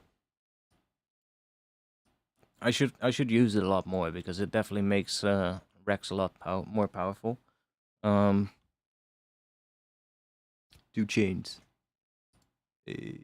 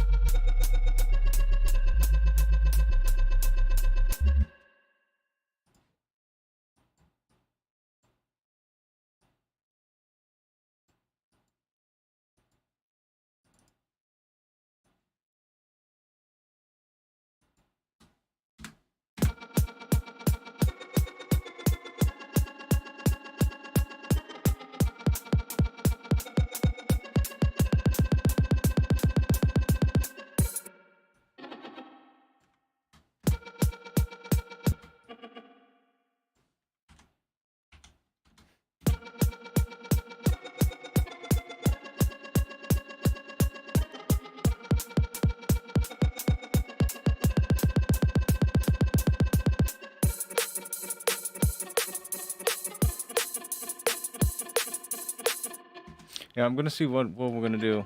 I might have to start introducing the pattern of the drop in this section as well. Like, we can make a switch after this. We don't have to go back into this pattern. We can...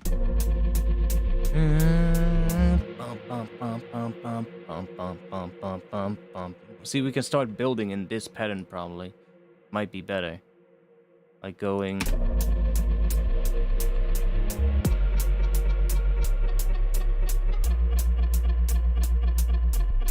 That might be better, honestly, because then we start building for that sort of like move, that switch in the drop as well when the bass comes in, which is probably gonna...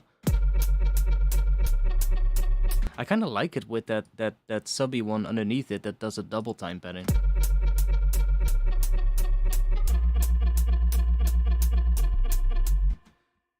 I kind of like that.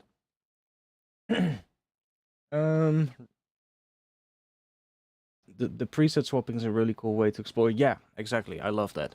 Especially with a reverb, like these reverb sweeps at the end of things. Like right here. Where is it?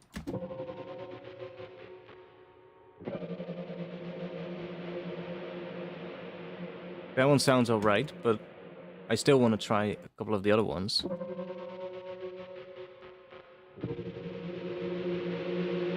That one is a lot louder. This one is shorter. And especially when you hear it in a mix, you can get some pretty interesting results. This one has a lot of modulation.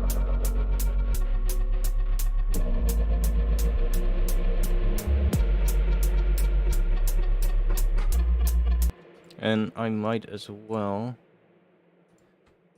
curve it down a little bit, so...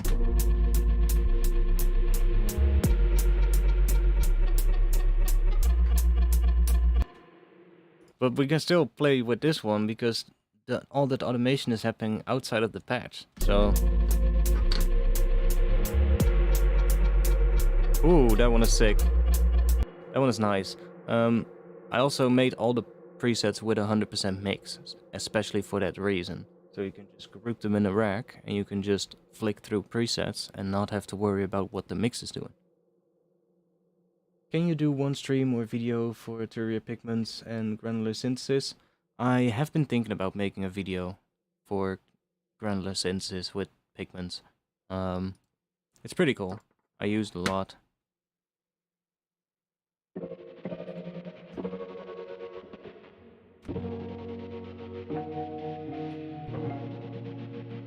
I actually used a lot. Let's render this out. Sure.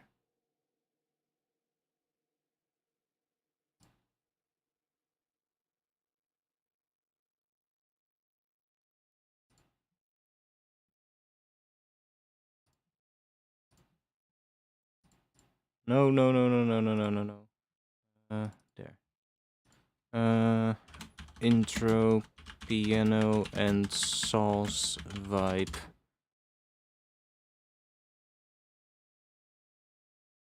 Let's open up Pigments then.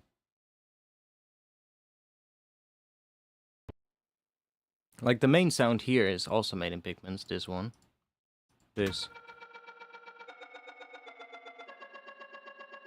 Like that's also made in Pigments. It's also granular. But I use it most of the time in a different way. Most of the time it's used more to kind of make like ear candy from whatever already is in your track. So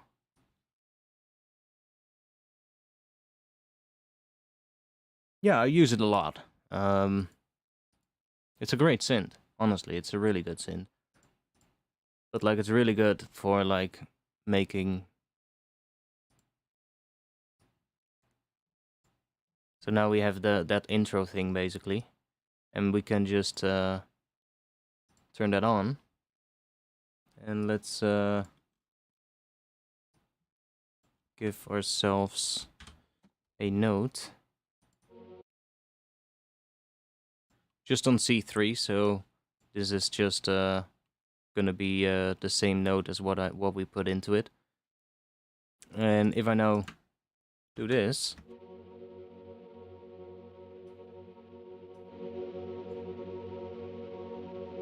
You just get a pad out of it, basically. So now it's just completely static, as you can hear.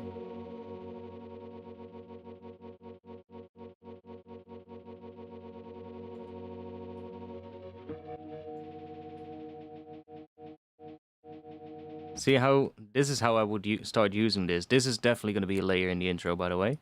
I would automate this. So take like macro to the start position. So turn MPE off. Let's turn it off. So macro 1 is now the position of the start. So that's the grain position. And now I can automate that to basically get the right parts in the right time. So here, it's playing this chord, right? So I want to be on that chord as well. And I would probably use this maybe even instead of the piano. And then automate the time. That's gonna sound really cool here. So...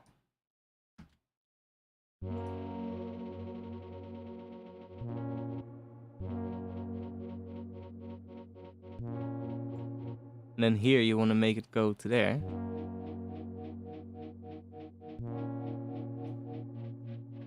Or there. I mean.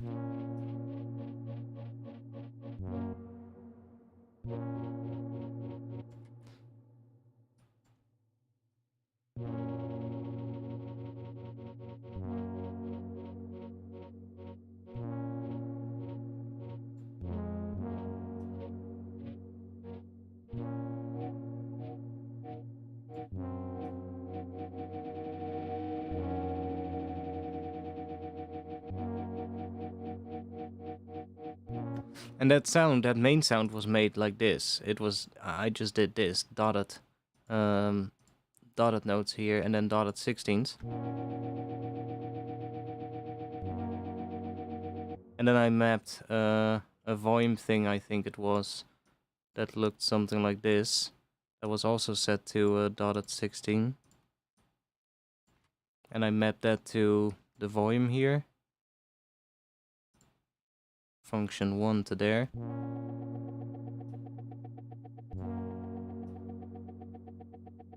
Something like that.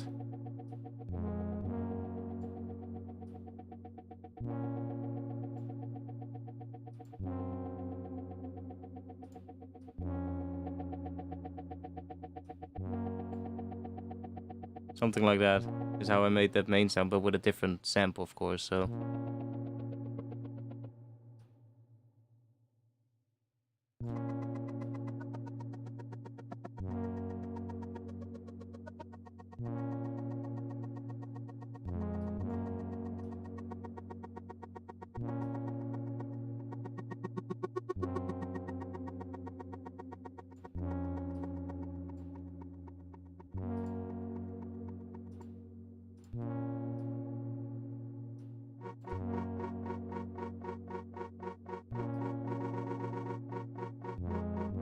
But if you want to make it more into pads or stuff, you're just gonna go and do hertz.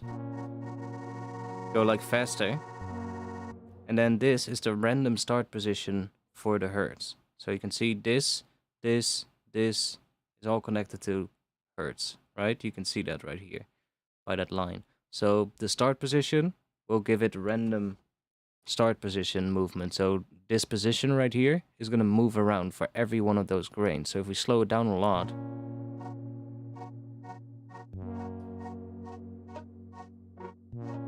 see? It now picks different positions. Right now it's going to be a little weird, but if we do this, then it's just going to go fully random.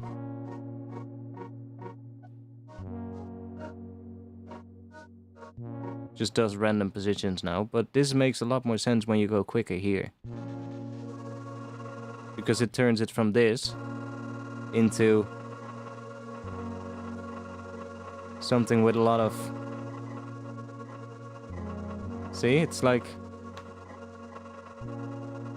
And even a little bit can sometimes be enough to make it just slightly different.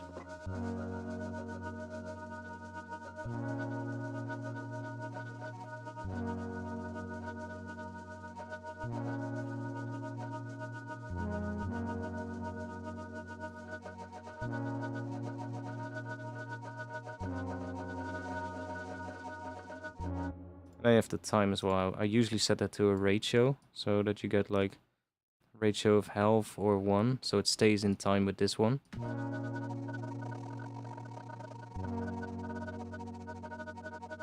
Or I automate both of them.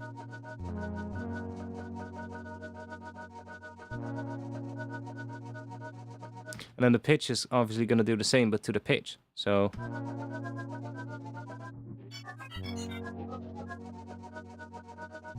doing that as well gives it a slight... And with this one, if you want to have overlap...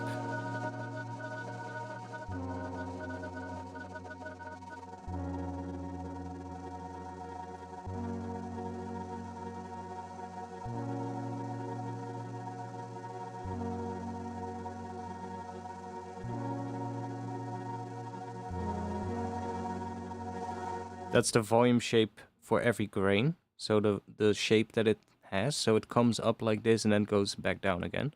But if we do this, it has like, it comes up, it stays at the maximum level, and then it goes down again. And every grain is only 100 milliseconds long, so they're really short bits of audio. But now it turns much more into like a pad.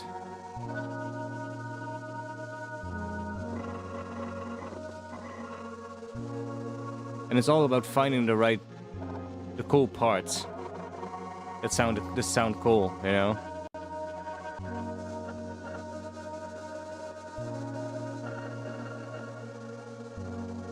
Like that right there.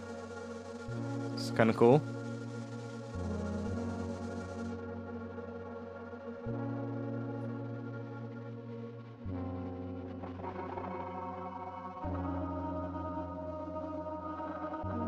Almost sounds vocal here.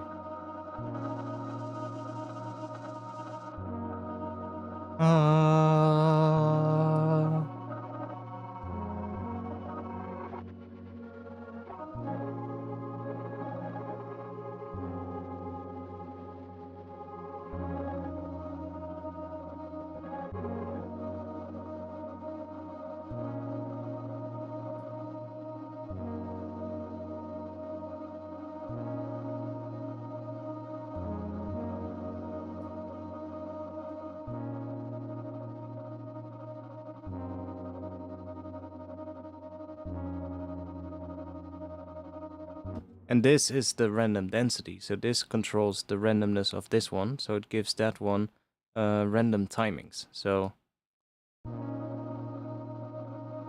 now it's going to go from a lot of grains to less grains. See, now the generation of the grains is also unstable. And if this one is all the way down, then it's basically going to generate a grain every 4.31 hertz. Whatever speed that translates to, I guess. And if we bring this up, that becomes random as well. And then it really just turns into pads.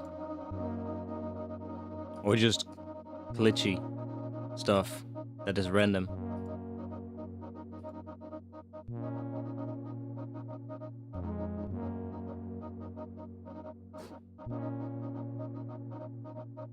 And again, here on the other side, you have the same thing. So you've got, this is, by the way, how many grains you get. So if you have a bit of a, you know, a bit of a not as good computer, you can bring this down so that you don't get as many grains, which can help if you bring like the density up a lot. Because it does get really CPU heavy. Basically, every grain is a voice, right? So it's just another voice that's playing. And if they start overlapping because the time is really long, then you can get a lot of grains playing at the same time. Like, see, we can get really spacey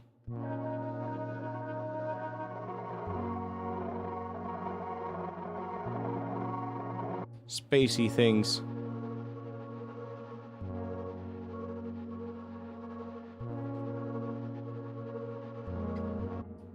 Go up another octave.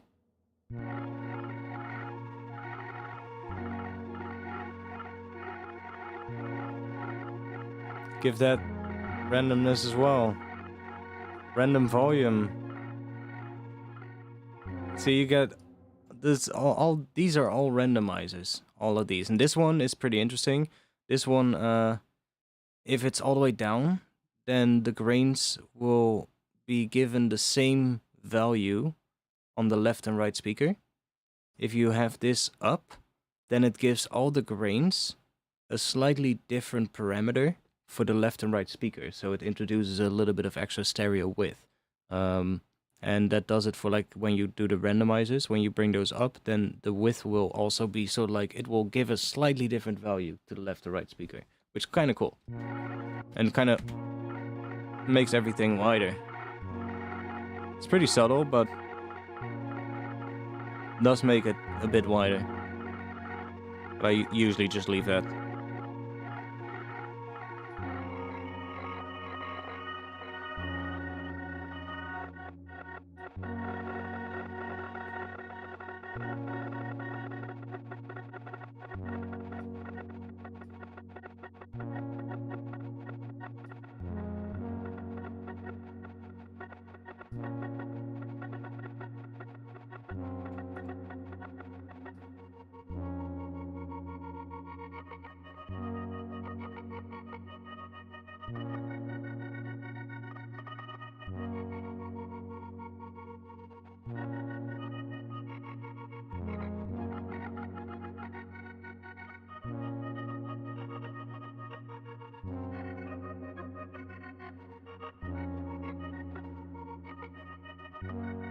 It's just a lot of automation to get this to sound cool.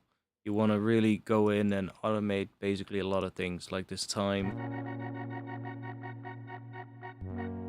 See, if we start automating that, it's already giving us a lot more interesting things. So you're gonna have a lot of automation over time. Like,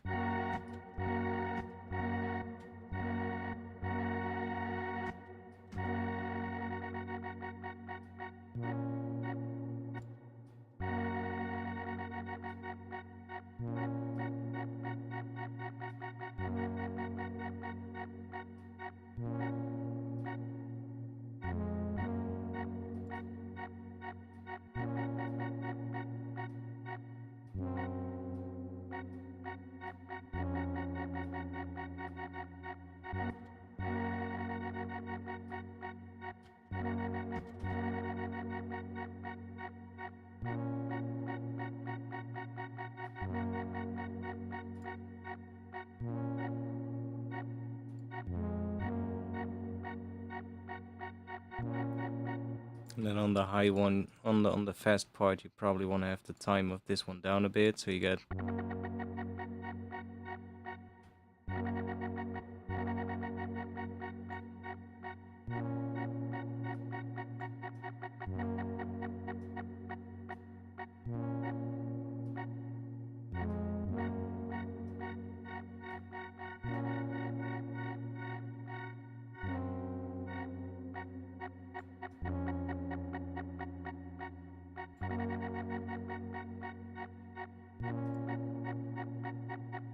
See, so it's all about the automation with these kind of things, if you want to use it as like ear candy. And then I would just start messing with like the position as well.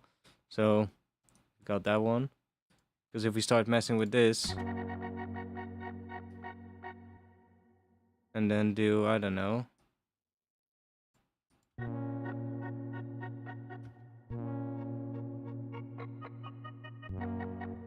See, we can mess.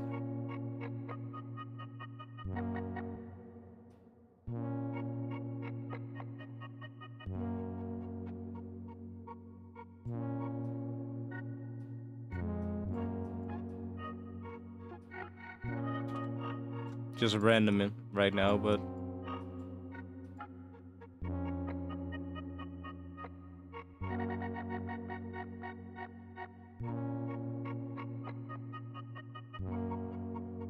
so you get like all kinds of weird extra effects that you wouldn't have had otherwise. And you just do that a lot, and just that's when I would resample the hell out of it, because it's so hard to control, right? So sometimes it might even be easier to just map whatever values I'm automating right now. So that's the density of how many grains it makes, and then, or how quickly it makes those grains, I should say, how often it makes one, and then the grain size. So that's the size of those grains, and then the macro one is the position of those grains in the sample. So let's say those are the three things that really make a lot of a change to that sound. I would just, loop a section like this with the track playing, map those three things to my macro controller, or to my MIDI controller, and just record while I'm tweaking the knobs on my MIDI controller with my hands, instead of using my mouse to automate things, because that's how you get much more interesting results most of the times. And just do that for like 10 minutes or something like that, or 5 minutes, whatever you feel like. And that's when, and then I would, use those bits to put into the track. That usually makes the track a lot more interesting. Something that I definitely most of the times do when I'm working on a track at some point. Do you feel a difference if a track is in 172 versus 174? Not really. I prefer 172, yeah. Doesn't really, not really for a particular reason, but I mean, I have tracks in 174 projects as well, 175. Just whatever I decide to choose at that day. You know, it doesn't really matter. It's so close. You're not gonna hear 2 or 3 beats per minute. You're not gonna hear that. Like, even if you just play it, you're not really gonna hear that. Unless you have a really good hearing and you can hear that slight difference, but most people don't hear that, believe me. Probably don't.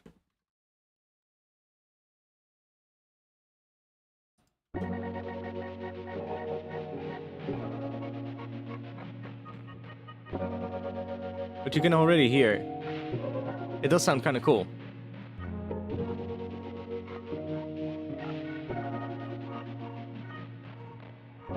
See, it does all work. Even though I just picked random stuff from the sample, right? It still works because it all has the sound that is already in the track, right? It's made from something in the track, so... And because it's made from something that's in the track, it just...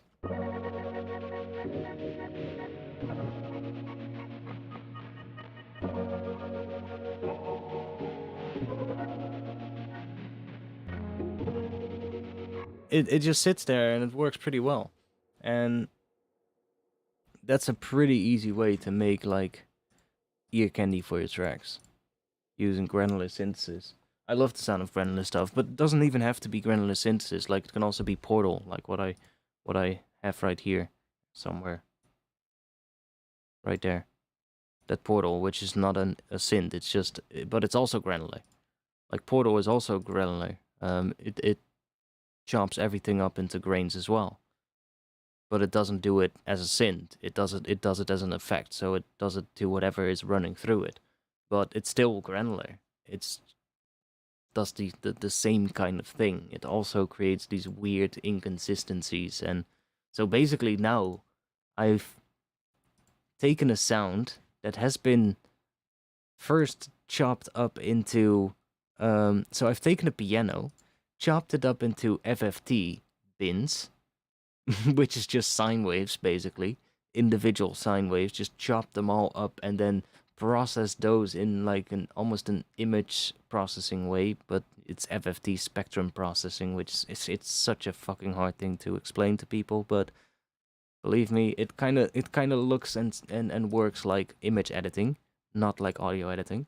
But that kind of splits it up into little bits and pieces as well, so that already does some weird shit. And then you have Portal doing granular stuff. That was then exported, and that was then granulized again, but this time with pigments. So it's like a 3 double, so like, because I kind of see that spectrum thing as almost like granular as well. It's not really granular, but it's kind of similar in a way. It's also one that gets like really unpredictable at times, but it can make things just sound interesting.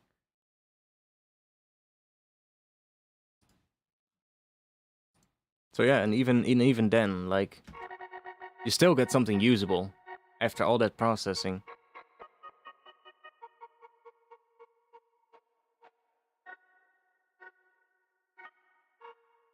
So in a way, this was a piano. Now I think about it.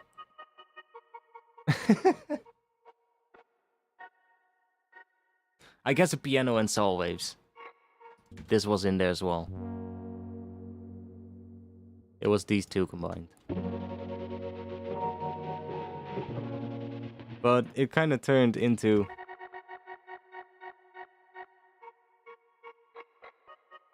And it sounds nothing like a piano anymore. But it sounds interesting. Right?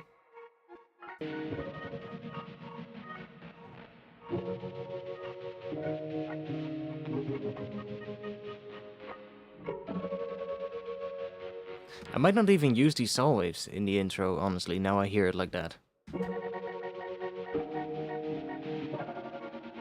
I love the tone of this. Just needs some automation happening as well, and this one needs to be resampled so I get the best parts of it. And I also might...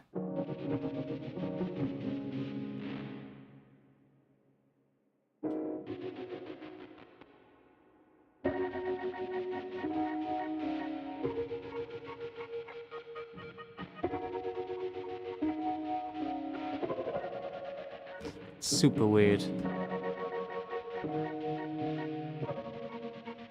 This one needs to be EQ'd a little bit as well, so we don't get all that low end.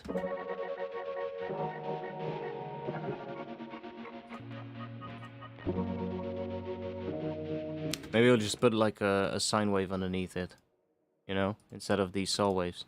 Just like a simple sine wave thing to give it a little bit of body. So this is a really interesting sort of like sound that was made from a piano. So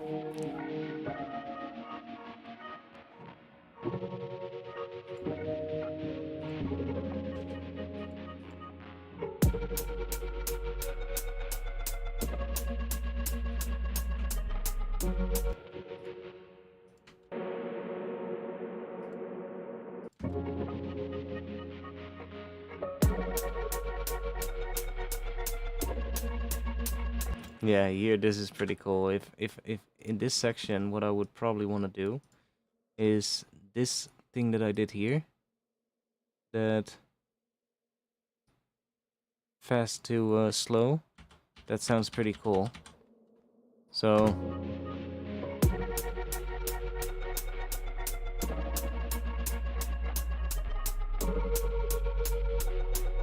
that does.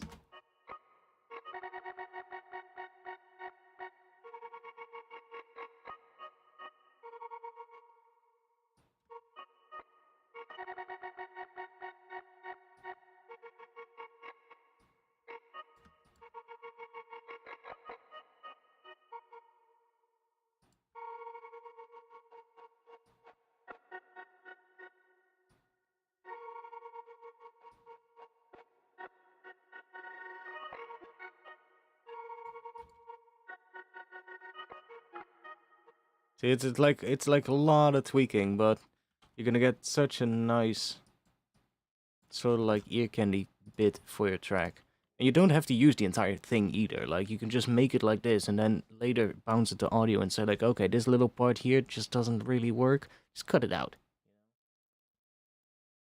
Yeah, I'm gonna stop as well in just a bit. It's 1:42 a.m. But we made a lot of fucking sick sounds right now that are definitely good for making a track with.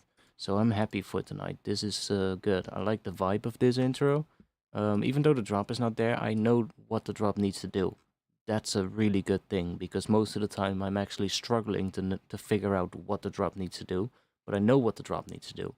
It needs to go rhythmic, and it needs to go half the speed of that intro speed. So the intro does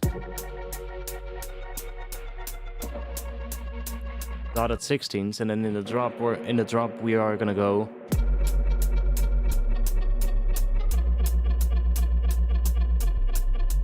That's gonna be the timing of the drop.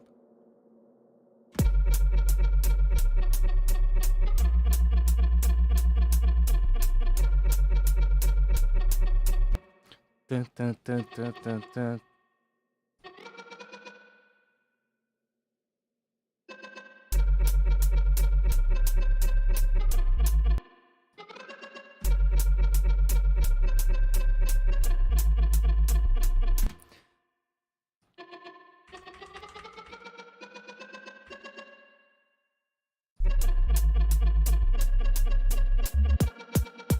Yeah. That's sort of like the build. And then in the drop we need to have a bass following these notes right here. So there's going to be a dotted note bass doing F sharp here. Maybe switch to a different one in the second bar. And then in the third bar it's going to switch to that A sharp. Dun dun dun dun. So here it can...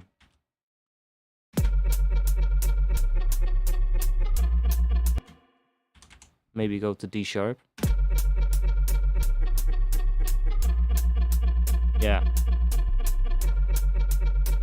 that's what we're gonna do in the drop as well. So we're gonna get F sharp, D sharp, and then A sharp.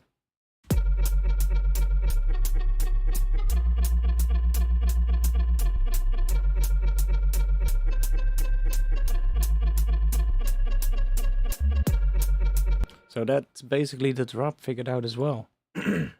I mean, now it's just doing the sound design, basically. That's it. I know what the drop needs to do, which is a very good sign. So, thanks for being here.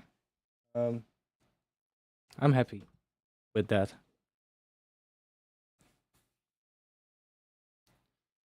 I'll be damn. There we go. I'll be back next week. I probably won't be streaming extra this week because I have this audio job going on. I didn't stream extra the last week either. I have this audio job going on, which is just a lot of work. Good work, nice work to do, very cool work to do. It's very basically just doing sound design and getting paid for it, so that's really good. But it does take a lot of time, and I still need to make quite a bit of patches, so I'm still working a lot on it. But I'll be back again on Friday, so I'll let you guys know on Discord when I go live. If you are not a member of the Discord yet, check out the description below the stream, because there you can find a link to my Discord server. I actually saw we have a new feature on Discord since today, or since yesterday, which is like a forum feature. So we can now set up like channels for forums, I believe. So that could be pretty cool. Then people can ask like their question in a forum topic or something, and then people can just respond to their question instead of, you know, having one chat room for like everything. So I'm currently thinking about how we can utilize that in the server.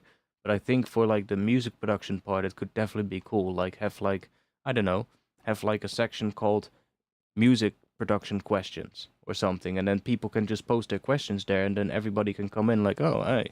But then also it doesn't clutter up the other questions, right? And you can easily find them back, I guess, as well later. So I haven't tested it out yet. It's a new feature, but it looks pretty interesting.